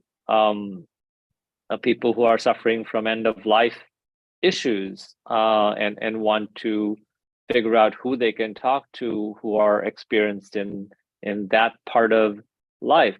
So there's so many different people come to us, and we try to kind of figure out what their needs are and how to match them up. I said they could go look at it on Google and everywhere, but there's so much information that they don't know how to navigate this area. But I think Keisha said it right. It's like my job is to empower them, so give them as much education and advice, but at the same time, actually try to match them up and connect them with the right facilitator for them, not the other way around. And the reason we don't ourselves facilitate is because it doesn't put me in a transactional model. It doesn't put me in an extractive model. It allows me to be unbiased. It allows me to be independent.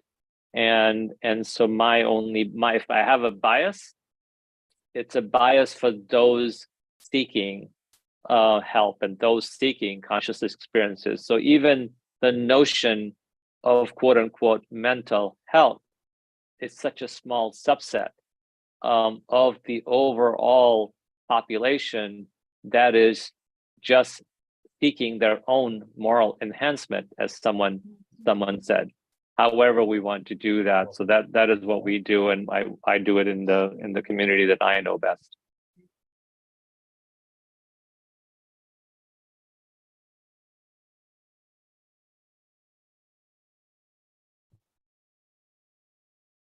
I just wanted to touch on a few things that Acacia had talked about. I think we really run the risk of harm when we try to become the saviors of communities, and when we don't ask. There isn't a whole lot of asking of communities what you need, and if we can even support or serve. There's just a lot of telling that this is how it's going to be. This is how you need to heal. And yeah, I think, something like that is really important to acknowledge and address. Acacia talked about,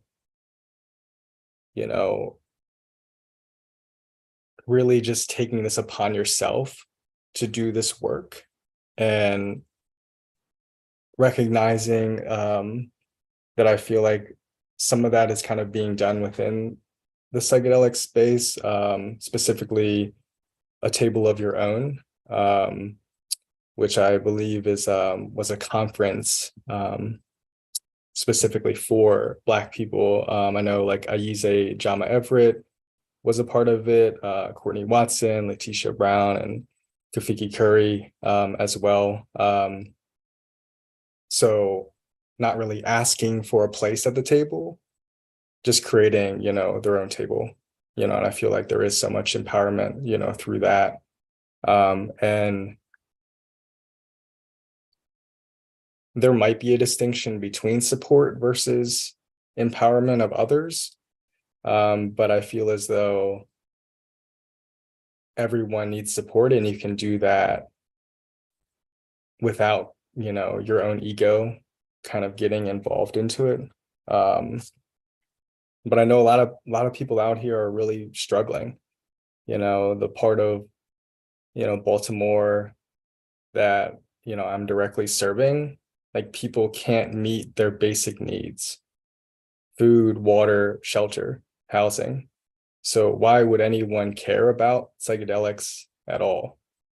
I feel like if we're not looking at this from the lens of that multiple structures and support is needed, then we're just running in circles. I don't know. I don't think it's really gonna work.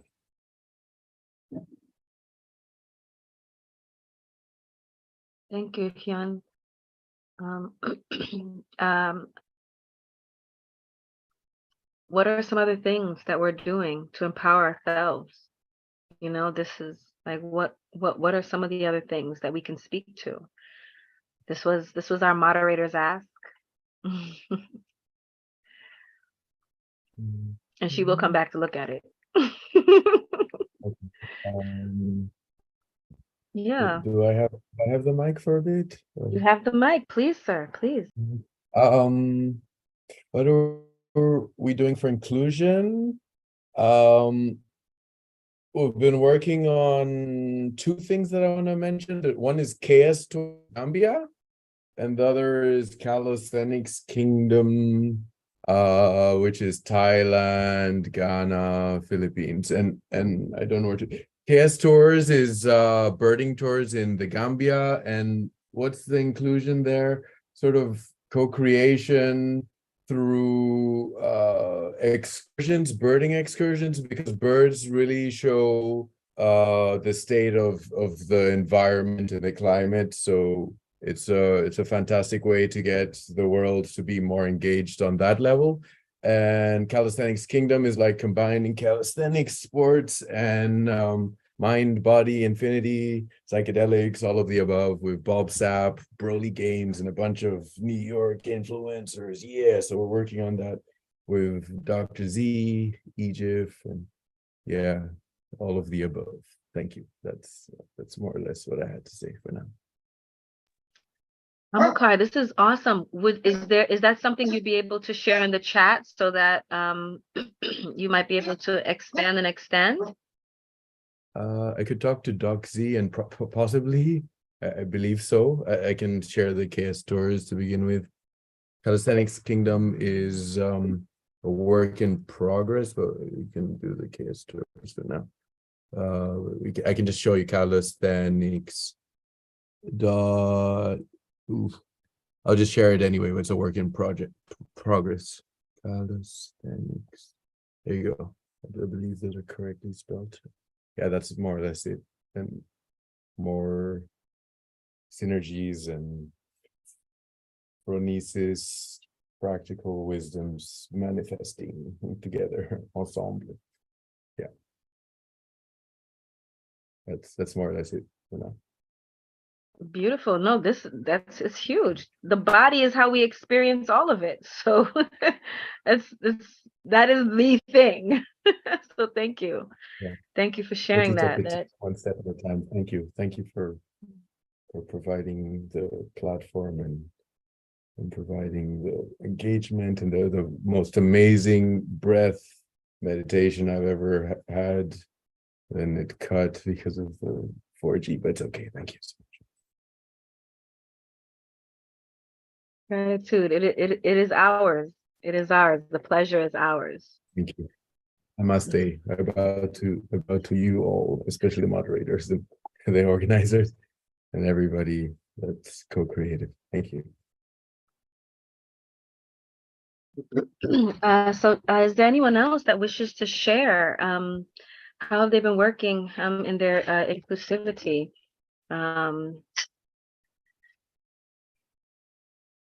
I can share. I actually didn't share. I did a lot of talking. I never shared what. Currently I have I've been bridging a lot of bridging a lot of communities, underserved communities, because of my capacity, because of the work that I continue to do on myself. It allows me into spaces that some of the underserved communities would not usually have access to. So I bridge that gap in those ways and bring those that information or those resources there, so that those individuals can utilize those resources for themselves, how they see fit. I also my website is Nikki Experience. I have a program called Intimate Alchemist. And what Intimate Alchemist does is I'm basically bringing you through your own discovery of your own psychedelic abilities with the body for 11 weeks. And so what that could look like, or what that does look like is sometimes I'll assign you to find something in your dream world and then discover it in your physical reality. We as I mentioned, we also do identity fasting and intentional emotional decolonization. So what that allows us to do is navigate our pain differently. It doesn't absolve you from the pain, but it allows you to transmute it. I also, what it also looks like is holding community responsible for each other. So being able to recognize how to speak your needs, how to share and express your boundaries, and that is inclusive of our sexuality. And so, yeah, those are some of the things that I do. I do a lot of things. I also serve. I bring some of our psychedelic access into, again, underserved arenas. Those are a few things that I do. So I'll end there, and recognizing that there is 4 more minutes. Anyone else wish to share?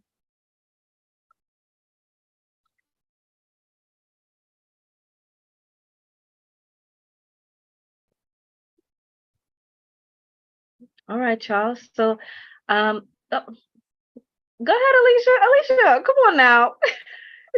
You need some. Oh, okay. It's Mr. Russell. Excuse me, Mr. Russell. Please unmute. Doc Z wants to say something. He's gonna be real brief. Yeah, we're working in the lab here to create technology for, you know, grow your own psychedelics. We've got a really top of the line HPLC, and we are in touch with chemists that, you know, that are better chemists, more reliable, less reliable. We're really playing the part of somebody who wants to grow their own, you know, in order to solve the availability problem, so that you can, if you've got a favorite molecule, you can just grow it at home.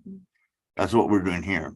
Can I just add? I just think that this, just briefly, this is a project that Z's talking about, because it's just one example of an innovation in psychedelics that is bringing psychedelics into the hands of people, and so people can be empowered to make some of their own decisions and take it away from some of the big pharmaceutical industry. So yeah, thank you.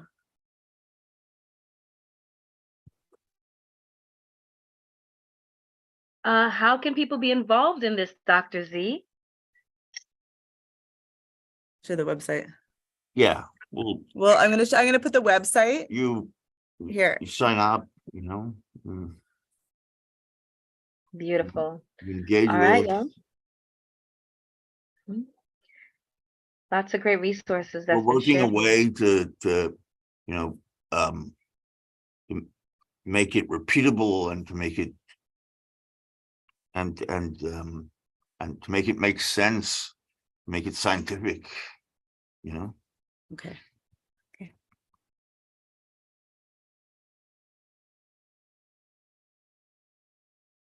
All right, y'all, with 2 minutes left.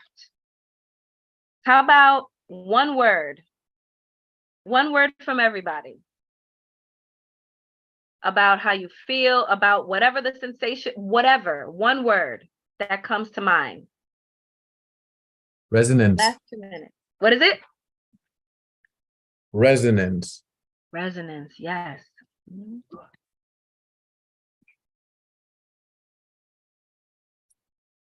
Flow. Hopeful. I feel hopeful. Neil just Hopeful. read my mind. I was about to say hopeful. We're sharing the space, y'all. It's contagious. Gratitude. Connected. Gratitude. Yes.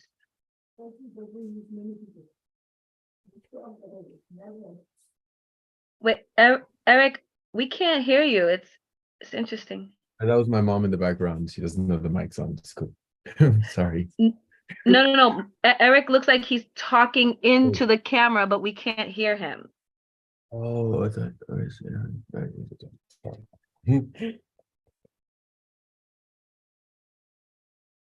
Do you want to write it? Okay, please. I'm very eager to hear what you have to share. Phone Abi says peaceful. Hyung says connected as well. Yeah, we sharing this brain space, y'all. Of course.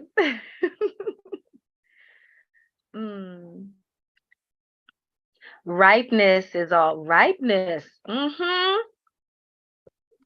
Not before it's ripe.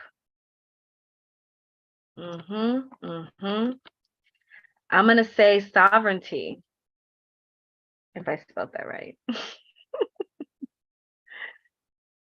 Yeah, no, I didn't.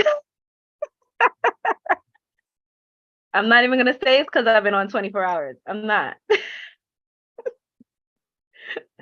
Peut-être la Thank you for the souveraineté. correction, Amilcar. Je ne sais pas, mais la souveraineté Burkina Faso malien, c'est quelque chose qui nous occupe un peu. Pardon. Prochaine fois. Merci beaucoup.